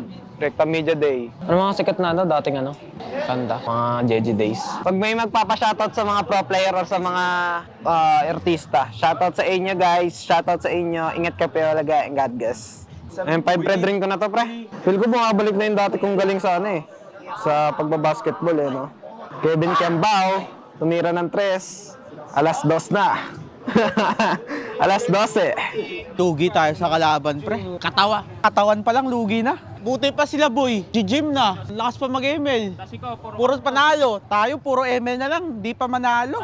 Ang lala! Buti pa sa checkping dito, nananalo. ML na lang ang kalaban, di pa manalo. Jojo, nakatulala ka na naman, Jo. Hindi pa na naman isip ko. Ang solid talaga ng Infinix. Solid, bro. Solid in Phoenix. Good ambassador right there. Should hire him. Very good ambassador. MB the King is such a fun character. I love the guy, man. He's very good at the game. He's very spicy. He's got the flair. He's got the singing career. Yeah. Potential. And he's also a king. He's also a king. In game. Again, hope all. Hope all. So here he is. Unless you're working on towards being an IC, so. Again, that's a different level. That's a congratulations level. That's right. That's not hope all. Congratulations. You're an IC. 25% win rate on blue side here for Twisted Minds. That's about my win rate. You probably want to get that Kalea as well. What do you mean? You have 100%? No, I have a 25% win rate in life. No way. I don't believe you. I don't believe that. Chat. Do you think Nicer has a 25% win rate in life? Comment down below. If you have 25%, I have 1. If you have That's what I'm talking about. No. If the chat believes that Nicer has a 25% win rate, you have to get evaluated. What are you winning at life, though? Like goals. You know, friendships. How many of your life goals have been accomplished? Maybe you can kind of do that. Like, just average it out. Yeah. Are you close to 50? Reevaluate. I think you're closer to 50 or Maybe I'll reevaluate. No, Nice is closer to I think like 80%. 80%. That's realistic. I did hit a global #1 spot. See? There you go. There you go. See, all the glazing is working with Naisu. All right, he admitted it once. It's on record. Here we go here for draft for game number 2. And we're seeing that Kalea is left open but not picked up by Twisted. Here comes the Mathilda from Twisted Minds. Last time we saw this was up against TNC, and they won that game. on the back of an amazing early game performance from this team. So Falcons, you have a lot of things to worry about. There's a lot of potential combos that could come from this. One is the Lucas jungle that could be played on the hands of MP the King. Well, that is so dangerous. Like, was this worth the trade? I mean, the Matilda can kind of help anyone who's, you know, getting pulled in by the title. Yeah, the title strike or Tsunami Slam. Tsunami Slam. So it can work. And you know what? I've also experienced as a Kalea, it is so difficult if you're getting crowd controlled to death. Yeah. It's so difficult to pull off these combos. So maybe that's what we're trying to do here. For Team Falcons, they could just steal the Lucas in this position, honestly, and then ban the Valentina, because now you both have good. I mean, to be fair, Team Falcons they have the better power pick, like the Kalia, the Suyo, and then potentially the Lucas. Twisted Minds they have the Phobius and the Matilda, so that's a it's a big combo as well. Like having to set on the front lines with the Guiding Wind, soaking up a lot of damage. You're also a big nuisance to the Suyo, because if you don't like if you're playing a jungle and then you don't look into fighting the Phobius, you just take so much damage. Yeah. Like you have to deal with the Phobius first, especially around neutral objectives such as turtles. So Team Falcons, instead of going for the Lucas route, they went on ahead and picked up the Sicilian for a few. Yeah, the Sicilian always just so good, especially keeping heroes like the Phobius in check. Although most likely the Phobius and the Harif are going to dash towards you, but if you keep a good distance, you can actually do some pretty decent amount of damage. Yeah. And there's also a typical answer against the Phobius, because like Phobius does not have mobility. He's a walking Bat's impact target. Yep. And also the Sangan's Claw really just messes up the combo from the Phobius. So good pickup coming up from Team Falcons here. I'm curious to see whether they are going to contest for the Lucas on both sides, because Twisted Minds, the burden of banning it is on their side because they're the blue team, and the red team is usually the Lucas slots. Where you naturally just see it on a third or fifth. Granger ban. Granger ban. Okay. That's so interesting too to not see Granger go through, right? First phase. First yeah. phase. It happened once, I believe. It doesn't happen often. It's very rare. Just one. So what does that put us against the Harith in the gold lane then? Moscow. Yeah. That feels like it. Or Beatrix, honestly. They have a Bea in the Kalia combo. Can we see Super Marco on like a different maybe a carry like that? Yeah, carry would be nice too. Against the Phobius? When was the last time Super Marco went with a Beatrix? Do you remember? Like a long time ago, probably. Beatrix. Right? I think last season I saw Marcus play the Beatrix. Oh, what? Wow, they ban out the Lucas. So they're eyeing at a different pickup on fourth.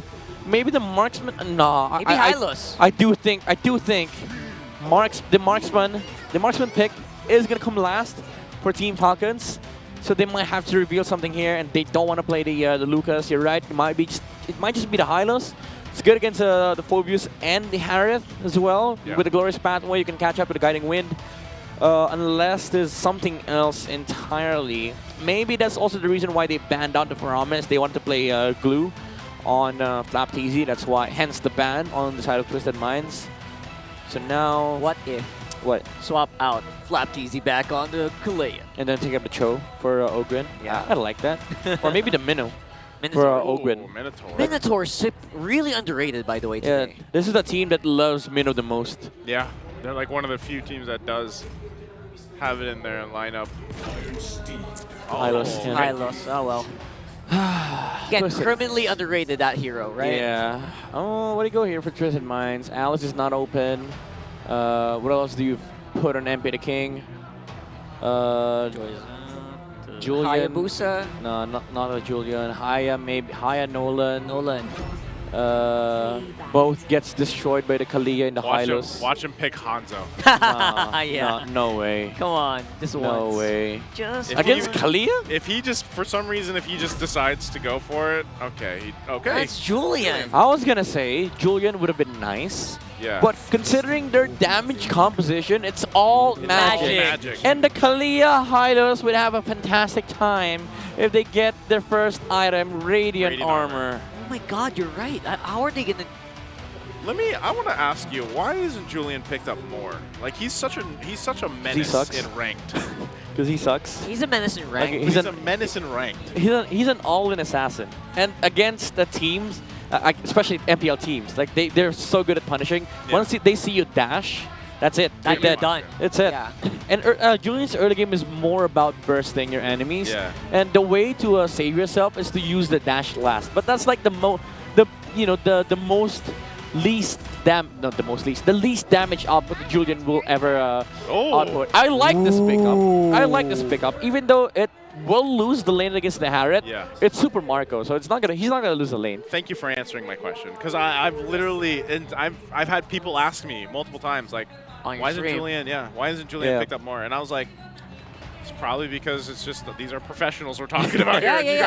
You guys are talking from your solo queue experience. That's a good thing to do. Just look into like the top junglers. Suyu 2 dashes, Joy 2 dashes, Julian 1 dash, and the way to play Julian safely is to use the dash last, but that's like the least damage combo. Yeah. So you wanted to dash in, use third to lock your target, and then use first. You have free skills, and you're forced to not use one of them until the very end. Yep. And that's like gimping you. Yep. 60. That's 33% of your output removed. Yep. And the most thing that Julian players want as a buff for Julian is the removal of the no cooldown reduction. Yeah. But Moonton's not giving it to Julian, even though he has like a lot of enemy skins. Yeah. And then Temporal Rain does not work on him because he does not have an ult. That's right. Welcome Not counted, to guys. Mobile Sorry. Legends. Here we go for game number 2, and I believe we have a very solid lineup here for Falcons, but Twisted Minds are trying to see if they can maybe shake it up a little bit, like they've been trying to do since game number 1. You know what's crazy? Like most heroes that have 3 skills don't have ult, but Roger, his ult works with Dragon Spear. I don't know why. He doesn't have an ult. Because he's the M2 statue. Hey, come on. Julian has 2 anime skins. It's an anime skin, yeah. That's true.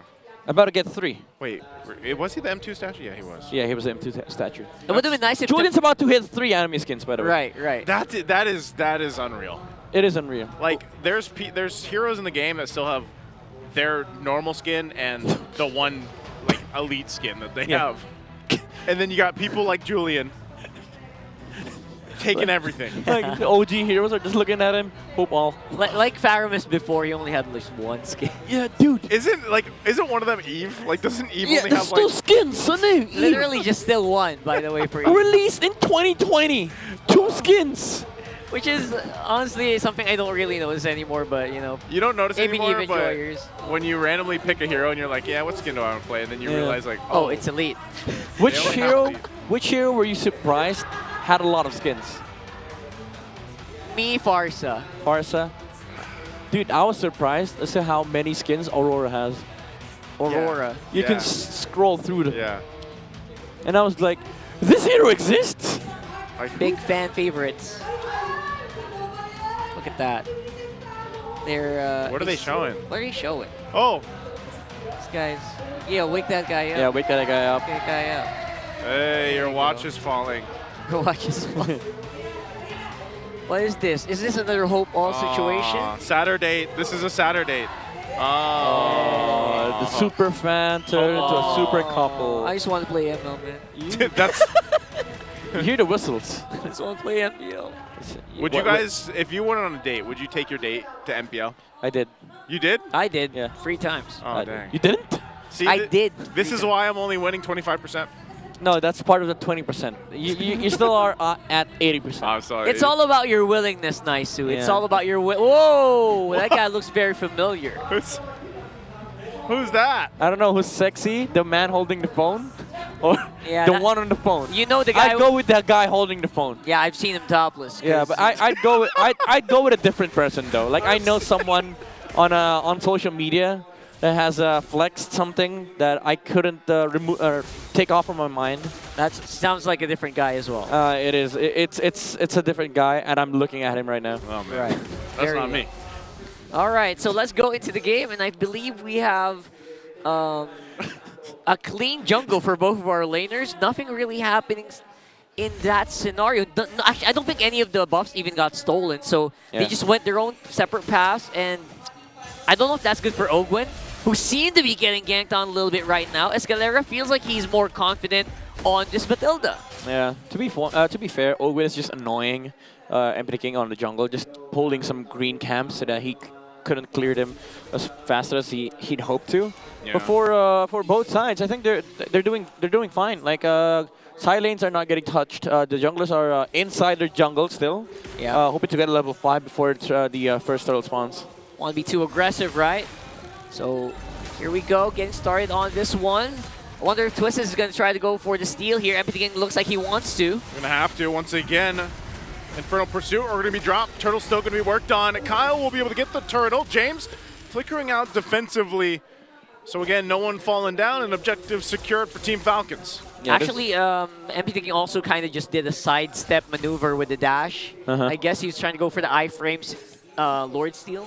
Didn't work out. But that's like the sad part about Julian. Like, you either choose whether to fight or to just stay still and then look for a play. Because MP King couldn't really touch anybody on the side of Team Falcons, especially up against his Kalia. That's why I was worried. True. Like, it was a possible choice for Twisted Minds to go with Julian during the drafting phase.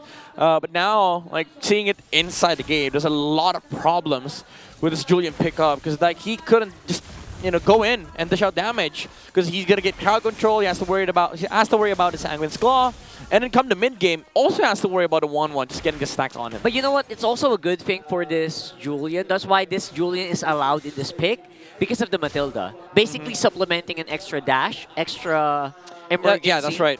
So this is one of the scenarios where maybe Julian's okay to go offensive, then you dash out with the Guiding Wind. But if you're James, you're kind of sad though, because like the Guiding Wind is reserved for the exactly. reserved for the Phobius, but now it's supposed to go to MP the King. And I think that's why he went Flicker, because a lot of times we see Phobius run Vengeance. Yep. Right? Like he knows it. He already knows what's gonna happen. Yeah. I thought we were gonna have a Phobius and Matilda bonding moment, but nah.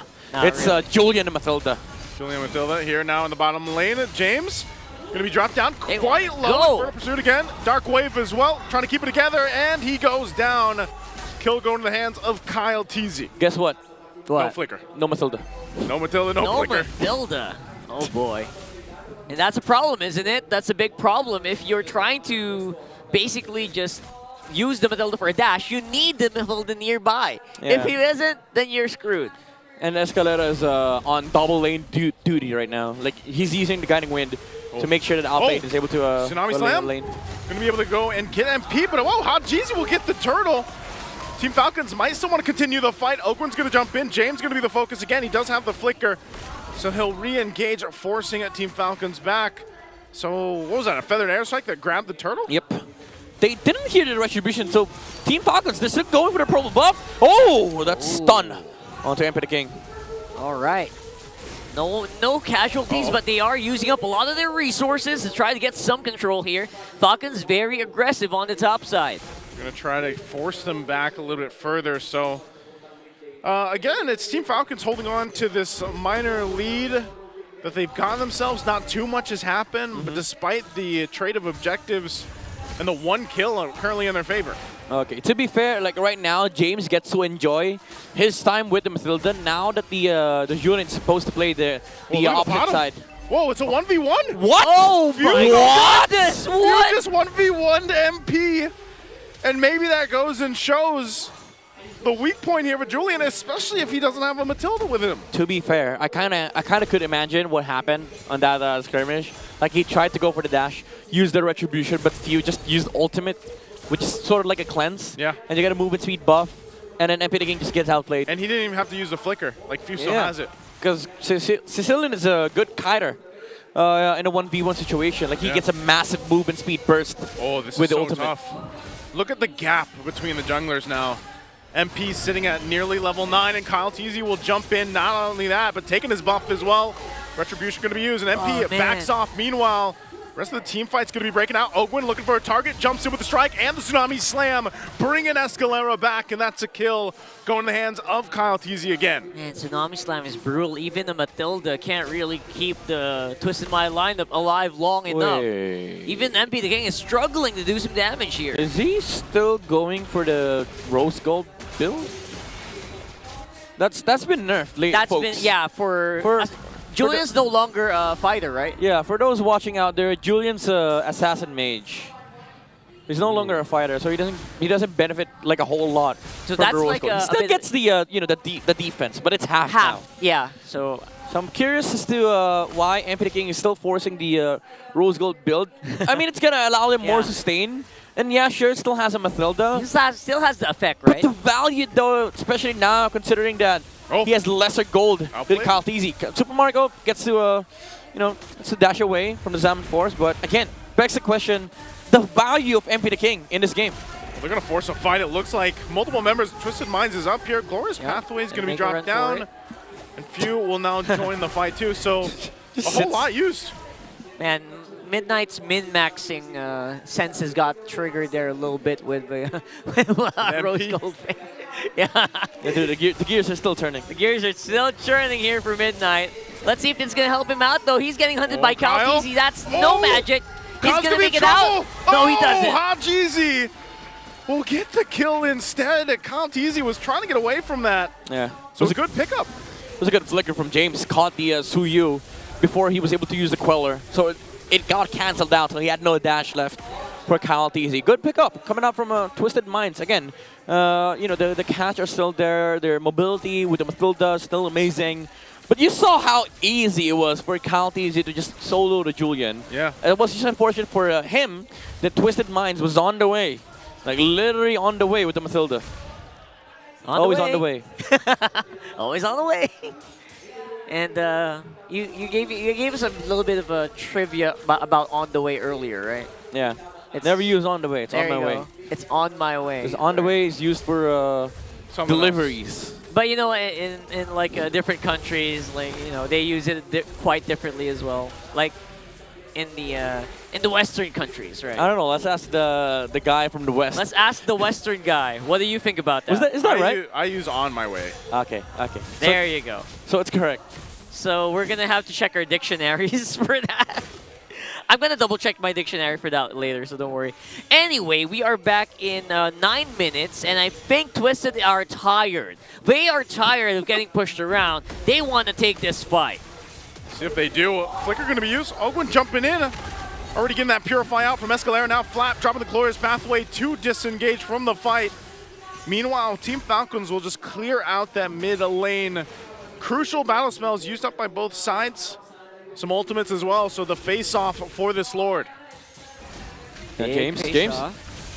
Okay, they jump in once again. Ogwin, Infernal Pursuit going to be popped off, but the crossbow tank coming out from Super Marco is enough to pump out some damage, taking down 2 members of Twisted Minds, giving the control to Team Falcons for the Lord. I don't know what was going through the minds of the players of Twisted, but James engaged while the other members were trying to run away. So it gave enough time for Super Marco to stack on the Phobius, allowed to use his ultimate, the crossbow of Thang, and with the Inspire was able to take the Phobius down, and then allowed Kyle Teasy to use the Blade Surge from the upcoming members of Twisted Minds. That was not a team fight that they were synced up. So I didn't expect them to actually fight that, and then you're like, wait, James is going in. Yeah. Yeah, they didn't look like they were ready for that. Maybe a little bit of a miscomm here. To be fair, it looked like a good engage from the Phobius. They just didn't have the damage. A jump again with this Dominee Slam right into the team, and James will be able to get away even though he's burning, but there it is. Team Falcons quite low themselves. A couple shots from Few with the bat impact from the back lines. A Lord will charge into the turret. Not sure if they're going to be able to clean it up, but Twisted Minds holds on to all base turrets for now. All right, and we are going to be on a bit of a pause here. Man, I don't know how Twisted Minds are keeping up with this. Right now, the onslaught, the barrage coming in from the Falcons feel like it's almost unbearable. Yeah, I mean, to be fair, we did ask for some twist, but I remember asking for a quality twist. Unfortunately, Julian did just get nerfed, especially with the Rose Gold build. Not directly the hero, but he was switched up from being a fighter mage to now an assassin mage. So he does not get to maximize the Rose Gold build up that MP King is rocking right now. So you're saying that might not be the optimal first item? Yeah. Maybe there might have been a better item first before that. I would say I would have liked a damaged Julian over this fighter-esque sustained Get the Julian. Divine Glaive first, maybe? Yeah, because right now their main concern is that they don't have damage Holy to take Crystal, down the right? targets on the side of Team Falcons. You saw, you saw the Phobius able to stand his ground already for the side of Twisted Minds. That's okay. Like he can actually hold his own against Team Falcons, but you need conversion. Because all the while that James is tanking some damage from Team Falcons, Mark is doing the same thing. Like he has to stack up. Once the crossbow of Thangs gets out, sure, if you can sustain, then you could also still outlast Team Falcons. But where's the damage coming from? Like, are you just waiting for the jumps from Ogre to come through, and then the Bat's impact to also go through from View? So we got a record here, by the way. Look at that. Most assists globally. Apparently, Escalera's up on there. This is per game, right? This is a record per game assist. So Light is there, Cadenza's there. Wait, wow. isn't somebody should be here? Like I remember, I think it was Raflesia having more than. Oh no, never mind. Maybe for the season. These are maybe this is season or current. It feels like it should be for the season. Maybe it's the current season. Because I remember way back, I remember like 30, 40 assists. Yeah, I remember somebody having like 24, 26 assists or something like that, right? So I think it might even be the Queen. We'll see later. How is We've seen longer games. What is Light getting 21 assists on? Is what I want to know. Matilda. Mostly Matilda. Wow. All right. I mean, and I'm not gonna be surprised. Like most of these players play Matilda. It's easy to get assists with the Matilda. Just get a little bit of guiding wind, get a little bit of healing from your pet favor. Yeah. You're good. Matilda, Rafaela, Florin, the utility supports, they get a lot of assists. Yeah, especially Florin. I was gonna say global heal, like I guess. At the moment you get touched by +1 healing. Yeah. That's already counted as an assist. Yeah, if you get healed and then the guy gets a kill, got healed, gets a kill, you basically get an assist. Yeah, so that's how it basically works. as good as it gets here. And we look like we are back in the game here. 10 minutes and 40 seconds right on the timer. Right on the timer, Team Falcons walking towards the space. Shield in the mid lane will pop here. But again, that's all they're going to get from this Lord. So they still hold on to the shield for now in the mid lane. Twisted Minds, though, man, they're falling quite behind. This hasn't been like a kill impact game. You're only talking about a few for both sides. Yep. But that's what I'm wondering. What is it going to take for them to actually contest for the next Lord? I don't know, a big mistake from Team Falcons, because the difference between Game 1 and Game 2 is that MP the King is on a hero right now that cannot trade. Like, yeah, Game 1, he's on a Joy, very mobile. But now, it's on a Julian. Like, if they ever want to step outside of their base, it has to be both the Matilda and the Julian walking out. But even then, I don't think the mobility is enough from them to prevent them from Team Falcons in chasing them, because they still have the glorious pathway from Plaptizi that could potentially just be used to chase the Matilda and the Julian on side lane. Does feel like we're seeing the effect, right? The effect of the itemization, close, as well as the composition itself. Earlier in Game 1, it was pretty close all throughout. Like, that's like 20 minutes of very close neck-and-neck gold. But now you're seeing a big gap here. That's just showing how well Falcons are doing here compared to Twisted. That's some crazy stats by the Kalia. A roam setter that heals for the same amount as a Rafaela and an SS does. Bigger heal compared to a Matilda. Dude, 12 minutes in, 39k. Insane. That's unfair. If you keep that's broken. If you keep rocking the Surge of Life, aside from really good damage, heals yourself, heals your teammates. And guess what? Revitalize amplifies the heal. Double? From the Surge of Life. Does it double it? Almost. Almost, right? So that's kind of broken. That's just tons of healing. Yeah. I mean, again, it's fun if you're playing it or if you're playing with it. But if you're against it, it's not as fun. Not so much. If there's so big dam, then there's big heal. Big heals. That's big heal. Heals, yes. The big enemy, the big heal. That's it. When you said big heals, I thought your shoes? No. Healing. There you go. Hold on. Look at this control. No contest. Yeah, I mean, it's a Hylos and a Kalia starting it from. What are you No supposed way. to do? Like, you're a Julian, you dash in front of one of them, you're dead. You're stunned, you're dead. Stun locked. Stunned by high loss. Get your title strike. Get your Tsunami Slam. You're not even going to get kited. You're just basically dead. Just dead. My goodness, this Hylos Kalea combo is off the roof. and the Revitalize is just like a cream on the top, right? So Yeah. what's the game plan here for Twisted though? How do you get out of this? I'd say hope that Falcons messes up this Lord take. I highly doubt it because like they're very methodical with their approach. So ideally, you'd see a glorious pathway before the Lord marches in front. Already, the Tsunami Slam going to bring James back. He flickers out. Lord finally taking out that bottom turret, and now Team Falcons looks to go get more. That wave in the mid will be pushing as they get ready to focus down the remaining base turrets of Twisted Minds. MP the King does pick up Divine Glaive. They should be able to clear the wave out pretty quickly, and that they do. So wow, is this actually a successful defense for Twisted Minds? I'd say so. I'd say so. The sacrifice from James, they exhausted a flicker just to make sure that Team Falcons is not going to be able to get inside the base of Twisted Minds. Even though they did use the setup, like the glorious pathway to rush into the base of Twisted Minds. Again, they had to deal with the Phobius first. Oh, they go again. Glorious pathway drop down under the turret. Zaman Force coming out from outplay, trying to fire back. Ogwin does get caught out, but the Revitalize is going to be enough. And James finally going down, and Super Marco pops off with the crossbow of Tang. He's in trouble, though. He's quite low. Has to disengage from the fight. So Team Falcons won't lose anybody, but it was close. That was super close. We're finally seeing Twisted Minds fighting back to some extent, albeit under the tower, right? So that's still good. Marco would have died if not for the Surge of Life. He saw it, he get healed. It would have been comeback for Twisted Minds, but he got some little bit of HP when he went down after the crossbow thing. So it's again a key factor to consider for Twisted Minds. Whoa! Flap goes in with a stun, dropping the pathway again. Tsunami Slam gets the Purify out. So Team Falcons will disengage. They try and try. But these Purifies are doing a lot of work right now for Twisted Minds. Yeah, but that's a longer cooldown compared to the Tsunami Slam 100%. and also the Glorious Pathway. So this gives Team Falcons an opening in the Lord Pit for the next minute. Outplayed is not going to have that Purify, which means Ogren is a big threat, especially with the Flicker nearing the off cooldown moment. So Team Falcons, they're going to be very confident in this Lord fight. They have everything, the Glorious Pathway, Revitalize from Tapped Easy, as well as the unnoticed Tessilion, who's been really, really quiet in this game. Super quiet, by the way, on Few.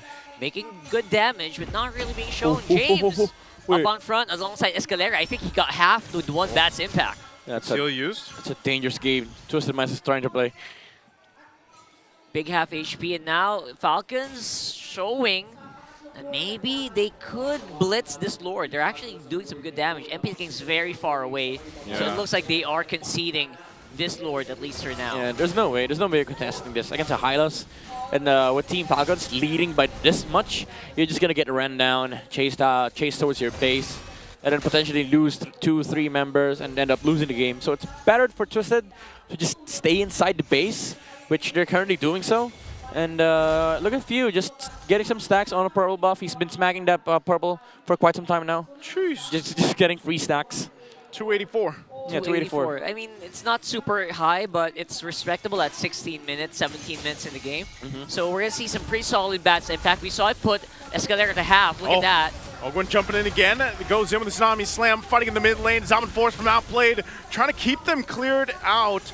And he'll do just that. The top turret is gone. Mid still standing, but they walk in with a Lord. Team Falcons looks to possibly end it. They're still trying to work it, still trying to find this own angle. The wave in mid is still a bit a ways. So Team Falcons still looking to cap out this game. A 10,000 gold lead. Can they get the last turn of the game? Ogwin, again with the conceal. They're going to clear out the waves. It's going to be worked on. A quarter of the health on the turret, but it's still going to be up.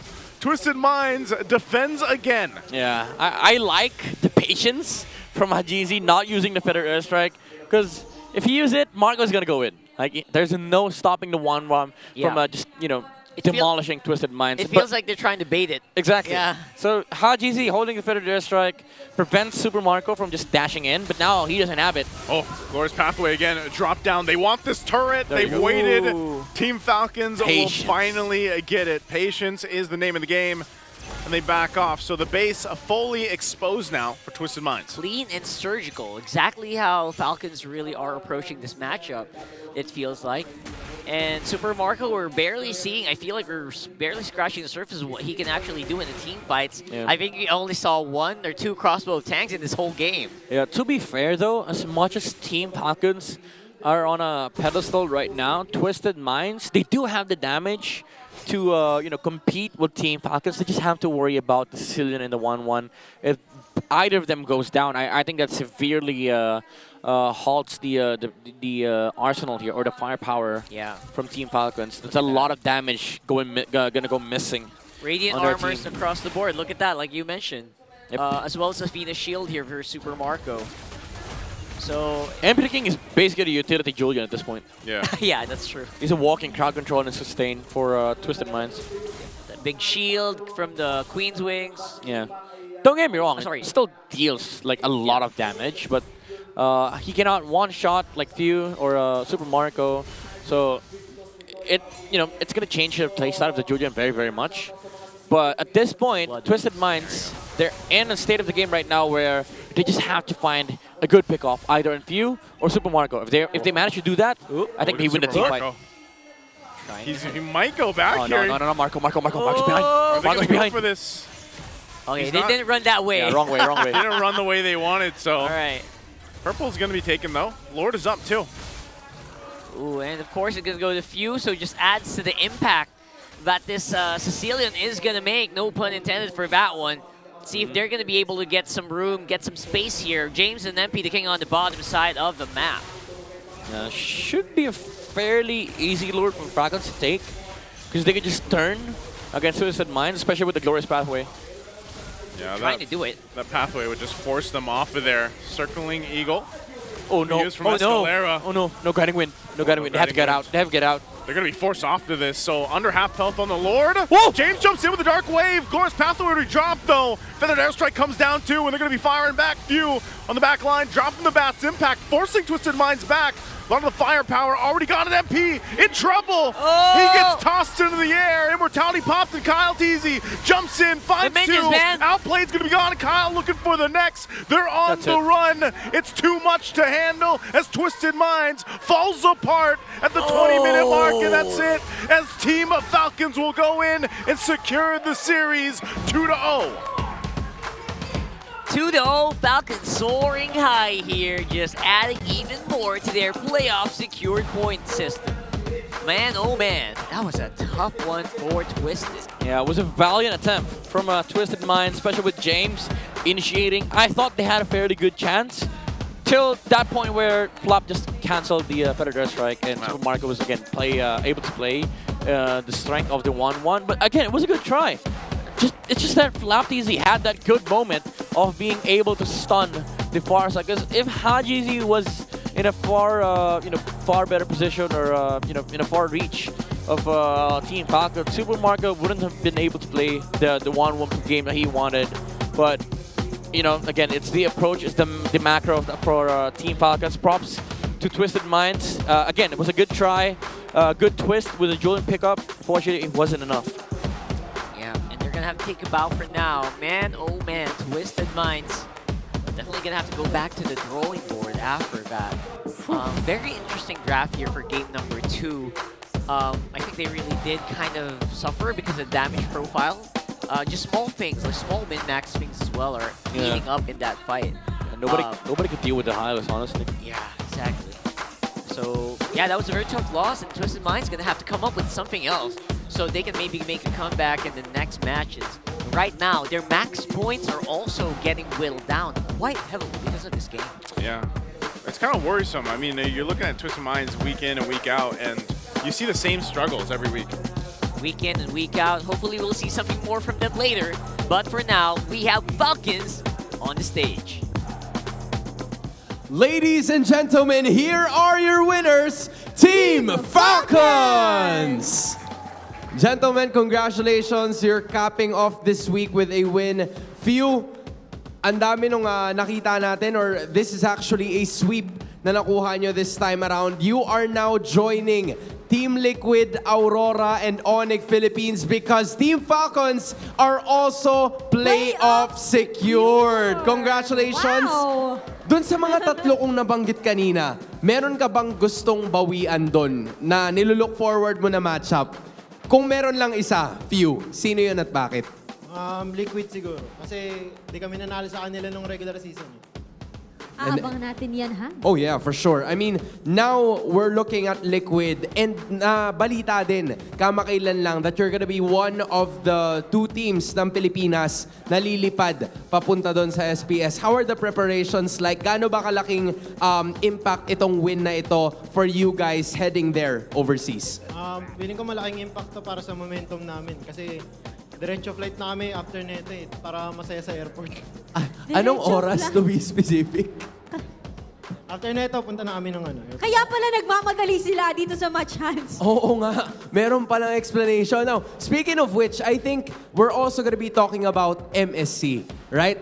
Tingin mo ba, you guys, your form right now, is this MSC? Are you looking for MSC already? Or meron ka pang ibang hinahanap sa team? Feeling ko sa form namin ngayon, parang hindi pa namin deserve yung MSC. Kaya mas pagbubutihan pa namin sa mga natitirang weeks pa para makuha ulit namin yung form na pang-international. And we're gonna be rooting for you, just as the same. Right, Odin? Yes, of course. Si Ogwen naman ang gusto kong makausap. Ba't parang teary-eyed ka? Parang naiiyak ka. Tears of joy ba yan? Playoffs na kasi. Sabi ni Pando. And Ogwen, kanina, napanood mo ba yung feature sa'yo? Nakita ko. Unexpected yung feature sa akin, tsaka nakakatuwa rin kasi nakakita yung hard work ko. Yun. Na-appreciate nila. Sa pagkwento ng mga pinagdaanan mo doon sa video, anong gusto mong matutunan ng mga fans natin? May mga bunga rin yung mga ginagawa nyo. Kahit sobrang tagal nyo na, tingin ko magbo-bloom rin yun. Ayan, kaka-ML mo yan, Ogwen. And just like his hard work, diba, it has all come into fruit. Flap TZ, ang dami ng mga nagpunta dito para suportahan kayong lahat. And syempre, yung mga nanonood sa kanilang mga tahanan, invite nyo naman sila na suportahan kayo sa mga susunod na linggo ng inyong laban. Sa mga sumusuporta sa amin dito sa venue at Team Bahay, maraming salamat sa walang sawang suporta nyo sa amin. Isa kayo sa dahilan kung bakit nagpapatuloy kami at sana suportahan nyo kami, manalo or matalo. Gagawin namin yung best namin. Maraming salamat, Flap TZ. Final question, anong haircut yan? Anong tawag dyan? Burst fade ba yan, ya? Burst fade. Oy! At yan ang gupit na hindi na kailangan ng pangalan. Ladies and gentlemen, your winners, Team Falcons! Gentlemen, you may now take your walk of victory.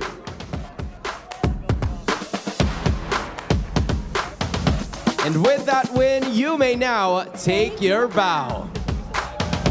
This is a huge win para sa Team Falcons. They're gonna need every momentum that they can get dahil ire-representa na naman nila ang bansang Pilipinas. Definitely. Ito na nga kaya uli ang all around the world ng kanilang team, Hans. Hopefully for them. But at the same time, for the other countries, we're gonna have to watch out. Casters, paso. Why do I have a feeling that 100% other countries are watching out for us? Congratulations, the Falcons here. Flap TZ doesn't even need to say anything. Just glorious, dude. Glorious. Yeah, does the glorious. I would say it's a good hairstyle. I was gonna say it's very fitting for him. Yeah, it's also trendy. I think it's better than Ingan's. Yeah, 100%. That's not personal. There's an argument to be made. Is there? There's an argument to be made. What's the argument? Oh, look at this. I'd say honestly, with Ingan's hair right now, he looks a bit younger. Okay. Yeah. All right, that's fair. Flap TZ, though, is a different story. Though. Flap look older. Yeah, Flap looks mature. He looks very mature. He looks like he could fight a couple people. Yeah, and you know who could fight a couple of people? Who?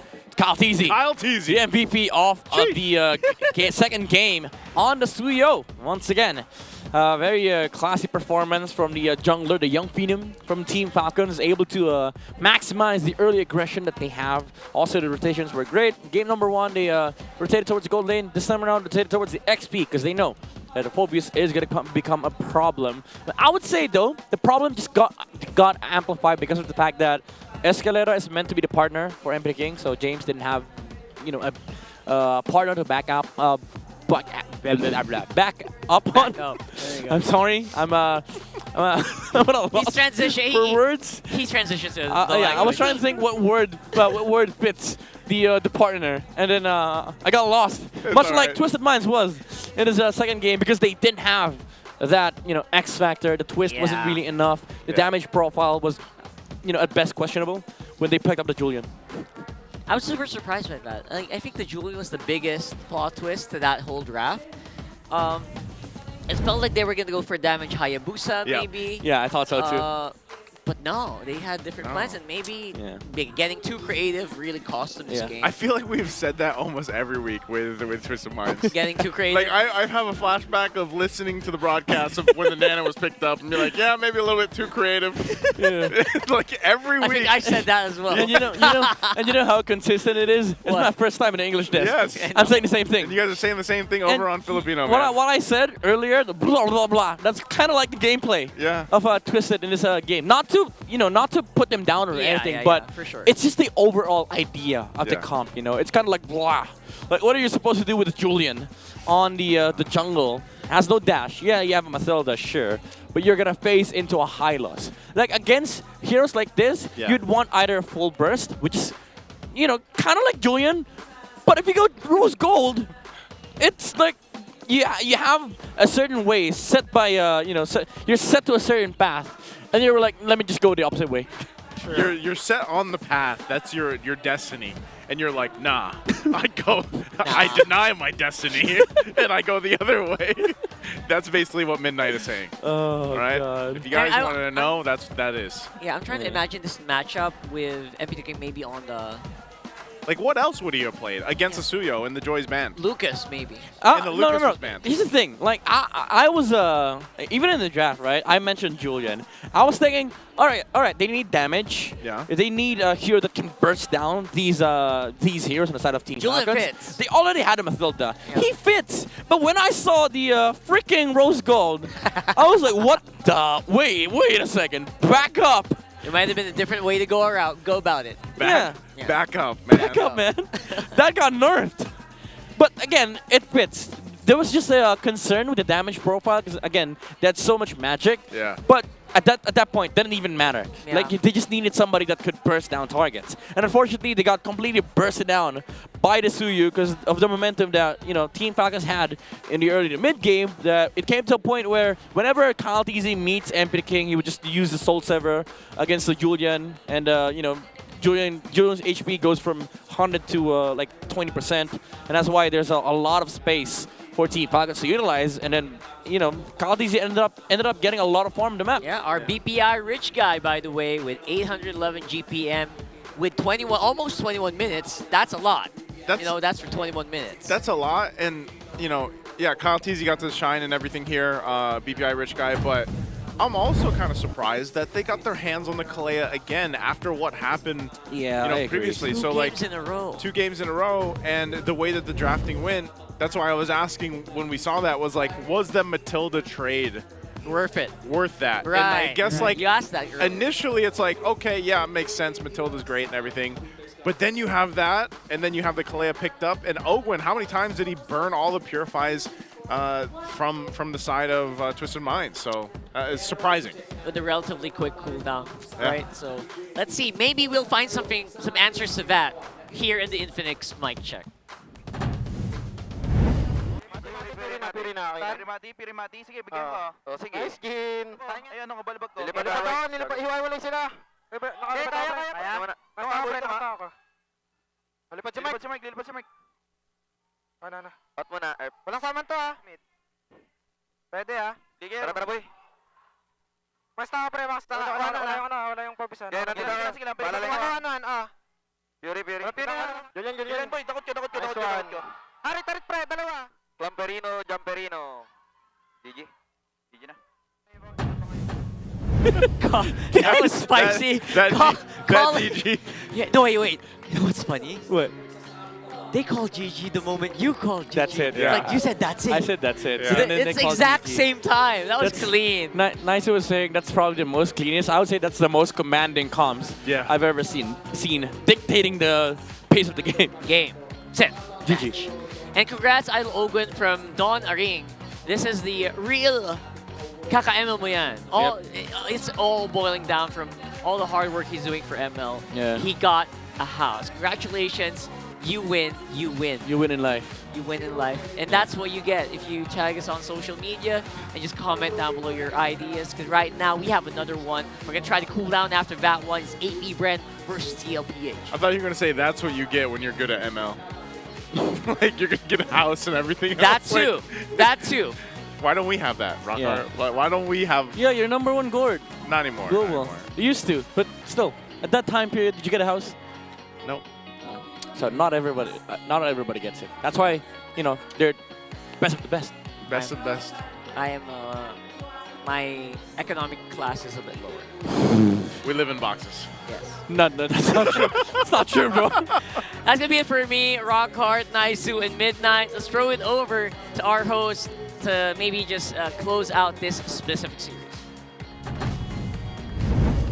Maraming salamat sa ating mga casters. Before we toss it over to another break, we are here with a super fan of the month. Magpakilala ka naman, men. Kamusta? Hello mga super fans. Ako to si Lee. Galing pa ng San Fernando, Pampanga. Wow, ang layo niyan ha, Lee. Gano'ng kalayo yung biyahe? Gano'ng katagal? Layo, parang marami din ako sinakyan. Isang bus, isang tren, jeep. Talaga, ganun. Lahat ng Kulang na lang aeroplano. Wala na lang barko. Barko, aeroplano. But hey, we are so happy to be with you para sa araw na ito, Lee. I want to know more about your MPL background. Gano'n ka na ba katagal sumusuporta sa MPL? Siguro, naalala ko, nahook ako nung yung comeback ng Sun Sports Dot, yung season 5 or 6 ata yun. And then, yun, tuloy-tuloy na eh. Tagal na nun ha? Tagal na, mga season 4, 5, yeah. Rin. So Lee, ngayon na nandito ka sa MPL Arena, kumusta naman ang experience mo so far? Iba talaga yung live experience talaga. Iba yung intense. Iba yung pag nasa timbahay ka, ikaw lang yung intense eh. Mapapagalita ka pa ng nanay mo sa ingay mo. Pero dito, sabay-sabay kayong sumisigaw eh. Intense talaga eh. Oh yeah, for sure. Nabanggit mo rin sa akin, di ba, that you got all of the matches available. So, matik na susulitin mo talaga tong araw na to. And the same could be said para sa lahat ng mga nanonood dyan ha. Now, I want to know more about your thoughts regarding the posts dun sa community group natin. Because I believe you're also one of the people who likes posting more of your thoughts. What about the ideas, yung mga napapansin natin na conversations or yung mga usapin? Ano ba yung madalas mong pinag-uusapan whenever you post? Actually, random eh. Meron mga mahilig sa serious things like mga stats. Meron naman yung mga tungkol sa mga baby cakes things, nila Cartis and Oheb. Oh yeah. So anything from anything under the sun, nandun. So sobrang updated mo talaga, Lee, sa lahat ng happenings, Ng showbiz no? happenings. Every day ka ba nanonood ng MPL? Kung araw-araw lang yung MPL, yes. Wow! So, Lee, tama nga naman, no? Oo. Every weekend lang tayo. Oo, every weekend lang eh. At para sa'yo, ano ba talagang ibig sabihin ng isang super fan? Para sa akin, ang isang super fan is a fan, kahit ano mangyari, fan pa rin. Be it in lows and highs, nandun ka pa rin. I like it. I love the support. We're gonna be testing you out this time kasi ito na yung pinag-uusapan natin kanina. Kayo rin ha, pwede kayong sumagot. Kung meron kayong sagot, sabayan nyo na lang. This is MPL Fast Talk. Okay, sisimulan ko na. In 3, 2, 1. Lee, favorite player? Carl. Favorite team of all time? TLPH. Favorite hero? Julian. Reenact your favorite hero. Oh, Pwede. Pwede, pwede. Nagluto. Tingin mong season 15 champion? TLPH. favorite caster? Chantel. Favorite PH import? PH import na naglalaro sa... Sa ibang bansa? Ibang bansa. Kyrie. Region na threat sa Pilipinas para sa MSC? Malaysia. And last but not the least, pinakamataas na stars mo sa ML? Casters pasok. Never mind daw. Huwag na daw natin pag-usapan. But Hailey, it's so nice to talk to you. Same Odin, right? I'm sure that we have a lot of things to talk about also. Of course, sa mga gusto rin maging super fans of the month, be invited here sa MPL Arena and meet your favorite teams. mag-engage and discuss lamang kayo sa ating community groups at malay nyo, kayo na katulad ni Lee ang makapanood ng live dito sa MPL Arena. At masaksihan din ang favorite team nyo like si Lee na TLPH na maglalaro mamaya against APBR. And I am sure na aabangan yan ng lahat ng nandito sa MPL Arena, kahit na rin yung mga nandyan sa ating team bahay. So Lee, maraming salamat. Magbabalik ang MPL Philippines. Break time, pasok!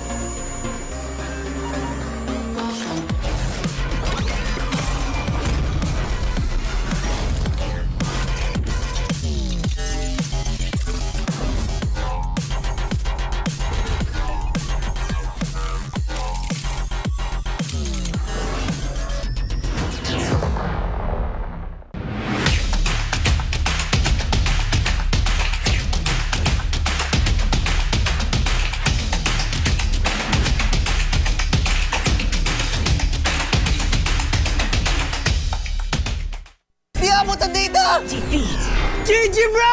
Don't worry! The Only with Smart Power All 99. Hindi bitin with 10 gig data to power your games plus only Facebook or only TikTok. Load now!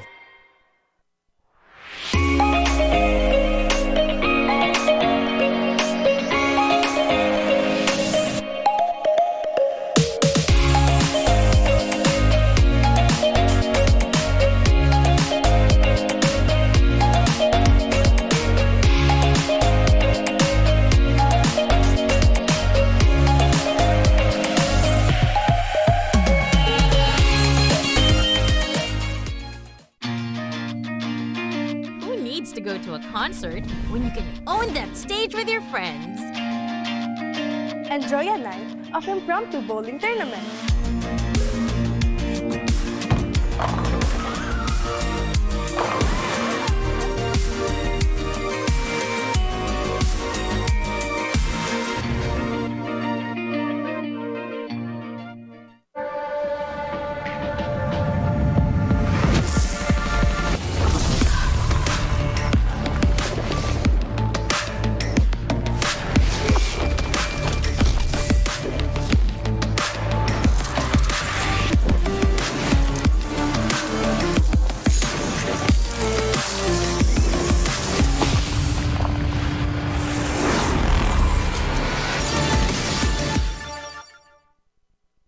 Want a skin that changes color in the middle of a game? Yep, this brand new Alpha Legend skin can do that. Watch this. Boom! How cool is that? So how do you activate this transformation? Simple, just take down 10 enemy heroes. Assists don't count though. But hey, don't worry. Even if you get 10 deaths, the base effects are still amazing. Just look at that animation. It's a first of its kind, and I hope they make more unique features like this. Maybe 10 assists for a new tank skin, right? As you all know, this skin comes with a unique golden number tag. We actually used 2 accounts to draw as soon as the skin dropped, hoping for a low number. The result? 41 seconds after release, we got the number 892. On the second account, it's 1,132 after 48 seconds. So in a span of 7 seconds, 240 skins were sold in a snap. Man, we've got some hardcore players out there. So how much did it cost? It's a staggering 9,500 diamonds on each account, which is 100 draws. But don't panic. If you're an alpha main, I got you. We only spent that much because we were rushing. If you're on a budget, here's a list of events to get it cheaper. Free weekend bonuses. Get 2 free draws just by playing games. Daily recharge event. Get 3 tokens if you recharge daily. Mega Draw Bundle. Buy discounted tokens for as low as 10 diamonds. Plus a chance to join the lottery every day. Promo Carnival. This lets you collect and use promo diamonds on Alpha's event. You can start using it on March 26th. Draw rewards. Yeah, we didn't claim any during our draws. That's why it costs too much. Daily discounts. You get to draw for 50% off every day. And lastly, we have the recharge events. Phase 1 is happening March 29, while Phase 2 is on April 5. To keep it simple, here's a quick guide to get the skin for cheap. Simple, right? Top up early to get the tokens from the daily recharge and mega draw events. Then on March 29, you have to recharge 1,000 to unlock this task that gives 500 promo diamonds. Don't forget to claim as many free tickets as you can from the events. And remember to use daily discounted draws. It's an important part of the strategy to lower its price. Stick to this plan and you'll be close to unlocking Alpha's Legend skin for cheap. So are you ready to grab this skin? And hey, who got skin number 1? Let me know in the comments. Stay safe and thank you for watching.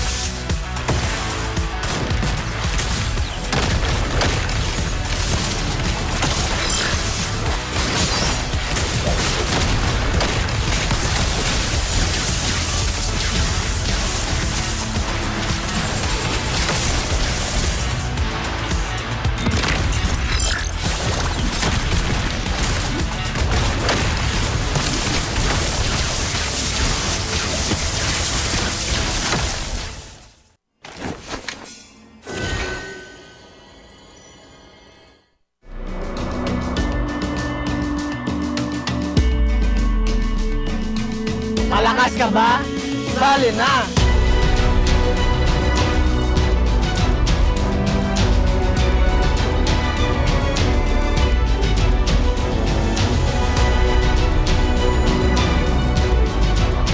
Kita Kids. Kita Kids. Kita Kids. Kita Kids. Sa MCC. Season 2. Tagtag dugo, tagaktag bungo. Manood kayo sa social media. Ikaw ba si MP the King? Hey super fans, y'all ready to rumble? Ano ba palag mo? Kumanda-handa na kayo dahil nasa amin na ang bagyo. Nasa amin naman ang mga pumapaldo. It's the Rap Rumble. Huwag niyo na piliting bumawi. Ready to rep your teams? Tuturusin namin kayo. Wala akong masabi kay Kelre, gusto ko dyan na lahat. Sumali sa community group on FB. Gather the squad, dapat lahat G na G. Ilatag mo ang verse, parang rap, make it hype. Shoot a video at the upload, double check the time. 30 seconds to a minute, that's all you need. Use the hashtags para pag hinanap madali. Wag na wag mapipikon at wag may inis. This is Leo, always at your service. Out! Dito Riz, sobrang lakas ng palagad na nakasama ko sa random. Tignan nyo, andito kagad siya ng gugulo. Nasa minalas sa papuri ko. Pero kayo maglala, hindi ko naman sinaing kanyang pinaghirapan. Ako yung tumatapos sa mga natitirang palaban. Sa puntong to, ako yung kanyang pinapauna. Pero sabi ko, ba't ako? Hindi naman ako leader. Alam niya namang marksman user ako. Kaya gusto akong maging scorer. Grabe, ayoko talaga maging tank. Sobrang bagal. Lagi kasi akong wali sa mga umatikabong eksena. Para akong parap na dumadating pagtapos na yung gera. Pero okay lang, kahit uli, mayroon naman ako mga gandang nagagawa. Katulad ng pagbalibag na makulit na bata. Dito guys, gusto ko sanang gayahin yung napanood ko sa video. Yung first skill, second skill, play ka sabay ulti. Grabe, ang galing, hindi umabot. Pero okay lang yan, sabi nga nila, hindi ka matututok kung hindi ka lagimbo. Dito guys, nakita ko yung bulate namin pinagtutulungan. Tignan nyo, apat yung kalaban. Gusto ko siyang lapitan, kaso hindi pa ako insured. Daratog si expert, siguradong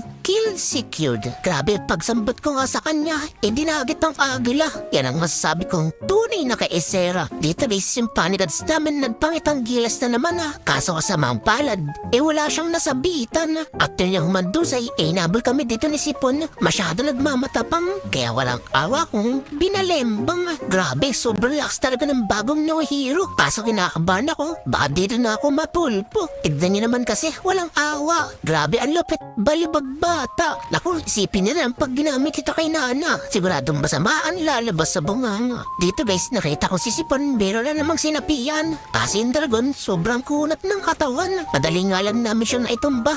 Kasi makakampi ko, agad-agad drumeta. Nang hindi ako inaantay. Sayang nga lang, hindi ko naabotan tong si Hanabi. Pero natumba naman namin, hinakalanok ng LPG. After that, pagkatapos uuwi na sana ako. Kasi isang to, medyo makulit, hindi nadadala. Kaya hintog mulo doon aking pinakita. Dito guys, isipan ko muna humigap ng buhay. Mahirap kasi pumasok, ayokong magarutay. Kaso nga lang, hindi ko na matiis yung aking kakampi. Ayoko kasing nakikitang pinumukbang sila ng mga enemy. Kaya eto, bahala na. Mabuhay lang yung dalawa. Dito guys, nakita ko yung mga kukulam na gumanda. Hinahabon ni X-Borge. Wala nga akong nagawa, pero wag kang mag-alala. Maghihiganti kita. Pinindot ko nga kaagad yung aking ulti. Kasi isang to, may sapusa. Para nakang 2 ages, yung walang niya. Pinilit ko pa nga rin makipaglaban kahit yung kaliskis ko, naiinitan. Buti na nga lang, dumating na yung iba kong kakampi. Kaya siguradong, tapos ang kinabuhi. Tipi. Dito guys, nakita ko yung core nila, nangangalahati na. Gusto ko nga sanang itumba, kasong bilis niya makalawa. Pero okay lang, may iba naman binigay sa amin grasya. Etong si Laila, nalapitin ng disgrasya. Grabe, nakapag-trigger pa nga isang to. Pero huwag kang maglala, diretso ka pa rin sa inidoro. Grabe, KS talaga. Dito guys, pinapaatas ko na yung aking kakampi. Sabi ko di kaya yan, baka makambak pa kami. Di ko alam yung mga pinagsasabi ni Panigads. Pero isa lang alam ko, diretso lang tayo ng takbo. Tawa-tawa pa nga tong si Bexana. Di niya alam, may sasapitin siyang di maganda. Pero hindi siya yung focus ko. Etong si Lailang, masakit sa ulo. RKO. Boom, bagsak. Dito guys, sabi ko kay Hanabi, huwag mong banatan. Kasi isang to, ang sarap ibalik sa sinapupunan. Grabe, kawawa tuloy mong kukulam na gumanda. Pero tatapusin na namin to, huwag kang mag-alala. Dadalawa na lang kasi natitira, si XP at etong core nila. Hindi ko na nga to pinatakbo. Gusto ko na kasing tapusin yung ralo. Pero pinaubaya ko na siya kay Hanabi. Tapos nabaretso ko ng TP para makaabot ako sa picture. Pero mukhang hindi na ata kaya. Ang hirap kasi ng nakapaa. Kaya eto, tamang sipak na ako sa kanila. Habang ini-imagine yung tunay kong pamilya. Si Kandita kaya at saka si Bagang o si Gatotski at Aklas na pinagsama-sama lang. Comment yun naman dyan sa video para araw-araw kayang victory!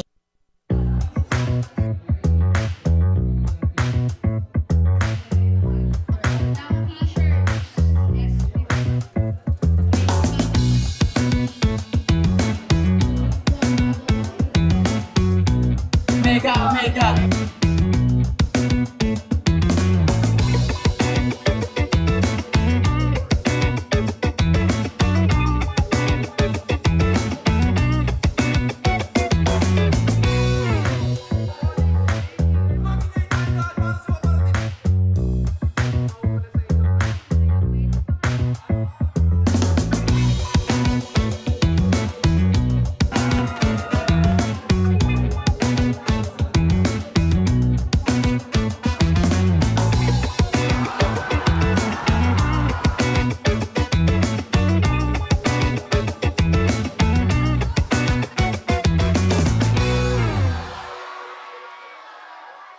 Pag nagsalita ako dito, magbabago yung mundo eh. Magbabago yung perspective ng mga tao. Nakabantay sila oh. Hello guys. Advice na lang tayo sa mga taong na mga nanonood. Anong gusto niyo unang advice? Ito advice ko sa mga tao. Okay lang madapa, basta wala nakakita. Sarili ko hindi ko ma-advisean eh. Nakapokus ako sa game ngayon eh. Hindi. Sorry sa mic check Wala, pre, bawal lumubog yan si Kalea, summer kasi. Madaya lang yan ang Kalea tuwing Tuesday. Pag nanalo tayo dito, pre, meron tayong 5K, 5 kilometer run. Okay, mic check! It's back to me, guys! Coil in again. Ay, kubo. My bestie. Chakno. Sa Idol Yoshi, hindi nakatapat. Chakno is back with a brand new truck. Chakno is back with a brand new truck. Ayun na, pre. Ayun na yung mga inintay mo, Coil. Akong bahala, Coil, ha? Susunod ka na lang. Okay na to. Bakit ganito? Pinaparusahan ako. After ng laban namin, Recta Airport. Tapos darating sa Indonesia ng umaga na. Sabay, walang tulog. Recta Media Day. Ano mga sikat na dating kanta? Mga JJ Days. Pag may magpapa-shoutout sa mga pro player or sa mga artista, shoutout sa inyo guys, shoutout sa inyo. Ingat ka pero laga, God bless. Ayun, 5 red ring ko na to, pre. Feel ko bumabalik na yung dati kong galing sa sa pagbabasketball, no? Kevin Kembao, tumira ng 3, alas 2 na. Alas 12. Lugi tayo sa kalaban, pre. Katawan pa lang, lugi na. Buti pa sila, boy. Gym na. Lakas pa mag-ML. Puro panalo. Tayo, puro ML na lang. Di pa manalo. Ang lala! Buti pa sa checkping dito, nananalo. ML na lang ang kalaban. Di pa manalo. Jojo, nakatulala ka na naman, Jo. Hindi pa na naman isip ko. Ang solid talaga ng Infinix.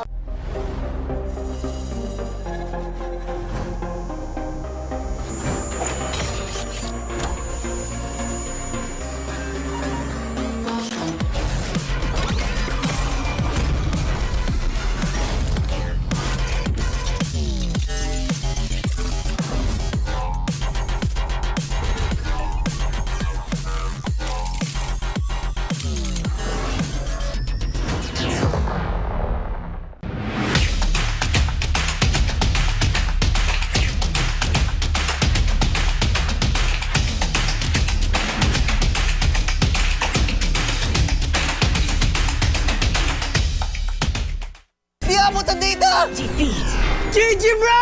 Don't worry! The Only with Smart Power All 99. Hindi bitin with 10 gig data to power your games plus only Facebook or only TikTok. Load now!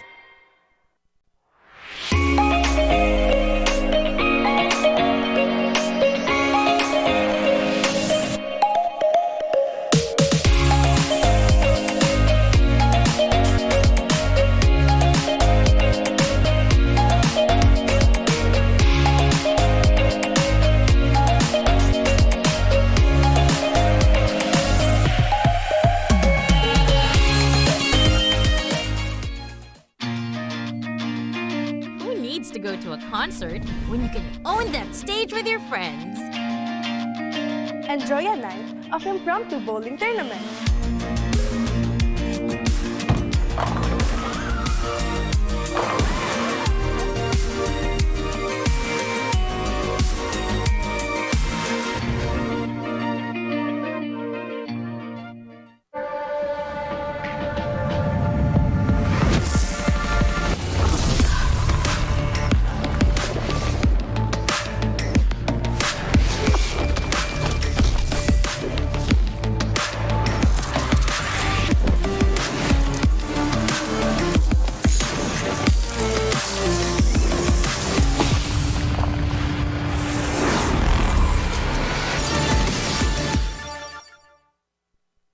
Want a skin that changes color in the middle of a game? Yep, this brand new Alpha Legend skin can do that. Watch this. Boom!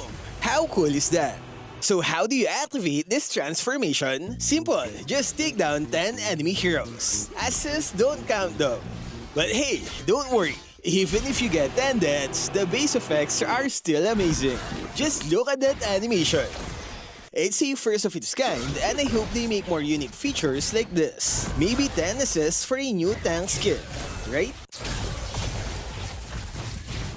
As you all know, this skin comes with a unique golden number tag. We actually used 2 accounts to draw as soon as the skin dropped, hoping for a low number. The result? 41 seconds after release, we got the number 892. On the second account, it's 1,132 after 48 seconds. So in a span of 7 seconds, 240 skins were sold in a snap. Man, we've got some hardcore players out there. So how much did it cost? It's a staggering 9,500 diamonds on each account, which is 100 draws. But don't panic. If you're an alpha main, I got you. We only spent that much because we were rushing. If you're on a budget, here's a list of events to get it cheaper. Free weekend bonuses. Get 2 free draws just by playing games. Daily recharge event. Get 3 tokens if you recharge daily. Mega Draw Bundle. Buy discounted tokens for as low as 10 diamonds. Plus a chance to join the lottery every day. Promo Carnival. This lets you collect and use promo diamonds on Alpha's event. You can start using it on March 26th. Draw rewards. Yeah, we didn't claim any during our draws. That's why it costs too much. Daily discounts. You get to draw for 50% off every day. And lastly, we have the recharge events. Phase 1 is happening March 29, while Phase 2 is on April 5. To keep it simple, here's a quick guide to get the skin for cheap. Simple, right? Top up early to get the tokens from the daily recharge and mega draw events. Then on March 29, you have to recharge 1,000 to unlock this task that gives 500 promo diamonds. Don't forget to claim as many free tickets as you can from the events. And remember to use daily discounted draws. It's an important part of the strategy to lower its price. Stick to this plan and you'll be close to unlocking Alpha's Legend skin for cheap. So are you ready to grab this skin? And hey, who got skin number 1? Let me know in the comments. Stay safe and thank you for watching.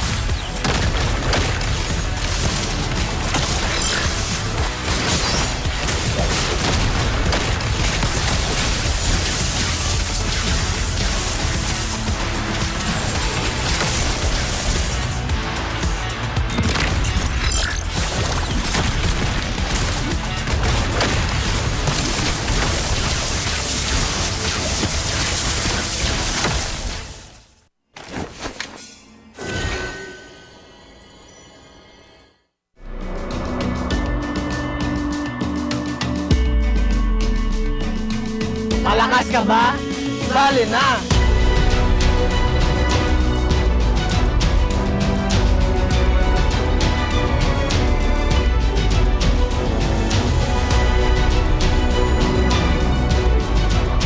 Kita Kids. Kita Kids. Kita Kids. Kita Kids. Sa MCC Season 2. Tagtag dugo, tagagtag bungo. Manood kayo sa social media. Ikaw ba si MP the King? Hey superfans, y'all ready to rumble? Ano ba palag mo? Kumanda-handa na kayo dahil nasa amin na ang bagyo. Nasa amin naman ang mga pumapaldo. It's the Rap Rumble. Huwag niyo na piliting bumawi. Ready to rep your teams? Tuturugin namin kayo. Wala akong masabi kay Kelre. Gusto ko dyan na lahat. Sumali sa community group on FB. Gather the squad, dapat lahat G na G. Ilatag mo ang verse parang rap make it tight. To the video at the upload, double check the time. 30 seconds to a minute. That's all you need. Use the hashtags para pag hinanap madali. Wag na wag mapipikon at wag may inis. This is Leo, always at your service. Out! Dito guys, sobrang lakas ng palagad na nakasama ko sa random. Tignan nyo, andito kagad siya lang gugulo. Nasa minalas sa papuri ko. Pero huwag kayong maglala, hindi ko naman sinaing kanyang pinaghirapan. Ako yung tumatapos sa mga natitirang palaban. Sa puntong to, ako yung kanyang pinapauna. Pero sabi ko, ba't ako? Hindi naman ako leader. Alam niyo namang marksman user ako. Kaya gustong gusto akong maging scorer. Grabe, ayoko talagang maging tank. Sobrang bagal. Lagi kasi akong wali sa mga umatikabong eksena. Para akong parak na dumadating. Pagtapos na yung gera. Pero okay lang, kahit uli, mayroon naman akong mga gandang nagagawa. Katulad ng pagbalibag na makukulit na bata. Dito guys, gusto ko sanang gayahin yung napanood ko sa video. Yung first skill, second skill, play ka sabay ulti. Grabe, ang galing, hindi umabot. Pero okay lang yan. Sabi nga nila, hindi ka matututok kung hindi ka lagimbo. Dito guys, nakita ko yung bulate namin pinagtutulungan. Ano bang maganda dito? Ay! Umayos ka ha, babanggay mo ako, makikilala mo talaga ako. Saan bangga pa? Ako si Hans Galeria. And this is your very own Odin at nandito tayo ngayon sa MPL Playground para i-explore kung ano bang maganda talaga dito. Grabe no, nagawa din natin. Tatlong beses natin pre-practice. Halika, dito tayo ngayon kasi ang binibida natin ay yung Twisted Minds tsaka yung AP Bren. Unahin muna natin yung sa Twisted Minds. Hello! Parang kilala kita. Isang baga mo pa, makikilala mo siya. Ako si Jo Marie. Ayan. Hindi ko na kailangan banggayin. No? Hindi ko na kailangan banggayin. Ano bang meron dito, Jo Marie? Ayun, so far kasi sa Twisted Minds na booth, ang meron lang tayo ngayon is yung jersey namin and also yung Ang jacket. ganda. And Flex ko kung ka. nakikita nyo, meron tayong Fikri plushie. Kaso hindi pa kasi siya available dito sa PH. Okay. Pero if nasa ibang bansa kayo, like basta yung mga malapit sa Riyadh na bansa, pwede kayong mag-order sa website namin. Makikita nyo rin doon yung ibang mga merch mo namin. Parang gusto ko yan, Hansa. Gusto ko kausapin mo na si Fikri. Oh, sige, kausapin natin. Hello, kausapin Fikri. How are you doing? I'm fine. Kamusta ang MPL experience mo so far? Okay naman. Okay naman. Gusto na kitang iuwi, Fikri. Papayag ka ba? Sama ka ba? Ako lang kasi mag-isa eh. Okay. Diyan ka na, Fikri. Oo, dyan ka. Siya lang ba mag-isa dito sa Pilipinas? Dalawa. Dalawa sila. Nasaan yung kasama So guys, mo, pwede Fikri? nyo... Ewan. Wait lang, magkano ba yung mga jerseys natin, Jo Marie? Okay, so sa jersey natin, Ayan, sa jersey natin, 2,470 yung price niya. And then para naman sa ating jacket, 3,000 pesos I lang. love it. Pwede. Ay, kasya ata sa'yo to. Kasya, anong size yan? Anong size yan? Kasya sa'yo to. Anong size yan? Para Large. ito kasya Sige, ata pwede. sa atin. Oh. Di ba? Palitan na tong suot ko. Oh. Kasya sa akin, hindi na ako lalabigin sa loob ng venue. Thanks, Jo Marie. Thank you, Salamat. Jo Maria. Dali natin to doon sa kabila. Kasi Oo. sobrang lamig kasi sa venue. Oh, Fikri ha. Fikri, see you. Sige, mamaya. See you. Nandito Dito naman tayo tayo sa ngayon AP sa Bren. AP Bren. Hello. Hello. sa inyo. Ano bang meron tayo dito? Oo nga. Of course, sa mga t-shirts ng AP Bren, Yan. OG, which is ganito po siya. Ito po. Ay, yun pala yun. Ay, Alam mo, surprise. sobrang dami na kasing trophy ng AP Bren. Yes, ayan. Di ba, ano ba itsura sa likod? Ay, Ayan. Ang dami. Okay. At meron pa tayong isang version. Ito. Wait lang, balik tayo dito. Madam, gusto ko isa-isahin mo lahat ng mga napanalunan nila. Ayan! You're up for a challenge. 30 seconds starts now. Start now. Cannot be raised to the 9th. Hindi, wait lang. Ito na lang, mas madaling tanong para sa'yo. Magkano ba yung mga Magkano? t-shirts natin? For only 750 pesos and may free stickers. Pero yung sticker, makikita nyo lang dito sa Green Sun. So, not for sale. Dito nyo lang siya pwedeng i-claim Oo. pag pumili kayo ng t-shirt. At sa sobrang dami nila na panalunan, meron silang Meron badges. pa silang mga badges, mga pins. Ang dami niyan, oh. Ayan. Magkano naman to? For only 300 pesos. And yung logo naman is 250. And yung keychain, 200 pesos lang din po siya. Pwede. So kung I ako love ang it. papipiliin, Kung ikaw, thank you. Ay, thank you. Kung ikaw ang papipiliin, Kung ako papipiliin, thank you. Yan. Thank you po sa Okay, inyong lahat. thank you so much. Kailangan na po naming umalis kasi Nakakota na tayo. nakakota na tayo. ngayong araw. Naka-boundary na po kami. Kaya kayo pwede rin kayong bumoundary dito sa MPL Playground. Ba't boundary? Balik na nga natin sa ating mga casters. Casters, pasok!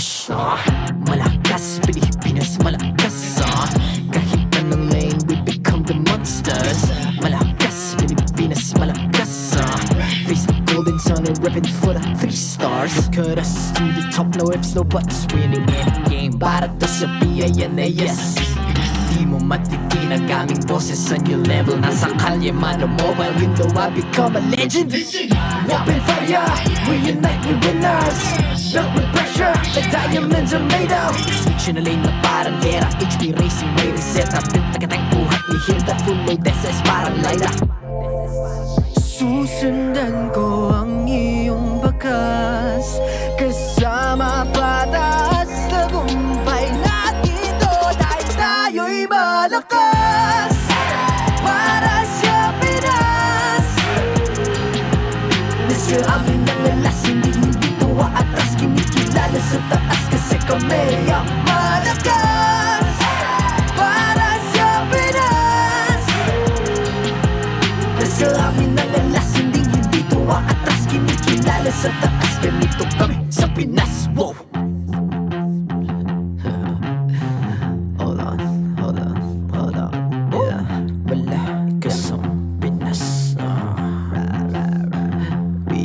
Laging every beat, no surrender, no retreat Pag nagsama-sama, just imagine what we can achieve Laging every beat, no surrender, no retreat Giving 100 all my all, cause we just cannot be defeated We are unstoppable, immune and invulnerable Ready ang equipment, lahat frozen, malang crowd control Pakita ko na jab like, beast of the southeast So matawag proud and loud, cause every enemy we devour Susundan ko ang iyong bakas Kasama pataas Tagumpay natin to Dahil tayo'y malakas Para sa Pinas Nasa amin ang alas Hindi tuwa atras Kinikilala sa taas Kasi kami ang malakas Para sa Pinas Nasa amin ang alas Hindi tuwa atras Kinikilala sa taas Ganito kami sa Pinas Wow!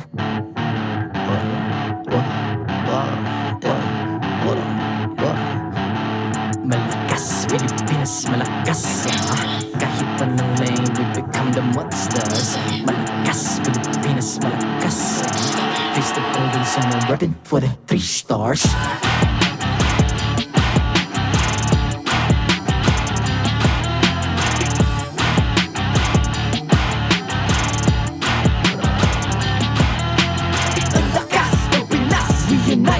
Stars, ang lakas ng Pinas We unite, be the stars Ang lakas ng Pinas We unite, be the stars Ang lakas ng Pinas We the stars Ang lakas ng Pinas We unite, be the stars Ang lakas ng Pinas We unite, be the stars Ang lakas ng Pinas We unite, be the stars Ang lakas ng Pinas We the stars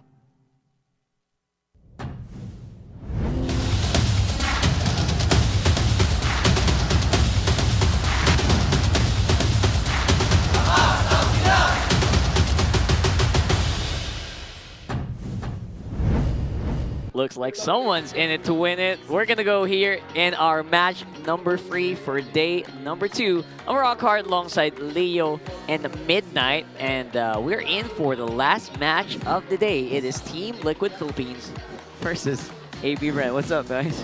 Yep, my dear sir. Oh, penalty. Sorry, yeah. Oh my. So the old guard. The oldies. Yeah, the oldies. Oldies. Hey, penalty. If you know, you know. So let's have a little bit of a recap, right, of what happened earlier.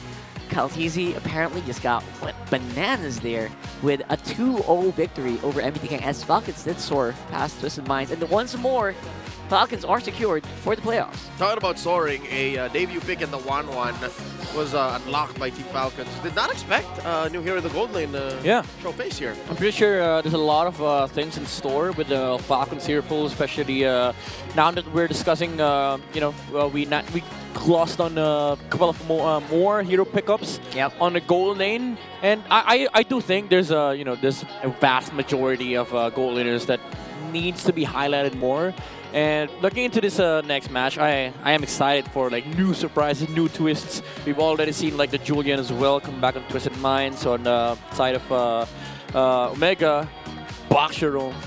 Yeah. Oh, today, yeah. That Don't was remind a me. game. What? Bad We memories. don't talk about it. We don't talk about it. All right, we're not gonna talk about the Boxer Room just yet, and we hope you don't go a little too crazy yet on your ranked games on it as well. So give it time. But for the meantime, we do have a few stats that we can kind of show here, and specifically the standings, where 4 teams now. Just a reminder, half of the teams in the MPL are locked in for playoffs already. At the tippity top, it's getting tight, and down in the bottom, it seems like the same teams are just going at the same pace. TNC, I'd reckon by the start of next week or by the end of this week, they should secure it as well. 2 wins, yeah, right? if they win. If they win. Just one more? One Just more. One more. See? Oh my goodness. Depends, because again, the bottom 3 has to face each other. And I do think within this week, there will be a head-to-head match, if I'm not mistaken. Or at least the first 2 days of next week. So right now for Twisted Actually, and not Omega, next week. Next month. No, I'm just kidding. For Twisted, their maximum points, if they win everything, is 5. Yeah. And AP Bren Omega is 6. Oh, no, 6. 6. Yeah, they can there still you go. get... Oh, no. Nah, Yeah, 5. 5. You're right, you're right. You know what? I'm not mathing. Week 7 might be the week where we start counting very specifically. Yes. But this week, it's all about how you can find your form. There are some teams who just haven't found their form just yet. And that's at week 6. That's saying something. Yeah. You're in deep, man. Like that's I wouldn't want to be. Yeah, and I think that's that's a great point to highlight, like finding your form, because a lot of these teams, even though we've seen them perform in the in the stage of MPL Philippines, the top teams, they have their own identities, and like the bottom 3 or at least the bottom 4, at least getting TNT is getting a new form with Coil. Playing in the main 5. With the bottom 3, I think that's one of the major problems that we keep on seeing. And, even AP Bren is not excused to this storyline. That's right. For this one, though, it's defining greatness, right? It's a rising star versus a young GOAT. And again, a guy who is very hungry to prove himself, basically being touted as rookie of the season material. Already, right? I can only imagine the pressure on the shoulders of the young Mr. Panks, the man with a million moves. Yeah. One could imagine that you're being compared right now to Carl Tizzy. Imagine the pressure. Carl Tizzy never had to go through that. I mean, he was there to build the scene, but come on, you're compared to a 2-time world champion, a multi-time MPL champion. Like how? That's saying something. Carl Tizzy was the pressure back then. And you know what? Given this storyline, I cannot help but remember when Carl Tizzy was still with AP Bren, he went through the same thing. He became the successor of the TZ Blade. But now it's different. It's a whole different scenario for James Banks, because all eyes are on this kid. Like, not even Carl Tizzy, even the likes of Demon Guide being Rookie of the Season in Season 9. There's a lot of talks about James Banks, his consistency, and his number of moves available to his arsenal. Well, if you're looking at, like, GOAT things, it's so funny because it's also very expected, I guess, that for our community, almost everyone has Carl Tizzy as one of their dream team junglers. Common denominator. He's the common denominator. Yeah. These things are swapping out so much, except for this guy. Yeah. If Carl Tizzy is not on your list, why? Something went very wrong. That begs the question. Why? Something went very wrong. I would say, yeah, Gian is right. John is right. Chester is right. I would also have Carl Tizzy, not just in my dream team, all right? I would have him in my top 3 all time. Hall of Fame. I'd say, like, yeah, sure. There are good candidates for the top spot in the jungle, like Prime Kyrie, Prime King Kong. You could always argue about the primes. But Carl Tizzy, 2 primes. He's M2, M4. And he's still going. He's still going, by the way. It's Prime Carl Tizzy, ... He's not finished. And again, imagine the conversation, the comparison that James Banks has to live up to. Ooh, did I see that right? 100%. Nah, then probably not. But right now, yeah, huge comparison with these two guys. KDA, he's keeping up. In the game that they were facing each other, he was also keeping up. So James Banks definitely doing something here. at least shows that it's a fairer fight than we thought it'd be. Yeah. Dude, this guy has not missed any turtles. So that was correct? That was 100%? 100%. He loves turtles. To be fair, sometimes they do give the turtle away, but whenever AP Bren contests, I think the stats is correct because I've never seen James Banks miss a retry on a turtle. Lord, this is a different story though. Turtle, yeah. I couldn't like remember a phase where James Banks actually lost a turtle. Well, you know what? It's a good training ground. You know, start from the turtle, then just move it up a little bit. And then we'll see. We'll see how he does.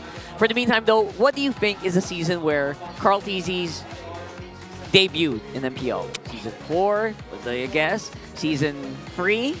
Do you think it's Season 2? Season 1, he probably was a little bit too young for that, but who knows? Maybe. Who knows? Who knows? This is where you find the OG fans, you know, like people know. Yeah, if Carl knows. Oh yeah, he would know. But yeah, we're not going to say that right here. We want you guys to answer and check it out for yourselves. Yeah, that's actually a good question, because if this was phrased different way, like which season was prime Carl TZ? Like letter D would be all of the above. Carl is always at his prime. Yeah. Oh yeah, Carl. 100%. Like both Carl TZ and Carl Rockhart. For sure. That's a different I'm blessed to be a frontline witness to all of this. I'm seeing more of you, but also at the same time, less of you. Today specifically. Today specifically. Okay, so if you know the answer, comment it on the stream, or also just follow our group in our social media so you can stay in the loop, because it's always really nice to just converse with your fellow MPL fans here. Yeah. Like us, we are MPL fans. Big MPL We're fans. in there every day. Super fans, When you mind you. see the actual profiles of Rockhart, Midnight, Uwami, Burrito, Athena, Hans, like those are actually us. That's right. Amazing, isn't it? And you get to talk to us, so that's pretty cool. Yeah. But for this one, I think we will have predictions. For this one, I'm going to start it off. This emote is also insane, but I feel like TLPH is still, they're kind of leagues away. Yeah. Liquid and 2. That's it. Liquid in 2? 3-0. Clean. What? 3-0. Oh, no, like for our us. score. For us, okay. yeah. I'm like, how do you score 3? I thought you were going Yeah, to count the 3-0. check ping or something. Nah, no. I mean, to be fair, I do have some faith with James Banks, but I'm a factual guy. I do hope AB Brent puts up a fight, and I do believe that they're going to be able to do that. But, you know, the GOAT, the young GOAT, is a different beast altogether. Add to that the amazing duo of the Baby Cakes. The Baby Cakes. The Baby Cakes tandem. They're not refuted. It's week 6. They haven't refuted that at all. So it's it's canon now. They did once, but never again. Just one. Seems It's like real. it grew on him. It's real. Yeah. And they are just soaring. They're not, not literally, but they're soaring in everything else. Even in their losses, they do look very impressive. So can the young jungler from AP Bren actually just do something about this? Will he need some backup? I think he will, because you know what? It is going to be a tough uphill climb for them for sure. You know what? I'm going to break the fourth wall here. See, James Banks is being compared to the likes of... The young GOAT? Sorry? The young GOAT? Yeah, no. Alongside that, you know, Faker. Whoa! No Tail. Carl TZ. Like, that's a discussion. We'll talk about that later. Let's go into all access for now, though. Mauna muna ang ating mga fans mula sa Team Liquid Philippines and AP Bren. Magingay tayo para kay Mima at para kay Brent. Dalawang palagan lang ang magiging ganap natin ngayon. Brent, since nasa iyo ang beast, ikaw ang mauna. Ano ba ang palag mo? Hoy, Mima, wag mong mamalitin tong team na to. Suntok ni James Red. Suntok ni Der. Retry ni James, baka yan ikatalo nyo. May bars! May bars, Mima. Ano naman ang palag mo? Gaya nga ng sinasabi ko, makunat ang kabayo. Hindi yan tatablan ng suntok at retry. Sino pa ang ipapanlaban nyo? Kailangan pala may beat yun, Brent. Ano naman ang rebat mo? Kahit anong beat pa niyang rap mo, tandaan mo, Mima, pag tinusok ng bubuyog ang kabayo, Alo! Natusok kami, ma. Siyempre, meron kami kay Spider-Man, o kay Batman, kay Superman, o Wolverine. Kaya sa match day na ito, TLPH ang magwi-win! At doon natapos ang boxing, Mima. Ihanda mo na ang cavalry. Brent, ihanda mo na ang beast because this matchup is finally gonna be underway. Teams, oras na para pumasok.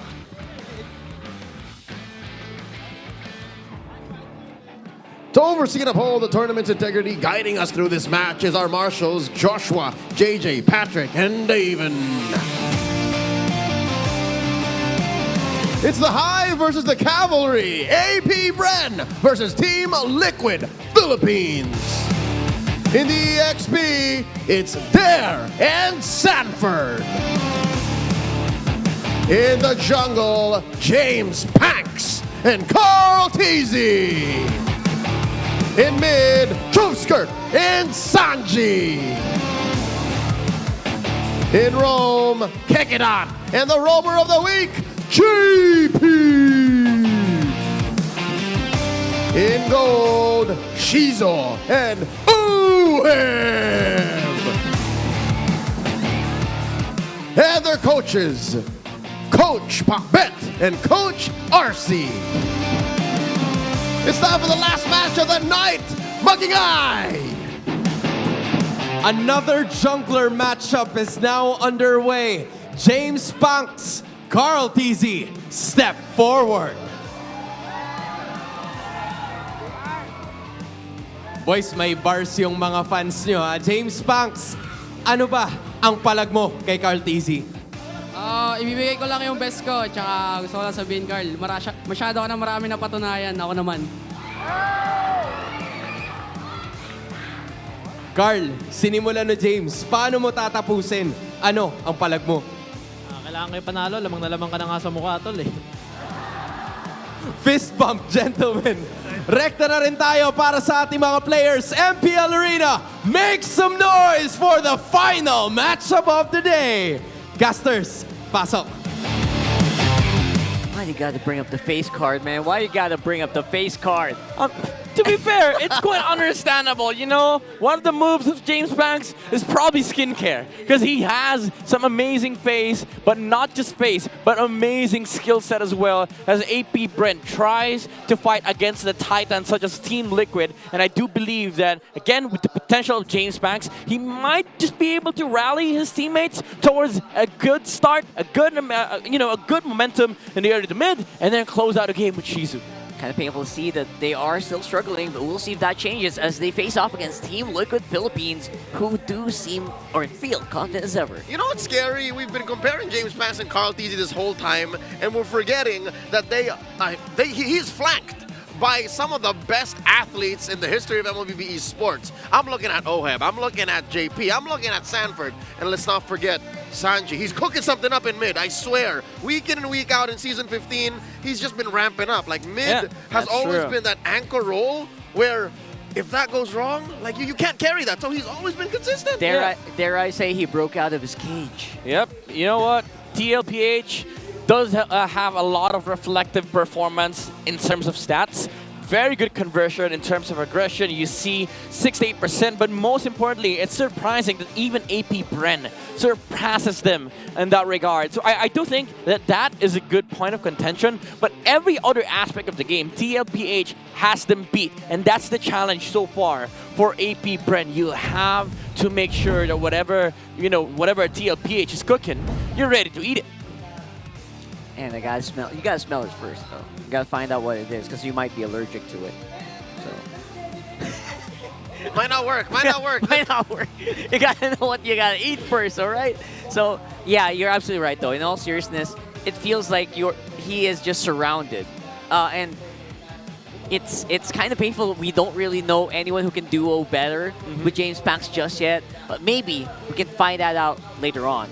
For the meantime, though, let's check out the player experience with ultra-fast 5G connectivity with a smart ping test. Ay, hindi ka pala kabawi sa akin sa 1v1 sa live eh, no? Pinagbabash ka, napikon ka. Surrender. Pre, hanggang dito talo ka sa akin, pre. Sino to? Hayabusa, dinive yung Aris Sutore. Namatay. Sabay tinipitim yan pa. Tawabit? Nag-retry na, Erp. Agawin mo, G. Win together, lose together, slay together, slay together. Sino yan? Di kita kaya saktan, boy. Ay, tiga kita, Brad. Best friend kita, boy. Pakita Bene, pre, pakita ko. Ang rematch ng GOAT at ng BOAT. Sinong nakaangat? Di pa nananalo ang current, Laging old gods, Puro old gods na lang. Kami naman. Ako naman, yung GOAT. Ipasa mo na sa akin yan, Carl. Masyado ka na marami na patunayan, Carl. Ako naman. Pagpapahingayin na kita, ibigay mo na ang bola. Ang lakas ng liquid, tol. Pahinaan naman. Sorry. Can't help myself there. That was James Banks just, come on, man, give me the win. So earlier, even tonight, he has already decided that he will tell Carl Tizzy, you've proven too much. You gotta stop. Give me some. Give me some. Here's the infinite excuse to victory. We're gonna give this to you, Midnight. Yeah, I mean, for AP Bren, for James Banks, you have to keep moving, bro. Not just in terms of game, but in terms of points. So for Liquid Philippines, it's set an example. You have the young GOAT. You have Carl Tizzy with so many achievements, so many accolades. You have to prove a point here against James Banks that it's not just the moves that is important, but it's also the experience for both sides. You have the channel, the greatness. We have both, on TLPH and AP Bren, both champions on their own right, but you have to prove to each other why they're so great. Oh my goodness. Channel greatness. Midnight, do they also have to shoot and avoid threes? Yes, sir. Yes, sir. You got... No, I mean, seriously though, because if this goes to 3 for Liquid, they would have stumbled to another vulnerability they showed last week, where they went 3 against Twisted. Yeah. Was that last week or the week before? That's a bad look for them. And it's a great look for AP Bren. And you know what? I think Liquid themselves admitted in that game 3, man, we should have lost. Yeah. They said it themselves. What happened there, right? So that might send a signal to other people, like, you know what? The gods might be bleeding here and the sharks might arrive. I mean, to be fair, you could look at it from that perspective, but to their side, like from their framing, it is like, being humble. And I do love the look of Liquid right now. They acknowledge their mistakes. And that's like one of the key factors as to how a team continues to grow, continues to develop, like acknowledging your own mistakes. And that's maybe also the reason why Carl Tizzy is so great, He's come to the point where he's reached it all. He's proven that he was the best in the world at this time. And he does still continue to do so. Maybe it's that self-reflection in Carl Tizzy. Dare say he's better than great. He is better than great. If there's someone better than great, he's better than, it's Carl Tizzy. If you're greater than Carl Tizzy, then you're probably greater than great. And James Banks trying to get into that one. So let's see if that's going to happen here. Draft for game number 1 is on the way. Not a single jungler in the history of our esport has gotten 3 world championships. So no one is better than Carl Tizzy. Yeah, no one's better than Carl. So far. But you know what? So far. When you bring that up, Carl Tizzy, jungler for AP Bren, Season 6, World Champion. Carl Tizzy, jungler for AP Bren, M5 World Champion. Oh! What are we looking at here? You're saying... What are you looking at here? Saying every 3 years? 2 years, maybe. Junglers from AP Bren become world champions? That's exactly why James Banks said it out loud. My wish is to be a world champion. Yeah. And these guys started here. He just has to play. Who knows? Yeah. Very well. Yeah. Just let me play. And wait for 3 years. And wait for 2 years. Yeah. Hopefully. Time's ticking. M2, M5, M8. Time's ticking. Clock's ticking. Let's see if that's gonna... He has to start somewhere, right? He has to show it here. Now, obviously, Fanny's gonna get banned out. And Galea finally hitting the ban today. Yep. It's finally, right? Finally. Yeah. No surprise for AP Bren. Could just come out with, typical 2 heroes for James Banks or, the Joys. They don't really prioritize the hero for Shizu that much. I mean, there's a lot of flex option for Shizu. You could just go with the Granger or the Moskov. Now that Harrod's banned out, I'm pretty sure those 2 heroes are what they're eyeing for. But for TLPH, that's that's a very direct approach from AP Bren's perspective. Do you remove the Harith? That's automatically a target ban for for Ohib. Oh, I love the respect. I love that they don't really forget there on the Badang. It's always there. At least that's something that, AP Bren has going for them. It feels like they always have to warrant that. Yeah, it's never gone away. It's always there. Sa badang. Always there. Sa badang He's there. always there. The Badang's there, or for the comeback. Suyo. Suyo, Joy. Blue Yo. I'm gonna be surprised if they pick up the Granger here. That will be the first time that they prioritize Shizu in the drafting stage. But as we've seen before, they just love giving James Banks these comfort picks, even up against bigger teams, bigger fishes like Aurora. Oh. Yeah, no, but logically, yeah, you could go Granger first, give Joy or Suyo to the other side, and then claim what's left. Again, James Banks, priority. Then you give Baby Cakes their favorites. Yeah, A little bit, yeah. Suyo Granger, or never mind. I was gonna say you could just go the Matilda route, but Matilda's banned, so there's no other option for TLPH. This is the part where you don't have to get confused. No, they don't have to There's take. no rush. Yeah, they don't have to take a Suyo anymore. Rush. Hey, I'm actually wowing because WoWphobia is amazing. Yeah, it came through, right? Look at that. And it's on Sanford. Last time they did this, it was a 9-minute game. That was against AP Bren. Hot dog. Also, that last in time? round one. That was against AP Bren. Lord. Oh, nasty. Yep. Okay. All right. So how do you counter draft against this, though? Hylos, Hilda, Moskov.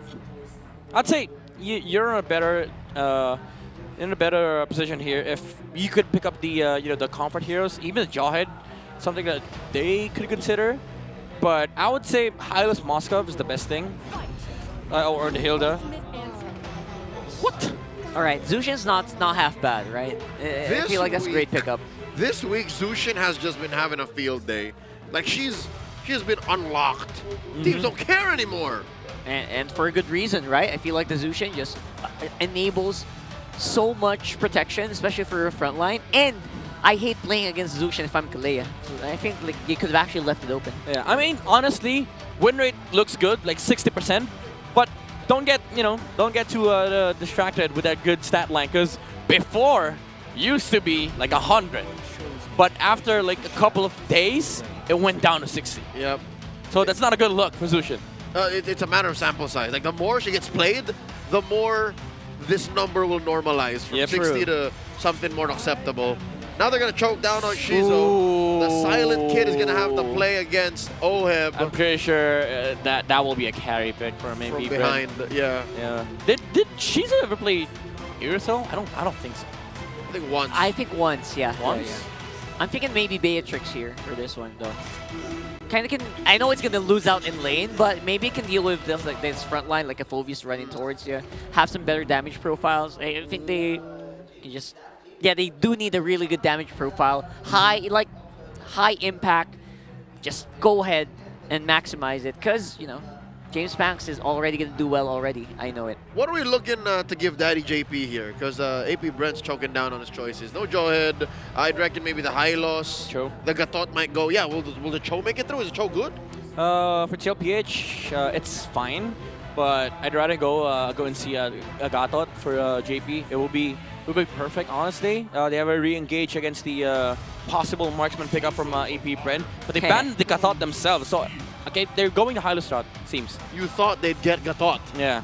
I thought they'd get Gatot. It was a good thought. But now it seems like the Hylos is of high value for both sides. So, for AP Bren, question is, will you give the Hylos and potentially counter it with something like a CC, or you remove it away, make some space for the Hilda to be able to be flexed on both XP and Roam? Because even if you remove, honestly, even if you remove Hylos here, you're kind of forced to. But then TLPH would just get a different option. Yeah, you unflex yourself. In before it gets banned out. No, it doesn't. All right.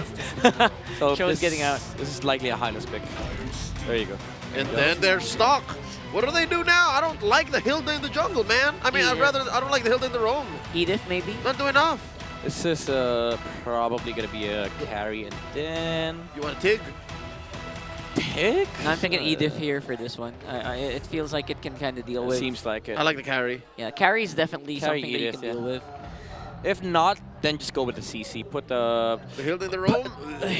Yeah. I mean, Renegen won with the Hilda roam, but... Yeah, it's different. Not everybody's That's a completely Renegade. different story. Yeah, He's a I feel hitman like. for That's some Renegade. reason. Yeah, it's Renegade. Yeah, that's right. Maybe it's Renegade, He can do anything. Any alternatives to the carry here? No, not really. What? Any alternatives to the carry here? No. No. What is up with the boxer arms? Pakbet, is this your idea? Is it Coach Pakbet's idea? Oh my god. And don't get mad with me. We've tried boxer Rome, and this is why I can confidently say I hate boxer Rome. I mean, it works, like on paper. The idea is there, but it's just that you still have to play the game. Yeah. All right. There's a little bit of range. Oh, that pick alone opens up the map for Liquid, opens up the engagement range. Yeah. Feathered airstrike is gonna become an issue here. And the Grenier too. Oh.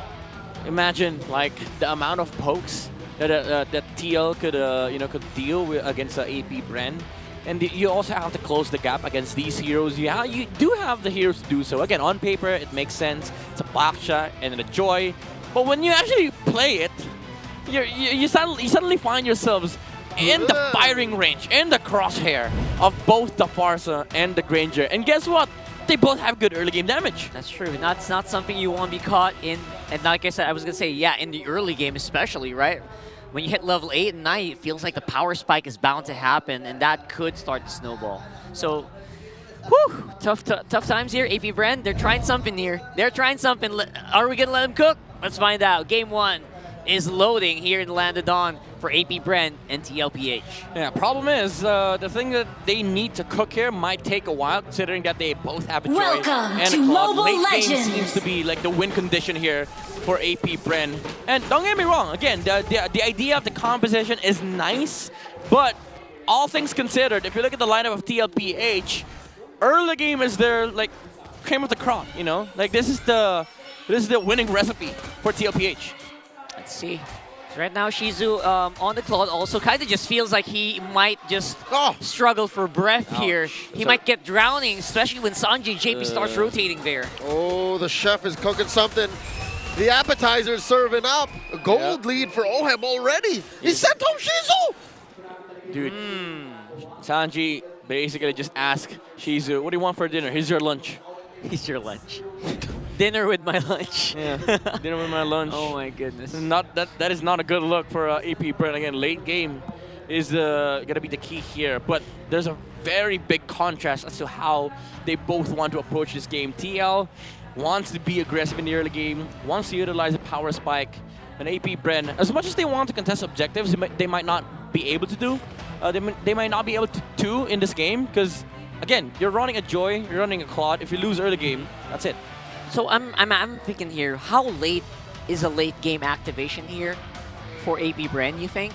And will they even get there? That's a question, right? Yeah, I'd say post 9-10 minute mark, because that's particularly the range where Claude actually reigns supreme in the game. And that's assuming Liquid take this line down. That's assuming Liquid takes it easy. Yeah. What if Liquid just put the pedal to the metal, man? What if they go fast? Then 16 minutes probably. Gotta go fast. You're very generous. And if if Liquid does not end the game by then. Yep. It's very possible. Yeah. I am being generous. Being very generous. It's a lot of questions here that I really am looking forward to get answered here. So it might take some time, but you know what? Maybe if they have a great early game, maybe if they just give away a few turtles and not give away any deaths, maybe they keep that goal deficit a little bit closer. Could happen, right? That brings up a good question. Midnight, do they just let go of the turtles? Is that an active decision they can make? Dodge everything, basically. Dodge everything. That's usually the answer. But again, there's also an underlying question. How? Look at how fast Liquid moves in the map. That's gonna be the key factor here. Their pacing. If Liquid is able to just set up tempo in the mid game, then that is the big problem here for AP Bren. All right, we're back in the game now. And Kekedot on the Rome Baksha. We're still looking for it. The desk is a bit... Not a big fan. Not a big fan of it. But again, we're open to... I would be happy to be proven wrong here. Oh, are they saying she's a home again? Yeah, looks like it's the world's longest BMI. How about it? Just a little bit of health. He just tried. JP here checking in. Kekedot enough to protect his roamer. Catches Dad. Oh, keeps him down. No turret hits just yet. JP down a fifth of his health. Oh, that's a lot of damage here. Yeah. He's going to stay here for the meantime, but man, they're doing a pretty good job here on top side, keeping Shizu alive. Ooh, there. Sanford gets 3, forced to use the flicker. Ooh. All right, so is this one of the ways to get to that late game midnight? It feels like they're off to a pretty good start. I mean, this is a very good way. There is actually zoning out these two key players that wants to play the turtle fight aside of TL. Turtle down to a third of its health. Can Carl Teasy get in range? So far, it's James Banks holding the ground. Carl Teasy scores 1. Better airstrike from Sanji. He's cooking. It's hot in the kitchen. They're looking for 1. Still no kills. Carl Teasy looking to jump in. Gets a surge in the kill. Drawing first blood on there. There you go. The first blood and a turtle. Like we were talking about some of their win conditions here, and it looks like they lost 1 already. Yeah, you know, Carl TZ, the greatness in him is still there. The retribution timing was perfect. Even though AP Bren tried to delay the turtle take, James Banks did not do any damage at all against the turtle. But guess what? Carl TZ serves James Banks' first turtle loss. Oh boy, oh boy. And if all the matchups, right? If all the matchups for that to happen, this one, I guess I would take that if I was James Banks. He is the young GOAT. Yeah. To be fair, losing to Carl TZ is not a shame. That would be an honor. That would be an honor. I would love for Carl Teasy to steal one of my lords these days in ranked. That just might happen. That just might happen with the amount of games we play now. And we are at a point where 1.3K doesn't look like much, 1.5, but look at where they are in the map. Very deep into enemy territory here. JP committing the glorious pathway. Sanji with a better airstrike there, hunting him down. JP left to fend for himself. That's a free kill for AP Bren. Very interesting that missed. I thought they were going to be able to stun the Basha, but again, the re-engage was good from AP Bren there, walking straight towards the Farsa. And Sanji was not able to cook something there because he was heavily guarded by the Hilda. Yeah, and Kitchen was closed. A little too crowded. Whoa! Carl Teasy gets hit. Oh my goodness, what is happening? And oh, he gets away, but just barely. Brah! Shizo with a blazing duet gets 1 over the young GOAT. He was trying to dash over the wall. Yeah. Did not want to walk. Carl Teasy, little bit of a, I would say a little bit of a blunder, not walking towards the left side. Maybe just didn't want to put himself in harm's way. But again, that flicker play from Shizu allowed him to catch Carl Teasy off guard. Good predator strike from Sanji. James Banks could not really dash into that because JP is just waiting. Kick it out, playing man-to-man defense, stopping Sanford from coming in. Glorious pathway by JP, the Crimson Flare displays him. Carl Teasy still with another retribution, taking down the second Lord Turtle of the game. James Banks is caught by 40, and another one, the jump in. Oh, that's a second Turtle Midnight. You counting? Yeah, that was the second turtle here for Carl TZ. Even though he's under the level of James Banks. Whoa. James Banks level 8. Carl TZ is level 7. And then he still manages to steal that turtle. And mind you, yeah, sure. You know, Tsuyu has Soul Saver, Retribution combo. Guess what? Didn't even use it. Just played Surge and then Retri. Straight up with the Retribution. That is the reason why he is the young GOAT. Just able to make things happen even when you least expect it. Oh man, this is going to be really hard for AP Bren. Look at the timings from TLPH. I'm actually surprised that Oheb is rocking a Sky Piercer with a Hunter Strike, and he's almost near the longsword. It's 5 minutes in. 5 minutes! My goodness, what happened to that lane when we were not looking? I mean, it's definitely rich. I don't believe when he says he has no money. He always has money. I'm pretty sure he's got a couple accounts with BPI. Yeah, he's got the G's, man. BPI's been a sponsor for a while now. He's probably opened a few. And now it's JP. JP's up on front. Has 5 IDs. Doing some pretty good job of keeping the pressure in, or the vision in rather. But forces Choser out. Yep, Crimson Vegan out of commission for now. Feathered Airstrike plus the Glorious Pathway, keeping AP Bren in place. Kegana catches a few blasts. Some salvos from Sanji. Oh. Blasts him, sends him away. All this while, look at Shizu, the silent kid, just working down bottom. Wait, doing Shizu things. That's a chubby lane he left. That's a turret down. Yep. 3 ultimates forced here by TLPH. As we see the young GOAT playing with the Infinite Spawn. Amazing mechanics being displayed here by Carl TZ.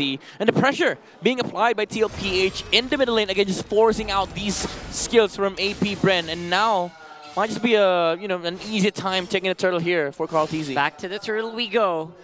I just noticed you take off your index finger after you cast a spell. That's interesting. All right. The way that Carl TZ did it, obviously, now they are doing a good zone, and that's going to be Turtle going down. Turtle number 3, folks. 100%. Now they're picking a fight. Throwing a few blasts over choke skirt. Now the answer, the clapback from AP Bren. A defensive glorious pathway, but can they deal enough damage to Dare? Take it out in the middle of it all. Sanford coming in for the Infernal Pursuit, taking down Kekedot. Yep. AP Bren gets clapped, backed on. Not yet enough damage. As we see AP Bren losing that team fight. Although the silver lining is that looked equal. Even though TLPH won that fight, they took down Kekedot, it still looked equal. So imagine AP Bren's late game timing. TLPH, they're on a timer right now. The squad is at second time bomb. Oh, Sanji! They pushed Sanji off of the map, off of the camera. What? That was insane. You know, as much as TL is winning a lot of these early game skirmishes, the tower take, that's where you bring in the question here for Liquid. How much time do you actually have? Because right now they've only taken 1 tower, but so does AP Bren. And even though they're leading by 4K, the amount of farm that is available for AP Bren is still the same. It's true, and they've already taken as much of the towers from the gold from the towers as they could at the moment. Mid tower doesn't feel like it's breaking anytime soon, so does top. So where do they get that gold now? James Banks got eyes on Sanji. He's got ill intentions. Going off the map, like you mentioned earlier. All right. No go for James Banks. He's fine. It looks like Liquid PH are looking to push here in mid. 40 jumps on to Kekedot, who, by the way, does not use Revitalize. He doesn't want to. He's forced to now. He's sent home. Yeah, but AP Bren still defends. At the cost of the Tortoise Poisons and, of course, the Revitalize, which is not going to be available for the Lord. So that means, again, easier time for the objectives here for Team Liquid. But Shizu, so, you know, getting farm. Even though, again, OHEB has a lot of gold on this Granger. Of course, that's OHEB is definitely very rich. They're, they're making space for AP Bren. Lots of space being created here, honestly. And we could see even more as TLPH does start to walk up on that Lord, trying to knock him out. JP up on front.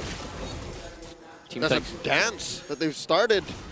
Liquid, a lot of players set up. Ouch, on the Kekedot. Look at the side. AP Bren sends over Dare. It's 40 versus the world. Poison's dropped in by Kekedot. Is that enough to stop this pillaging of the Lord? And there you go. Carl TZ scores it. Dare is going to help take down Sanji first, but he's been it out for. OHEB gets a kill. 1 for 1 so far, and they disengage. Yep, that play from Sanji, forcing out the Baksha to disengage with a feathered airstrike, and then Sanford just heavily committing onto that front line. Even though Dare and James Banks were in a very interesting position, you still have to match the Soul Silver Retribution combo from Carl TZ that allowed TLPH to secure that Lord. And also JP just sticking near the Joy. It's very annoying. James Banks is limited in terms of the number of moves that he can pull off because of this Hylos. In fairness to James Banks, he is trying very hard to get into good range here. But then again, the comp of TL just not allowing it. Oh, big push up top. Team Liquid Philippines escorting their Lord. 4 defenders, make that 5. JP dropping in the glorious pathway. Liquid are bent on taking down this Holy Shield. It pops. Yep. Middle lane, again, map control is key here for TLPH. We're at the 10-minute mark. 6K gold lead, still very doable for AP Bren, but for how long? Because now TLPH, they have 2 towers left on the bottom lane for AP Bren, but mid lane and top lane, very much open for TLPH to take. Yeah, minions are also giving them a lot of gold here, just doing most of the heavy work with those towers. And TLPH are very happy to just zone out AP Bren inside their base. Can't let him breathe at this point. Yeah, stretch that, 2 towers down. Yep, that's it. Oh, wait. Glorious Pathway set in, blocking out Kekedot. Shizu BMI out. This whole map situation, now that Liquid is actually working on it, is a byproduct of their mobility. You see how fast they rotate? For AP Bren, it's literally just Shizu and Kekedot who can move that fast. Yeah, I mean, that's what you get when you have a bird and also a horse. You know, faster movers on the map. They're all horses, technically. I guess. Yeah, horses. yeah, I agree. That's why they're fast. Some of them Fast movements, you know, fast rotations. Liquid Stampede. Liquid Stampede. You can hear the hooves a mile away. Is it hooves? It It's is hooves, hooves, right? yeah. All right, it's hooves. It is hooves. And you Great can sound hear effects, it. Midnight. No, I thought that was you. You approve? do you approve, sir? I can't do that anymore. I'm trying that. Dude, I can't. Gekadot's not having a fun time. 80,000 damage taken on a Bosch. You know what? Let's redefine that. He's actually having a very good time. You know why, Midnight? Why? He's taken that much damage, only died once. Oh, good point. Okay. Good point. Well, to be fair, AP Bren's having a good time. Glass half full, fam. Cause you know, all the damage in the world just died 4 times. And she hasn't died. Yeah. 4-4. They're not getting dominated. Oh, look at this. It's the turn from Team Liquid Philippines, forcing JP to drop the glorious pathway. For the purple buff. And a feint. Sanford flickers back. They threw a lot for that. All of that for the purple buff. And even though they've expanded the retribution on Carl TZ, they don't mind because they know there's no way AP Bren takes Lord now. There's no way. Yeah, so unless all these lanes, right? Yeah, unless they just want to get blitzed by Team Liquid Philippines. Ooh, look at that. But again, as for AP Bren, they're having a fantastic time, I would say. Even though the TLPH is leading by almost 8K, you're still making space for the clock. Whoa, Midnight, you said they're not going to contest, but here they are. They're bearing down on Carl TZ, down to 1/10 of his health. James Banks taking pursuit. Sanford's going to go down here. Chosker gets a kill. Glorious Pathway dropped in by JP. Oh, and blasting them away. Down goes Chovy. Kagadot following through. Double kill for the Filipino sniper. Man, good revenge here. Sanford going down. I feel like it arranged OHEB here. Getting those 2 kills felt so easy for OHEB now, and they're stacking up on that Sky Piercer. Kill one is Angie. Yeah. Carl TZ though, he almost got taken down by James Banks, but the usage of the walls, like the number of times he went over the wall just to make sure that he doesn't die. Oh no! Forcing JP to drop the Revitalize here. James Banks and Shizo, 2 cores, ready to go for it. Dare gets caught out. One more! OHEB gets another.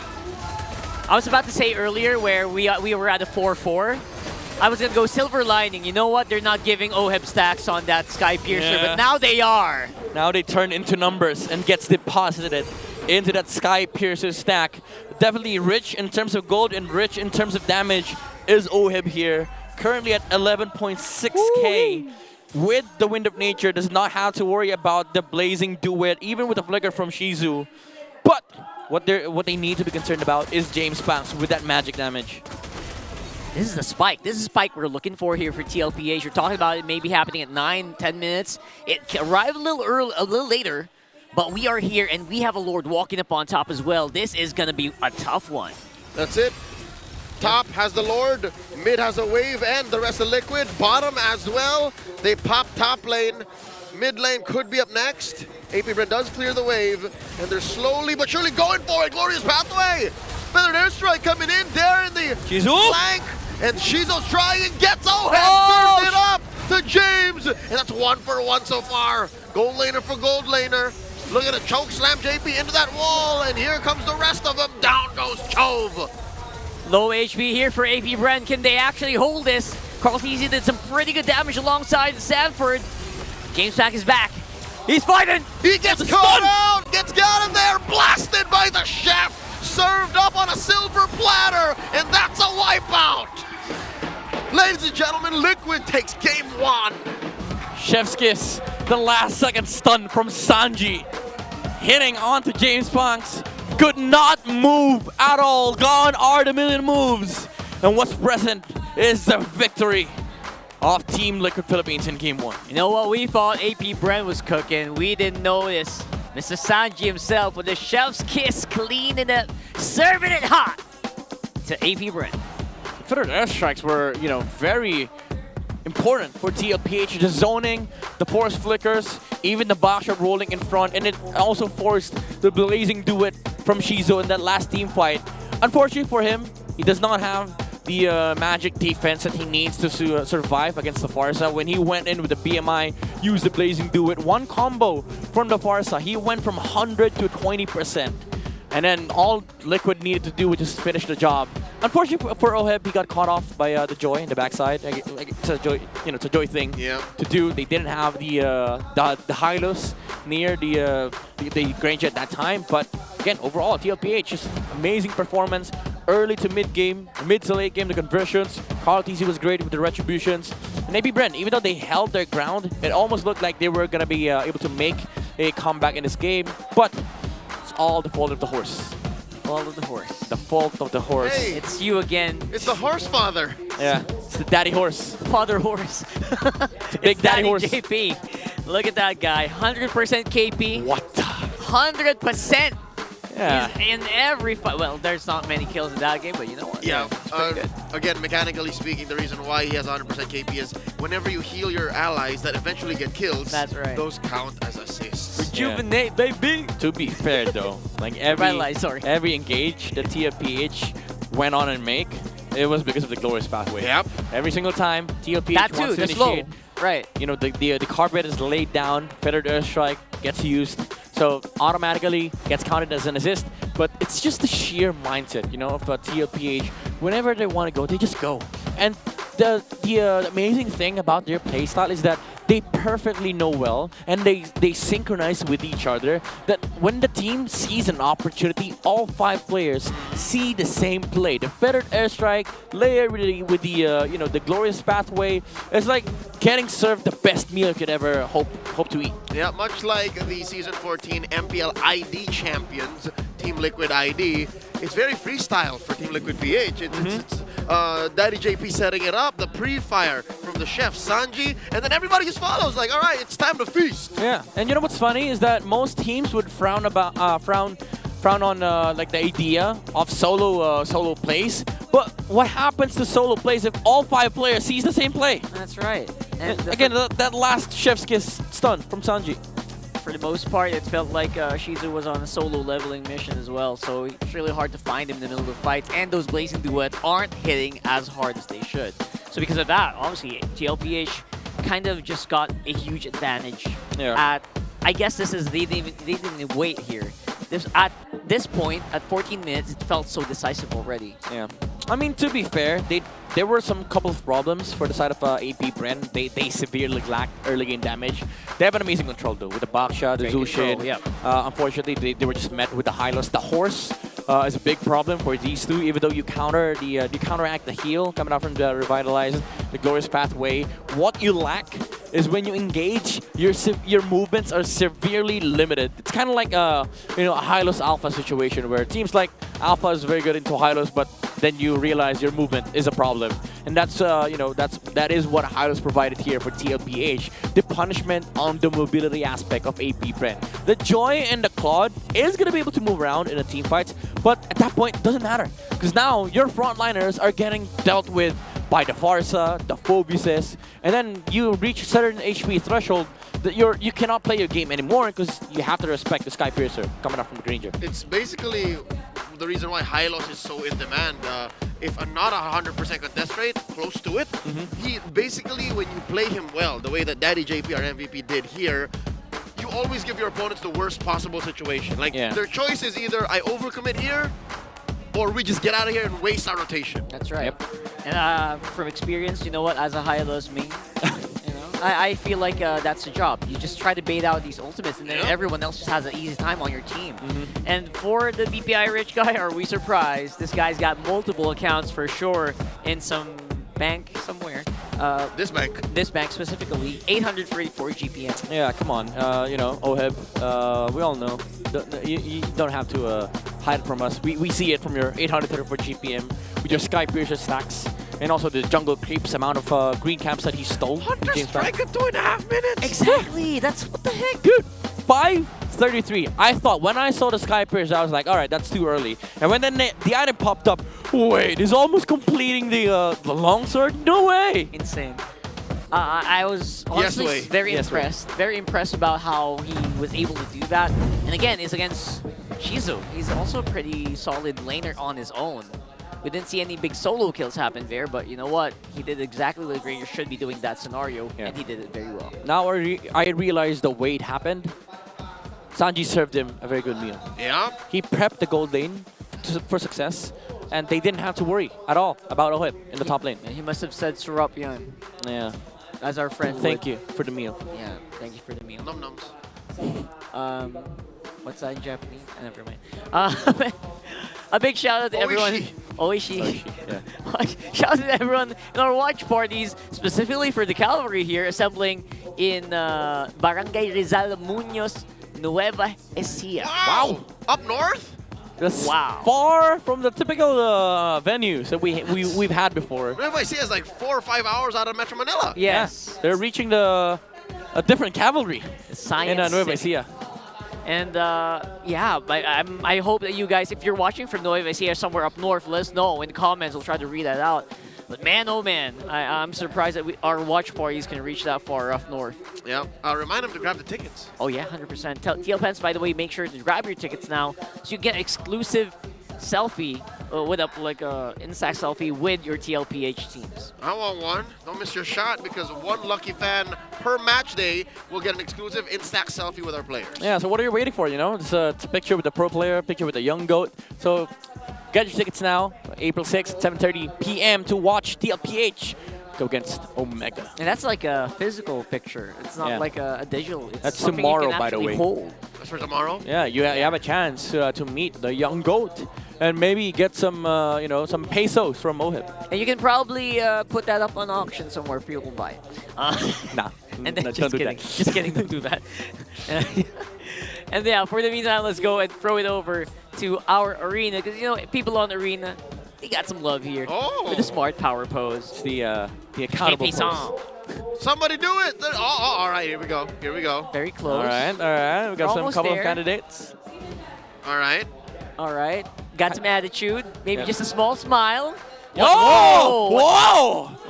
Okay. I did not Sorry, I got expect hyped. to see that guy. I got hyped. There you go. Is anyone close? Check his mouth. Yeah. Check the The lips. demurity. Check the lips. Check the lips. It's gotta be. I can't see your lips. We gotta can't, be, we can't check the lips, Deadpool. Wait, that's Deadpool's pose, right? Yeah. Yeah, from Deadpool 1. Now I see. But it's also JP's pose.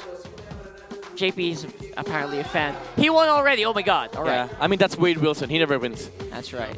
So either way, we got our winner. We got our smart power pose winner. Yeah. You get a redeemable in-game code Immediately. presented to you by Smart. Wade Wilson never won in life. He never did. But And that's that he okay. wins. That's okay. He's got a franchise. For now. Save the MCU. Save the MCU. 100% right. It's as much as you can ask for anyone. Come on, Neil. Get more data for maximum gaming though with Smart's Power All 149. Make it look easy with 16 gigs for all apps, plus your choice of Only Facebook, Messenger, and Instagram, or Only TikTok, plus Only calls and text to all networks. Bound to be OP for just 149 pesos for 7 days. So, now. Let's do it. Right now. Right now. Load it up and get into the game here. Yeah. 149 for a week is actually a crazy deal. Yeah. I love it. And you're bound to be OP, like Kalia, Suyo, Affordable. Ranger. Okay. Is Ranger OP? I don't think so. He is. He is? Okay. Shout out to Quote me on our big shout out to our MLB KOL Takoyaki.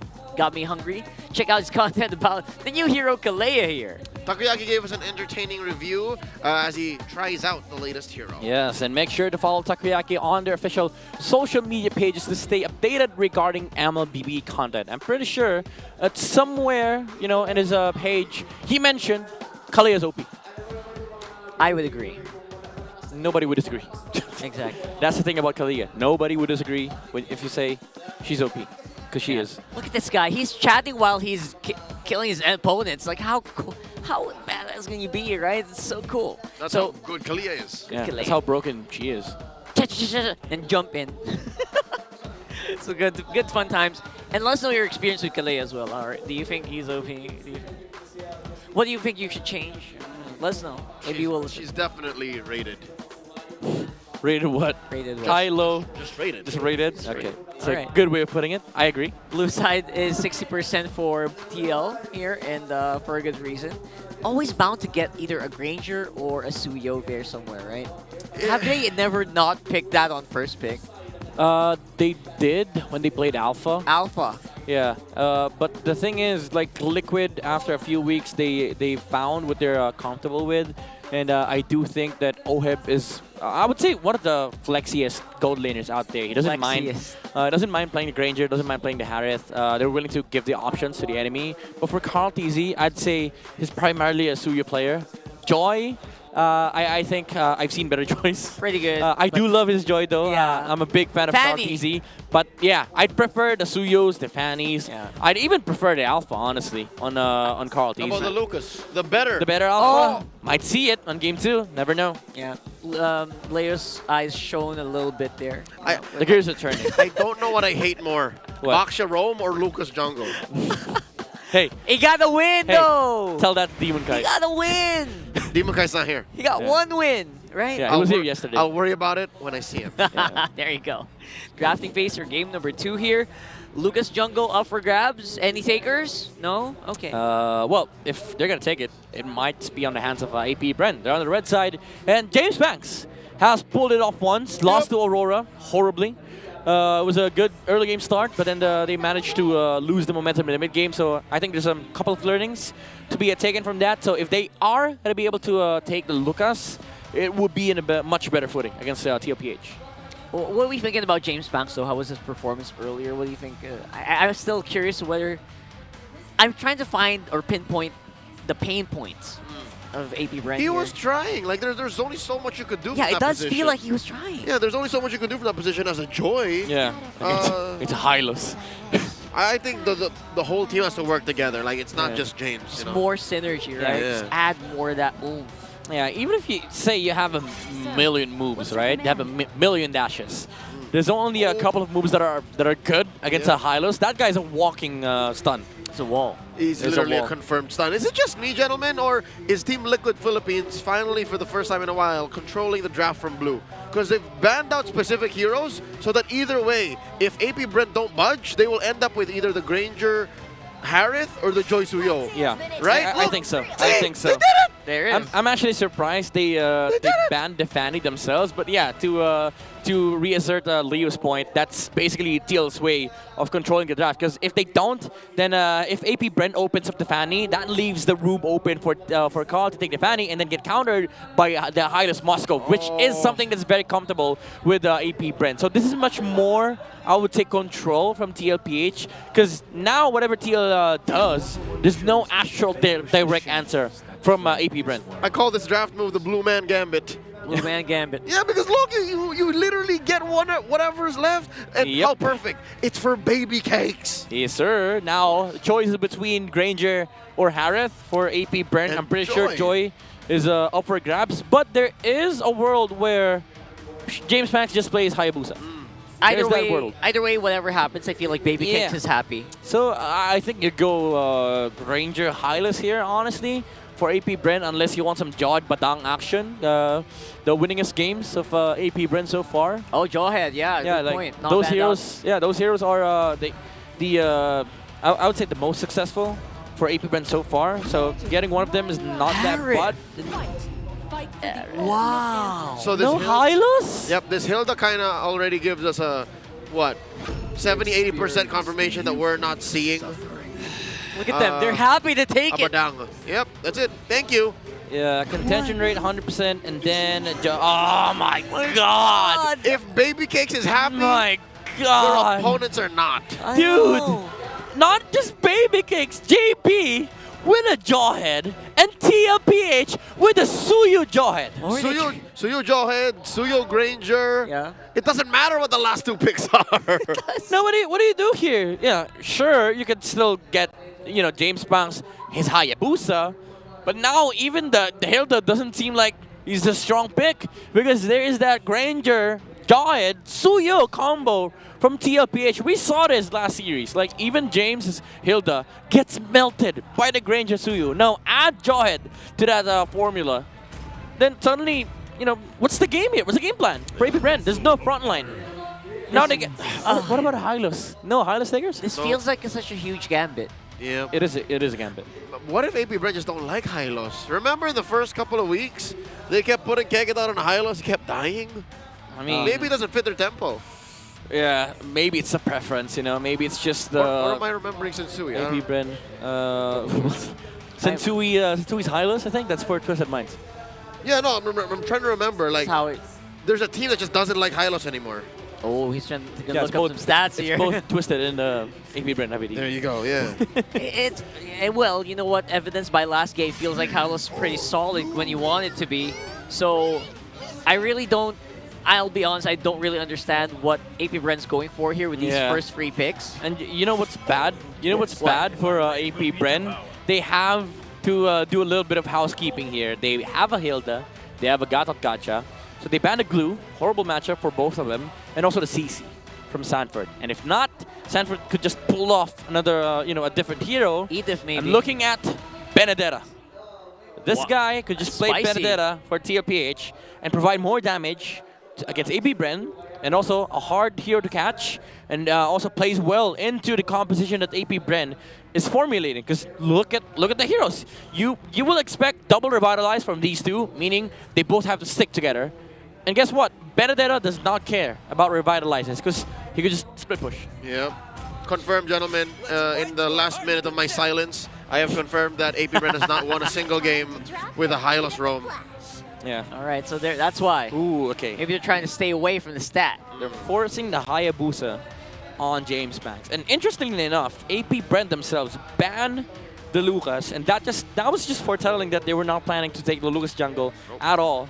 So Leo's definitely very happy here, as well as other Alpha mains. I am, yeah. And there's Alpha making an appearance here? No room for Rome Baksha too. Yeah. Yeah, you're right. Jawhead already picked up here for TLPH. Hooray. Got out and healed down the side of AP Bren. No Baksha roams. But what if we see a different hero here? What if AP Bren becomes Twisted Minds, picks up Angela and Alice? But we already have a room here, right? No, you put mid, put Hilda. Mid. I'll put Hilda in mid. Yeah, put Hilda in mid. Well, we talked about how they need to they're not gonna go it that way. All right, Sanford, I know you like this matchup. My mind is Bene, Hylos, scrambled here. Bene, Hylos, CC. Those 3 are really good here, and then you just take the Paramis on Sanji. But what does Sanji do? Do you go Faramis, or do you pick up an old favorite? The hero he used to be dubbed the Lone Stallion. Does he pick the Valentina? Valentina! Ooh, maybe. That's a good point. Like it would be good against both the Gatot and the Farsa, because like he has 2 amazing ults, and also it's also here that can brawl in the early stages. Right. Remember that moment where it was just him and Marco, and then he rolled it down mid and won in season 13. There's a Badang, likely going into the hands of Sanji, and Vex. It's just a Vex.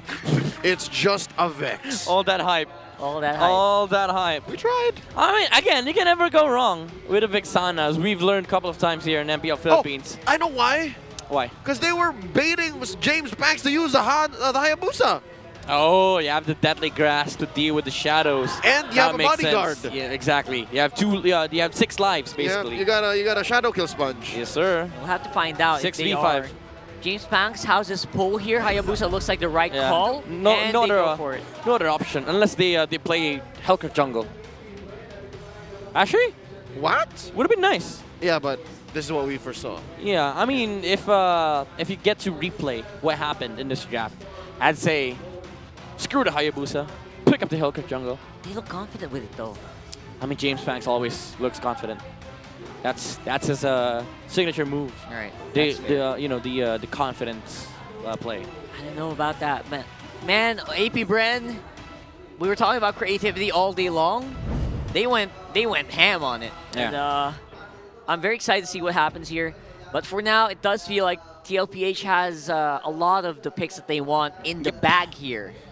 It's comfort. It's comfortable for TLPH, but we do have to acknowledge the fact that AP Bren, they have more firepower in the early game compared to game number 1. That is true. Holding up on game number 2 here, it does feel like the early game is still up for grabs. For sure for AP Bren, 100%. But we'll see if they'll actually have enough confidence to actually pull it off. Welcome to Mobile Legends! I'd say if AP Bren gets an early game, a good early game start, they might just actually outpace this lineup of TLPH. But if they lose it, it's also the Uno reverse card where TLPH just snowballs.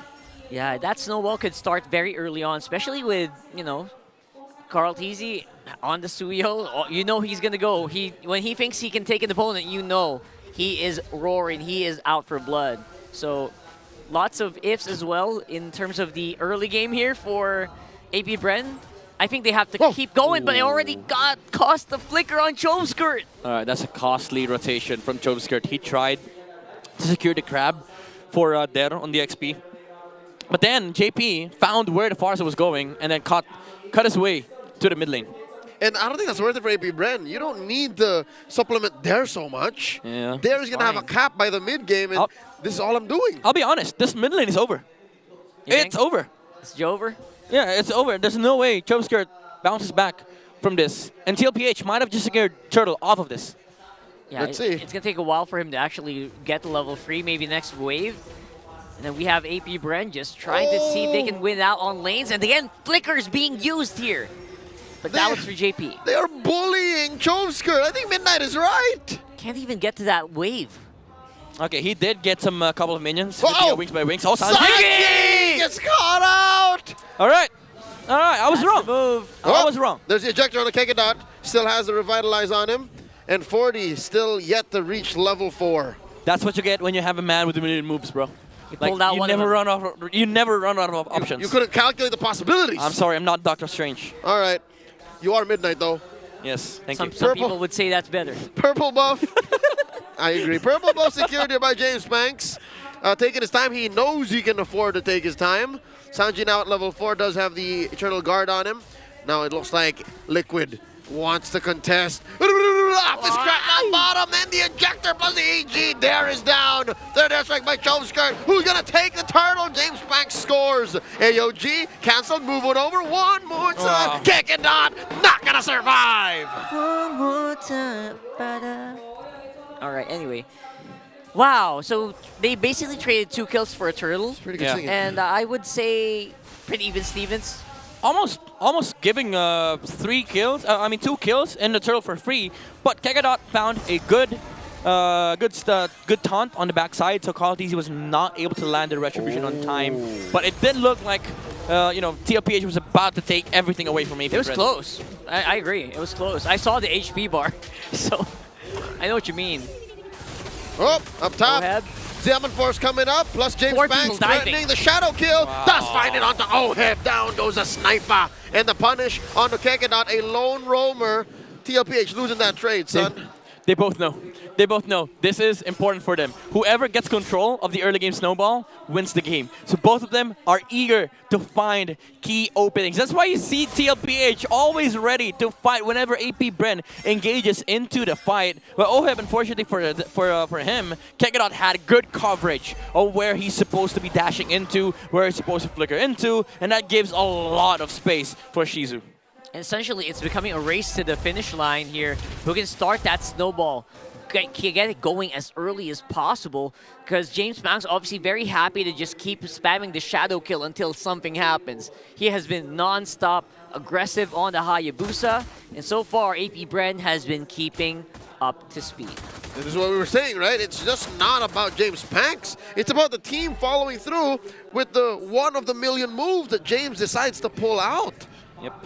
Needs to layer it properly for AP Bren. Needs to cover all their bases, not just in terms of the jungle movements, but also in terms of fight reinforcements. JP. Miss. He misses the mark and he catches a few salvos, but that is an ult pulled out for Liquid, so I'd say it's a wash. Was that a mini tap on the Unbreakable? Little bit. Could be. Turtle Dance already started up, approaching half health there, cleaning up these bushes. Sanji keeping his hands on the EG, and it looks like Turtle will be secured here.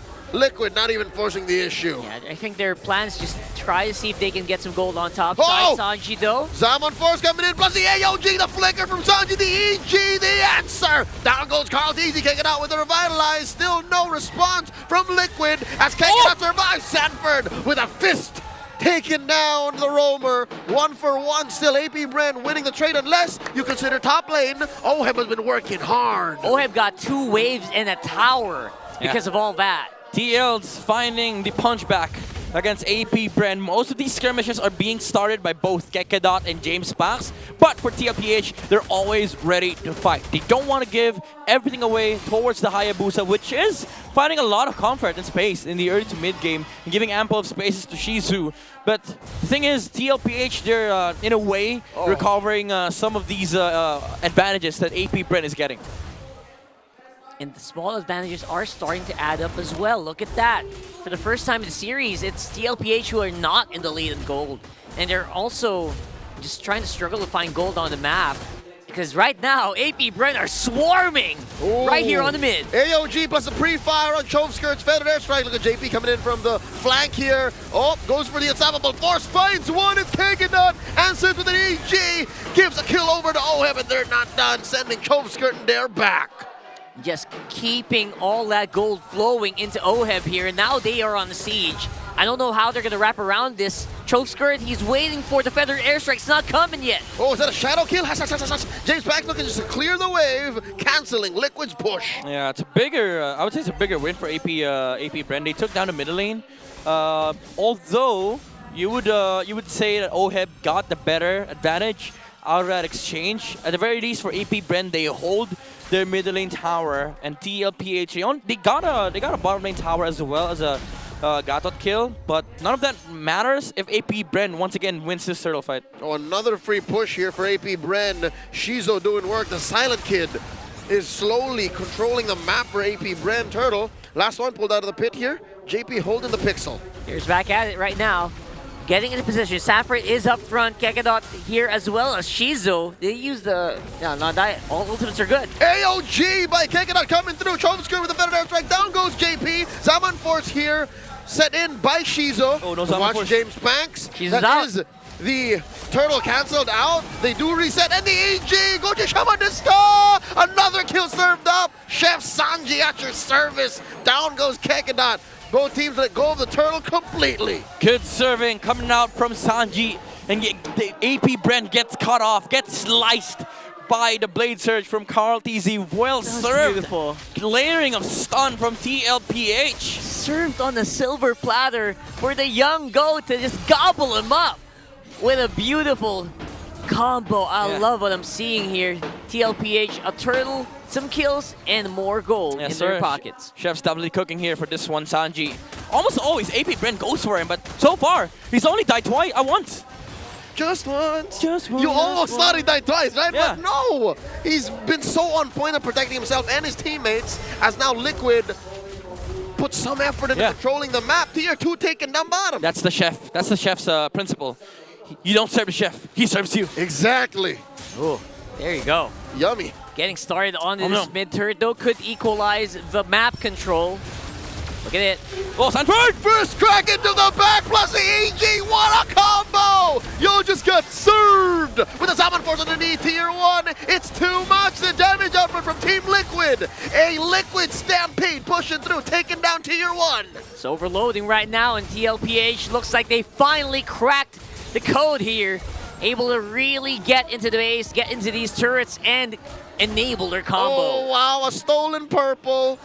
2 turrets in mid, plus 8K in that singular team fight. Yep. Sanji definitely serving it up. Yes, sir, and look at how the moves from Sanford, the Apex Predator, stands atop AP Bren. The dead bodies were everywhere, and again, another amazing Eternal Guard from Chef Sanji himself. Sanford tenderized the meat first. Yes, sir. And then Sanji cooked. You know what you call that? What? That's dinner service meal prep.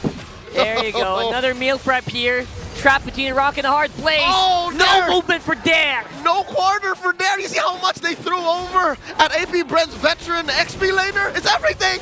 Now, it's open. It's open. Oh! In comes Kegadot. Coming through AOG, thrown back to the back line of Team Liquid Philippines. Here's the But there is a couple of trades going out. Sanji and JP down, and the rest of Liquid ain't done.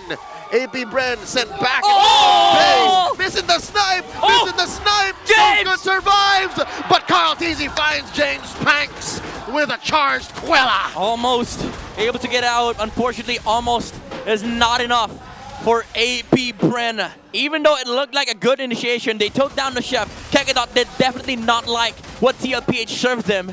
But guess what? They served him back again. Serving it up on stonks, man. Sa Eat All You Can Buffet, Free Lord, by the way. Lord. And they are just so full right now. Oh my goodness, Stanford just keeps going. He might be getting caught here though. Zaman Force dropped in by Shizo. And the ejector on the Kekedot, forced to use their Vitalize. Not enough members. Chove Skirt with a Federer strike, pushing back the rest of TLPH. The meat's fighting back. The meat's fighting back. It's a well done steak. It's fighting back. It's a well done steak. Call it easy. Well done, ill. Yeah. Call it easy. Tried his best to slice down AP Bren. Unfortunately, the Butcher couldn't handle the well done meat. Whoa, another EG thrown out. AOG to the back. Sanji telegraphed flicker out. Zaman Force dropped in just to defend. Tier 3 in mid still standing. Up top though, that's a chubby wave. Liquid left over, and that's permanent damage to AP Bren's base. Surprised no one died here for TLPH. It looked like very crunchy engagements as well for AP Bren, but it looks like they just don't have that oomph yet. They don't have the spice. Yeah, they're not letting go of this mid lane tower. You said leftover, right, Leo? Everything leftover matters for AP Bren. Yeah, guess what, bro? Chefs don't like leftovers. Yeah. Something's got to give, and I'm still alive. All right, Still alive. All right, TL could have just, hit it one time, but I guess they don't want to put Oheb in that situation where he might get picked off. Rocker, you can't rush art, okay? Don't rush art. Yeah, that's true. The chef will say it when it's ready. Yeah. Yes. And you can't do the same thing for food. Because guess what? It's going to come out raw. Now I'm hungry. It's raw might. It's rare.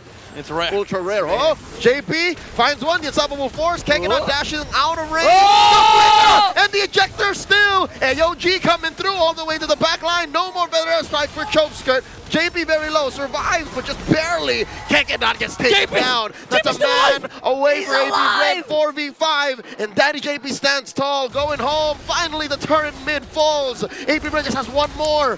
The base standing left bare. Can AP Bren defend? Zaman Force from Shizo, giving a lot of damage over to Liam Liquid, and they're taking their time. All right, keep it going here. Sanford getting ready with the pull.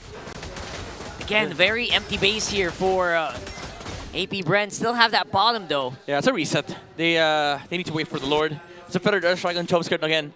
So AP Bren will likely be able to defend this middle lane tower unless Sanford pines. Another good set. Another meat tenderizing ultimate. I don't think they want to do that right now though. Maybe 30 seconds up on the next Lord could be fatal as well. TLPH also recognizes that. Yeah, it's not meal time. It's not meal time for TLPH. They have to get ingredients.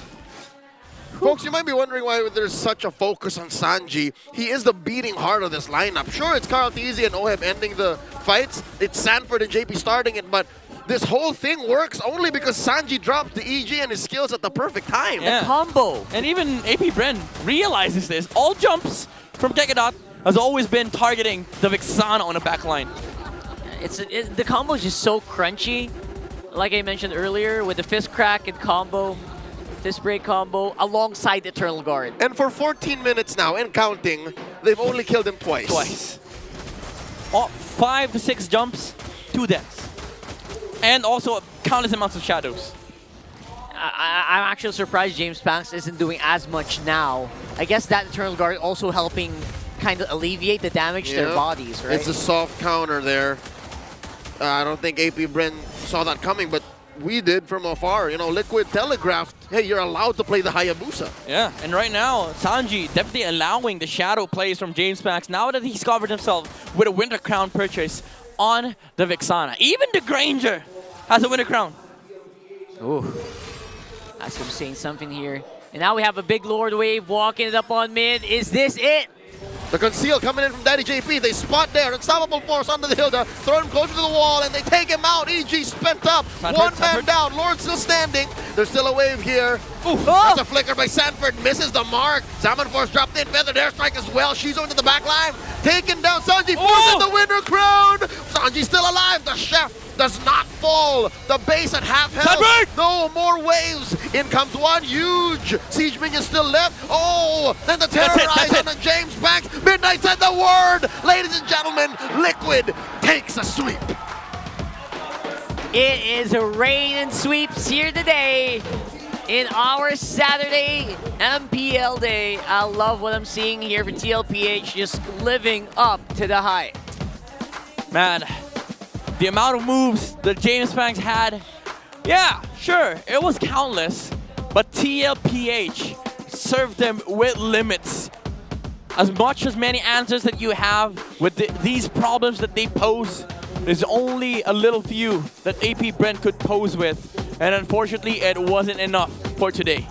There's a dish for every craving, and AP Bren are leaving the stage satisfied, but with an L. That's true. You guys have any plans later on? Let's have dinner. That got me hungry. Thanks for the invitation. And that's going to be it. TLPH just literally stampeding their way to victory in that last one. And I guess we kind of saw it coming from a mile away. Some people could argue that, and we were still wondering how that draft really went here. I still don't quite understand it, but we saw some glimpses of it. It's not as bad as game 1, but just the same, Liquid allowed for this kind of draft to happen. Yeah, that's got to be more shattering for AP Bren. You were given your comfort, you were given what you liked, still ended up losing. It's going to be a tough one, man. And for the meantime, though, a big congratulations to TLPH for another sweep. Throw it over to our host. Ladies and gentlemen, here are your winners, Team Liquid Philippines! Congratulations sa inyong lahat. I'm sure that this is a really good win para sa inyo. Actually, gusto kong tanong, Odin, ikaw na nga Ako mauna. ang may gustong unang tanungin dahil alam namin, Sanji, na gusto mo na ikaw in-interview. Hindi daw. Pero Oo nga, ang dami kayo naghahanap sa'yo sa Oo. comments. Ano masasabi mo sa lahat na naghahanap sa'yo? Ikaw naman daw kasi interviewin namin. Masabi ko lang, huwag niyo na po ako hanapin. Pero dahil nandiyan ka na, tanong ko kasi Sanji, eto na ba yung true form ng TLPH ngayon? Eto na ba yung peak nyo? Hindi pa po, kasi namamatay pa ako sa mid eh. Namamatay pa daw siya sa mid. So pag hindi ka na namatay sa mid, yun na yung peak form. Apo. Yun pala Okay, yan. sige, mabuti ng malinaw, di ba? Pero speaking of, Ano yun? yung hindi natatalo sa isang hero. Oo nga, yung katabi mo yun, di ba? Oo! JP, Ikaw na to, ano JP. bang meron? Pag Jawhead yung gamit mo, parang ang hirap niyong talunin ha. Ano bang meron sa Jawhead at ba't gamay na gamay mo yung Jawhead na hero? Wala po. Hindi nga po makabato kanina eh. Pero sa mga hindi nakakaalam, ang standing ni JP using Jawhead is 8-0. Wow! Grabe, 100% win rate, JP. Kung ikaw ang magbibigay ng tips sa paggamit ng Jawhead, ano ba yung una nilang dapat i-take note? Ano lang. Galingan nyo lang bumato tapos go lang ng go. Go lang ng go. Malakas kayo sa early. So, Maraming salamat, Rufa May. Nagets ka namin doon. Ikaw Odin, I guess this leaves Carl TC the question. Carl, Yes, Carl. ikaw naman ang gusto kong tanungin. Kasi with this one, right? We're talking about forms. Tinanong din namin si Sanji. Para ba sa'yo, is this MSC form na Team Liquid Philippines or may hinahanap ka pa sa team? May hinahanap pa ako kasi parang gusto ko talaga durog na durog kalaban kagaya ng season 6 na Bren. Kailangan durog na durog yung Ay, kalaban. ganon. Alright? And what's it gonna take para makuha nyo yun? Ano ba yung specific na thing na kailangan mong makuha sa team para makuha yung durog na yun? Hindi ko alam Siguro iwas error lang. Kagaya ng nangyari kay Sanji kanina sa mid. Yan, crucial din kasi yan. Si Sino? Sanji ulit. Si Sanji. Namatay daw kasi. Ayun. Wala, sinabi mo kasi. But I am sure that everybody else is looking forward to your next matches. Oheb, ano bang masasabi mo sa lahat ng mga sumusuporta sa Team Liquid Philippines? sa lahat ng mga sumusuporta sa amin sa Team Liquid Philippines, patuloy nyo lang kami supportahan, tsaka thank you sa pagpunta dito sa venue lagi tuwing laban namin. Yan, love namin kayo. Thank you. There we finally have it. Sabi nung fan, I love you to daw. Your winners once again, Team Liquid Philippines. You may now take your walk of victory.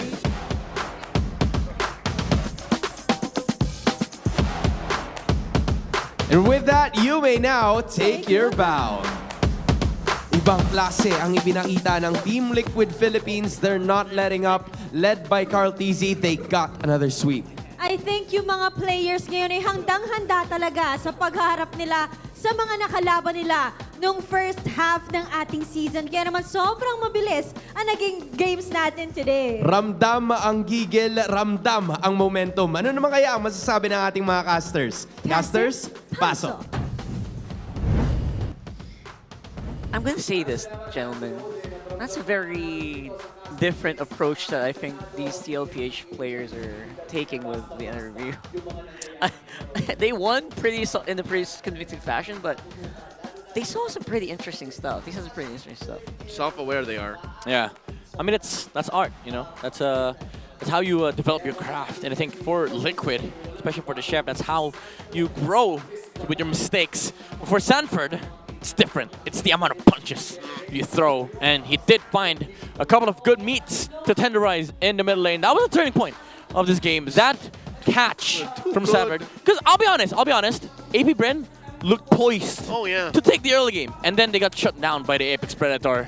You're not on top here. I'm on top of the food chain. Good. When Sanford goes hunting, he does not pay attention to one prey at a time. He takes 3. Yeah. And I guess that's one of the ways that you can actually turn things around. Like when you're in a bad situation, you know what? Just if you know you have the tools, you use them, right?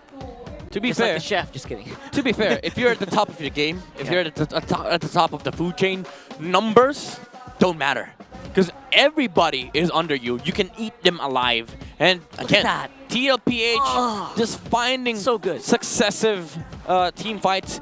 Good standing from from both Sanford and Sanji, and this play just sealed the fate here of AP Bren. The gates were shut down, and then Sanji kept cooking, serving them with good Eternal Guards. AP Bren did not have any options left but to eat those servings. You know, the Eternal Guards, there's no other way to put it, but they just tanked the damage of Sanji here. And the amount of crowd control on the side of a TLPH just allowed Carl TZ and Oheb to just, play their game. I don't want to eat anymore. Stop! Yeah.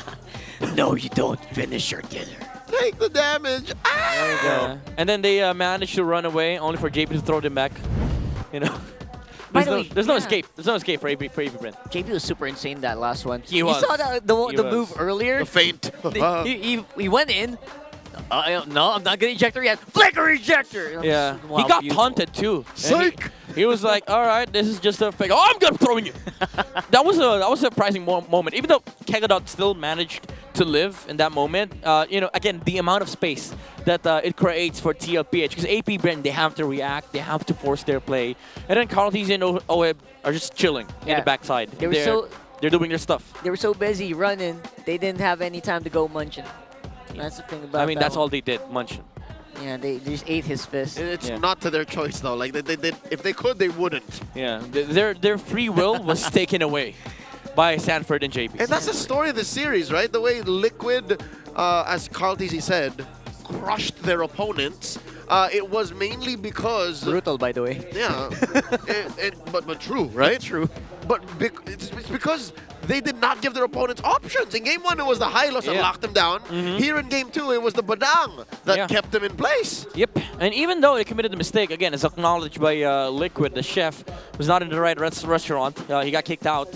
AP Bren, again, poised. They looked like they were about to win the early game, but TLPH kept answering back, not in a form of reaction, but also a way to serve AP Bren back some of the action, because they still had a lot of options. The Jawhide were constantly finding targets, Carl TZ were constantly looking for the trades, and then Sanford just showed up. And this is looking dangerous because game-wise, if you watched it, the BPI Rich guy in Oheb was just following through a lot of what the rest of the team was doing, right? Yeah. Oh, it was clean. He's clean. And that makes Liquid all the more a scary team, because if you're not paying attention to Baby Cakes and you look at Sansan, you look at Daddy JP, and they're the ones mainly working, it makes the team a threat as a whole. Yeah, and mind you, this investment, this guy was threatened in the early game. He got shut down by James Banks, got ganked by Kegadot twice. Four-man gank. Four-man gank by AP Bren twice. Still managed to be a rich guy. That's Oheb for you. Oheb, man. The consistency and the clean moves he has, he's able to pull off, just shows how comfortable he is in this spot.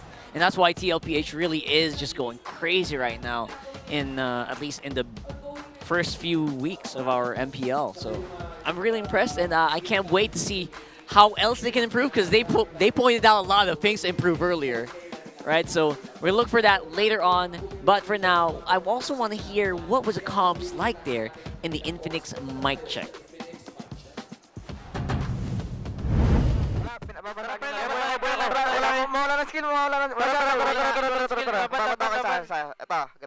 Habol pa. Okay, patay na to. Wala latag ah. Pero siya, ano pa? 7 seconds per skill ko. Dalawang harap. Wala ulti. Nice, Ford. Ingat ah. Dalawa. Ultihan ko. Wala. Puro low. Latagarit, latagarit. Patay. Yeah, boy. Nice. Tara. Nice, G. Tingin nga. Tore nga. Tore. I like that they're not so different from us. They're like, before the Eternal Guard, they're like, they were like just shouting at the same time, so I love that. But they also say the same thing a lot. And interestingly, Oheb was just, sitting in the corner playing ML. Yep. You could probably call him a silent kid. Quiet? Yeah, it's quiet. He's a silent kid. How dare you? I'm just kidding. We all know who the silent kid is. What surprises me is that, yes, they do shout in the big moments, but eventually when it all comes to a close, they just revert back to, all right, good, that's good. We're back. That's good. Very fast transition. Always level out. Nice. But for the meantime, though, get the first Acid Gothic style legend dual form skin alpha, the Revenant of Roses skin trailer is here. As enemies flood towards the castle like a tidal wave, Alpha inside merely scoffs, "Bow your wretched heads before the Lord of Greed." And of course, this new skin will be available on March 22nd along with the new item, Dynamic Portrait Revenant of Roses. Get yours now. That portrait moves.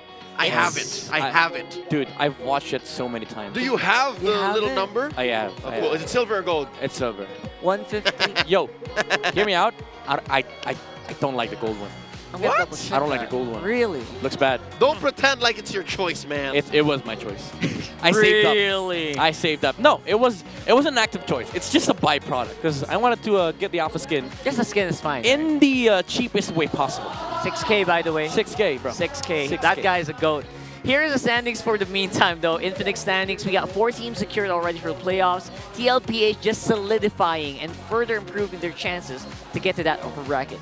They are just game per game, series per series, trying to hold on to number 1. Yeah, they are at match point tied with Aurora, but the way that they sweep allows for them to get their net game win and game win-loss rate to stay on top. Because thing is, Aurora kept shooting 3s. And TLPH kept serving 2s, Oh my god. And, funny thing is, like, we have 4 teams that are secured in the playoffs. Yep. There might be a 5th tomorrow. Because TNC and TWIS are playing against each other. And that would allow for, math-wise, it allowed TNC to break through and to keep Twisted down. That's crazy. So that means for the next 2 weeks, one slot left. Oh my goodness. Boy. Let's go. It's a good serving. It's going to be fun. That makes MPL Philippines Season 15 already more must-watch than ever. 100%. And here are the Week 6 Day 2 standings for the Infinix Fancy Laban, where the minds feel like it feels like they're living vicariously through whoever, they're doing the vicarious living. Dude, that's your way of fighting back. That's your heart. That's your passion. And Omega as well, by the way. The fan base makes up for it. Yeah, their spirit is like, it's burning. You know what they say? What? That's the twist. You know what? They're feeling it because they're playing on Infinix, the MPL official tournament phones. I'm pretty sure Womi's proud for all the fans playing in Fancy Laban. He's there in the Filipino broadcast. Are we going to have like a finals here soon? Hopefully we'll in the see playoffs, that. I'll try to watch that too. Man, what do you think about that game, guys? Today was very fast. Fast game? Yeah. 6-0, bro. Oh, yeah. Yeah, a couple of 2-0, but man, what for me, the summary of the day is don't pick boxer room, guys. Don't do it. Twice? Yet. Okay, yet. Not yet. Let it cook. Yeah. Just like Chef's Son. That's gonna be a fun day. We got more time to just chill out and hang out. Maybe on social media we can like talk about what happened here today. Since we have a little bit of extra time, right? So make sure to follow us on our socials as well. Time to have some dinner. Itadakimasu. Yeah. Join in discussions while you're eating some hot served food on a hot plate while you're enjoying your Saturday, super fan Saturday. Get some takoyaki. That's going to be it for us. Rockhart, Leo, and Midnight. It's been fun, guys. I'll throw it over to Hans. And that marks the end of our Saturday triple header. Odin, may panibago na namang team na nakapasok sa ating playoffs. That's right, kaya sulit na sulit talaga ang ating Super Fan Saturday with Phoenix rising once more sa unang serye and Team Falcons successfully securing their playoff spot. We're also going to be talking about the last series of the day where it's TLPH getting a sweep over the Bees. And with that, 4 na teams na ang nakakapasok sa ating playoffs. Sino kaya yung dalawang susunod? I'm so thrilled to find that out, Hans. At hindi pa naman tapos ang ating linggo. Malay natin. Bukas natin malaman yan at sakto. MPL Sunday means Family Day. And the family that watches MPL together stays together. Muli, ako si Hans Galeria. And this is your very own Odin. Na nagpapaalala sa inyo na magkita-kita ulit tayo bukas para tunghayan ang Lakas ng Pinas. Kita-kits bukas!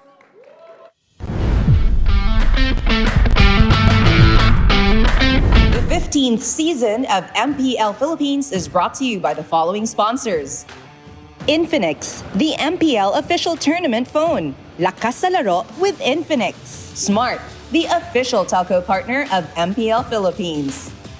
BPI, the official bank partner of MPL Philippines. Mas magandang bukas, buksan sa BPI. Our partner in esports, Time Zone. Join the fun at Time Zone. TT Racing, for those who dream, work, and play. TT Racing has your back. Don't miss any MPL action by following our official Facebook and subscribing to our YouTube channel. Follow MPLPH on TikTok for more content. Experience the Lakas ng Pinas of MPLPH Season 15 action live at Green Sun Hotel. Grab your tickets now via official MPLPH website. All the regular season tickets are now available at 200 pesos. MPL Philippines is monitored and supervised by the Games and Amusement Board.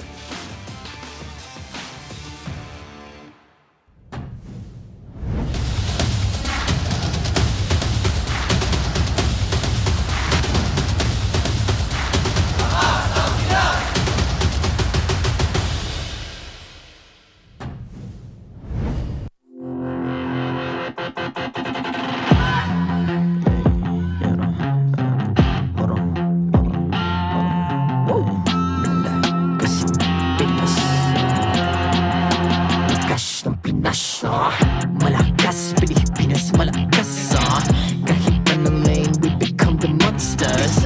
Malakas, Pilipinas, malakas Face the golden sun and ripping for the 3 stars. Look at us, to the top, no ifs, no buts. Winning any game, para to sa PINAS.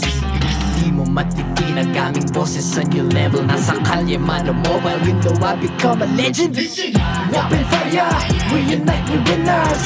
Built with pressure, the diamonds are made of. Switch na lane na parang gera. HP Racing may reset up. Tagatang buhat ni Hilda, full load SS parang Lyra. Susundan ko ang iyong bakas. Kasama pataas, tagumpay natin to. Dahil tayo'y malakas. Para sa Pinas. Nasa amin ang lalas, hindi tuwa atras. Kinikilala sa taas kasi kami ang malakas. Para sa Pinas.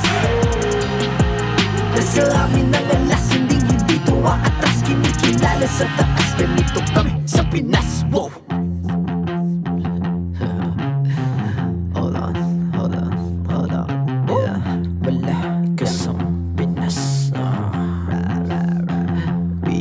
Laging every beat, no surrender, no retreat. Pag nagsama-sama, just imagine what we can achieve.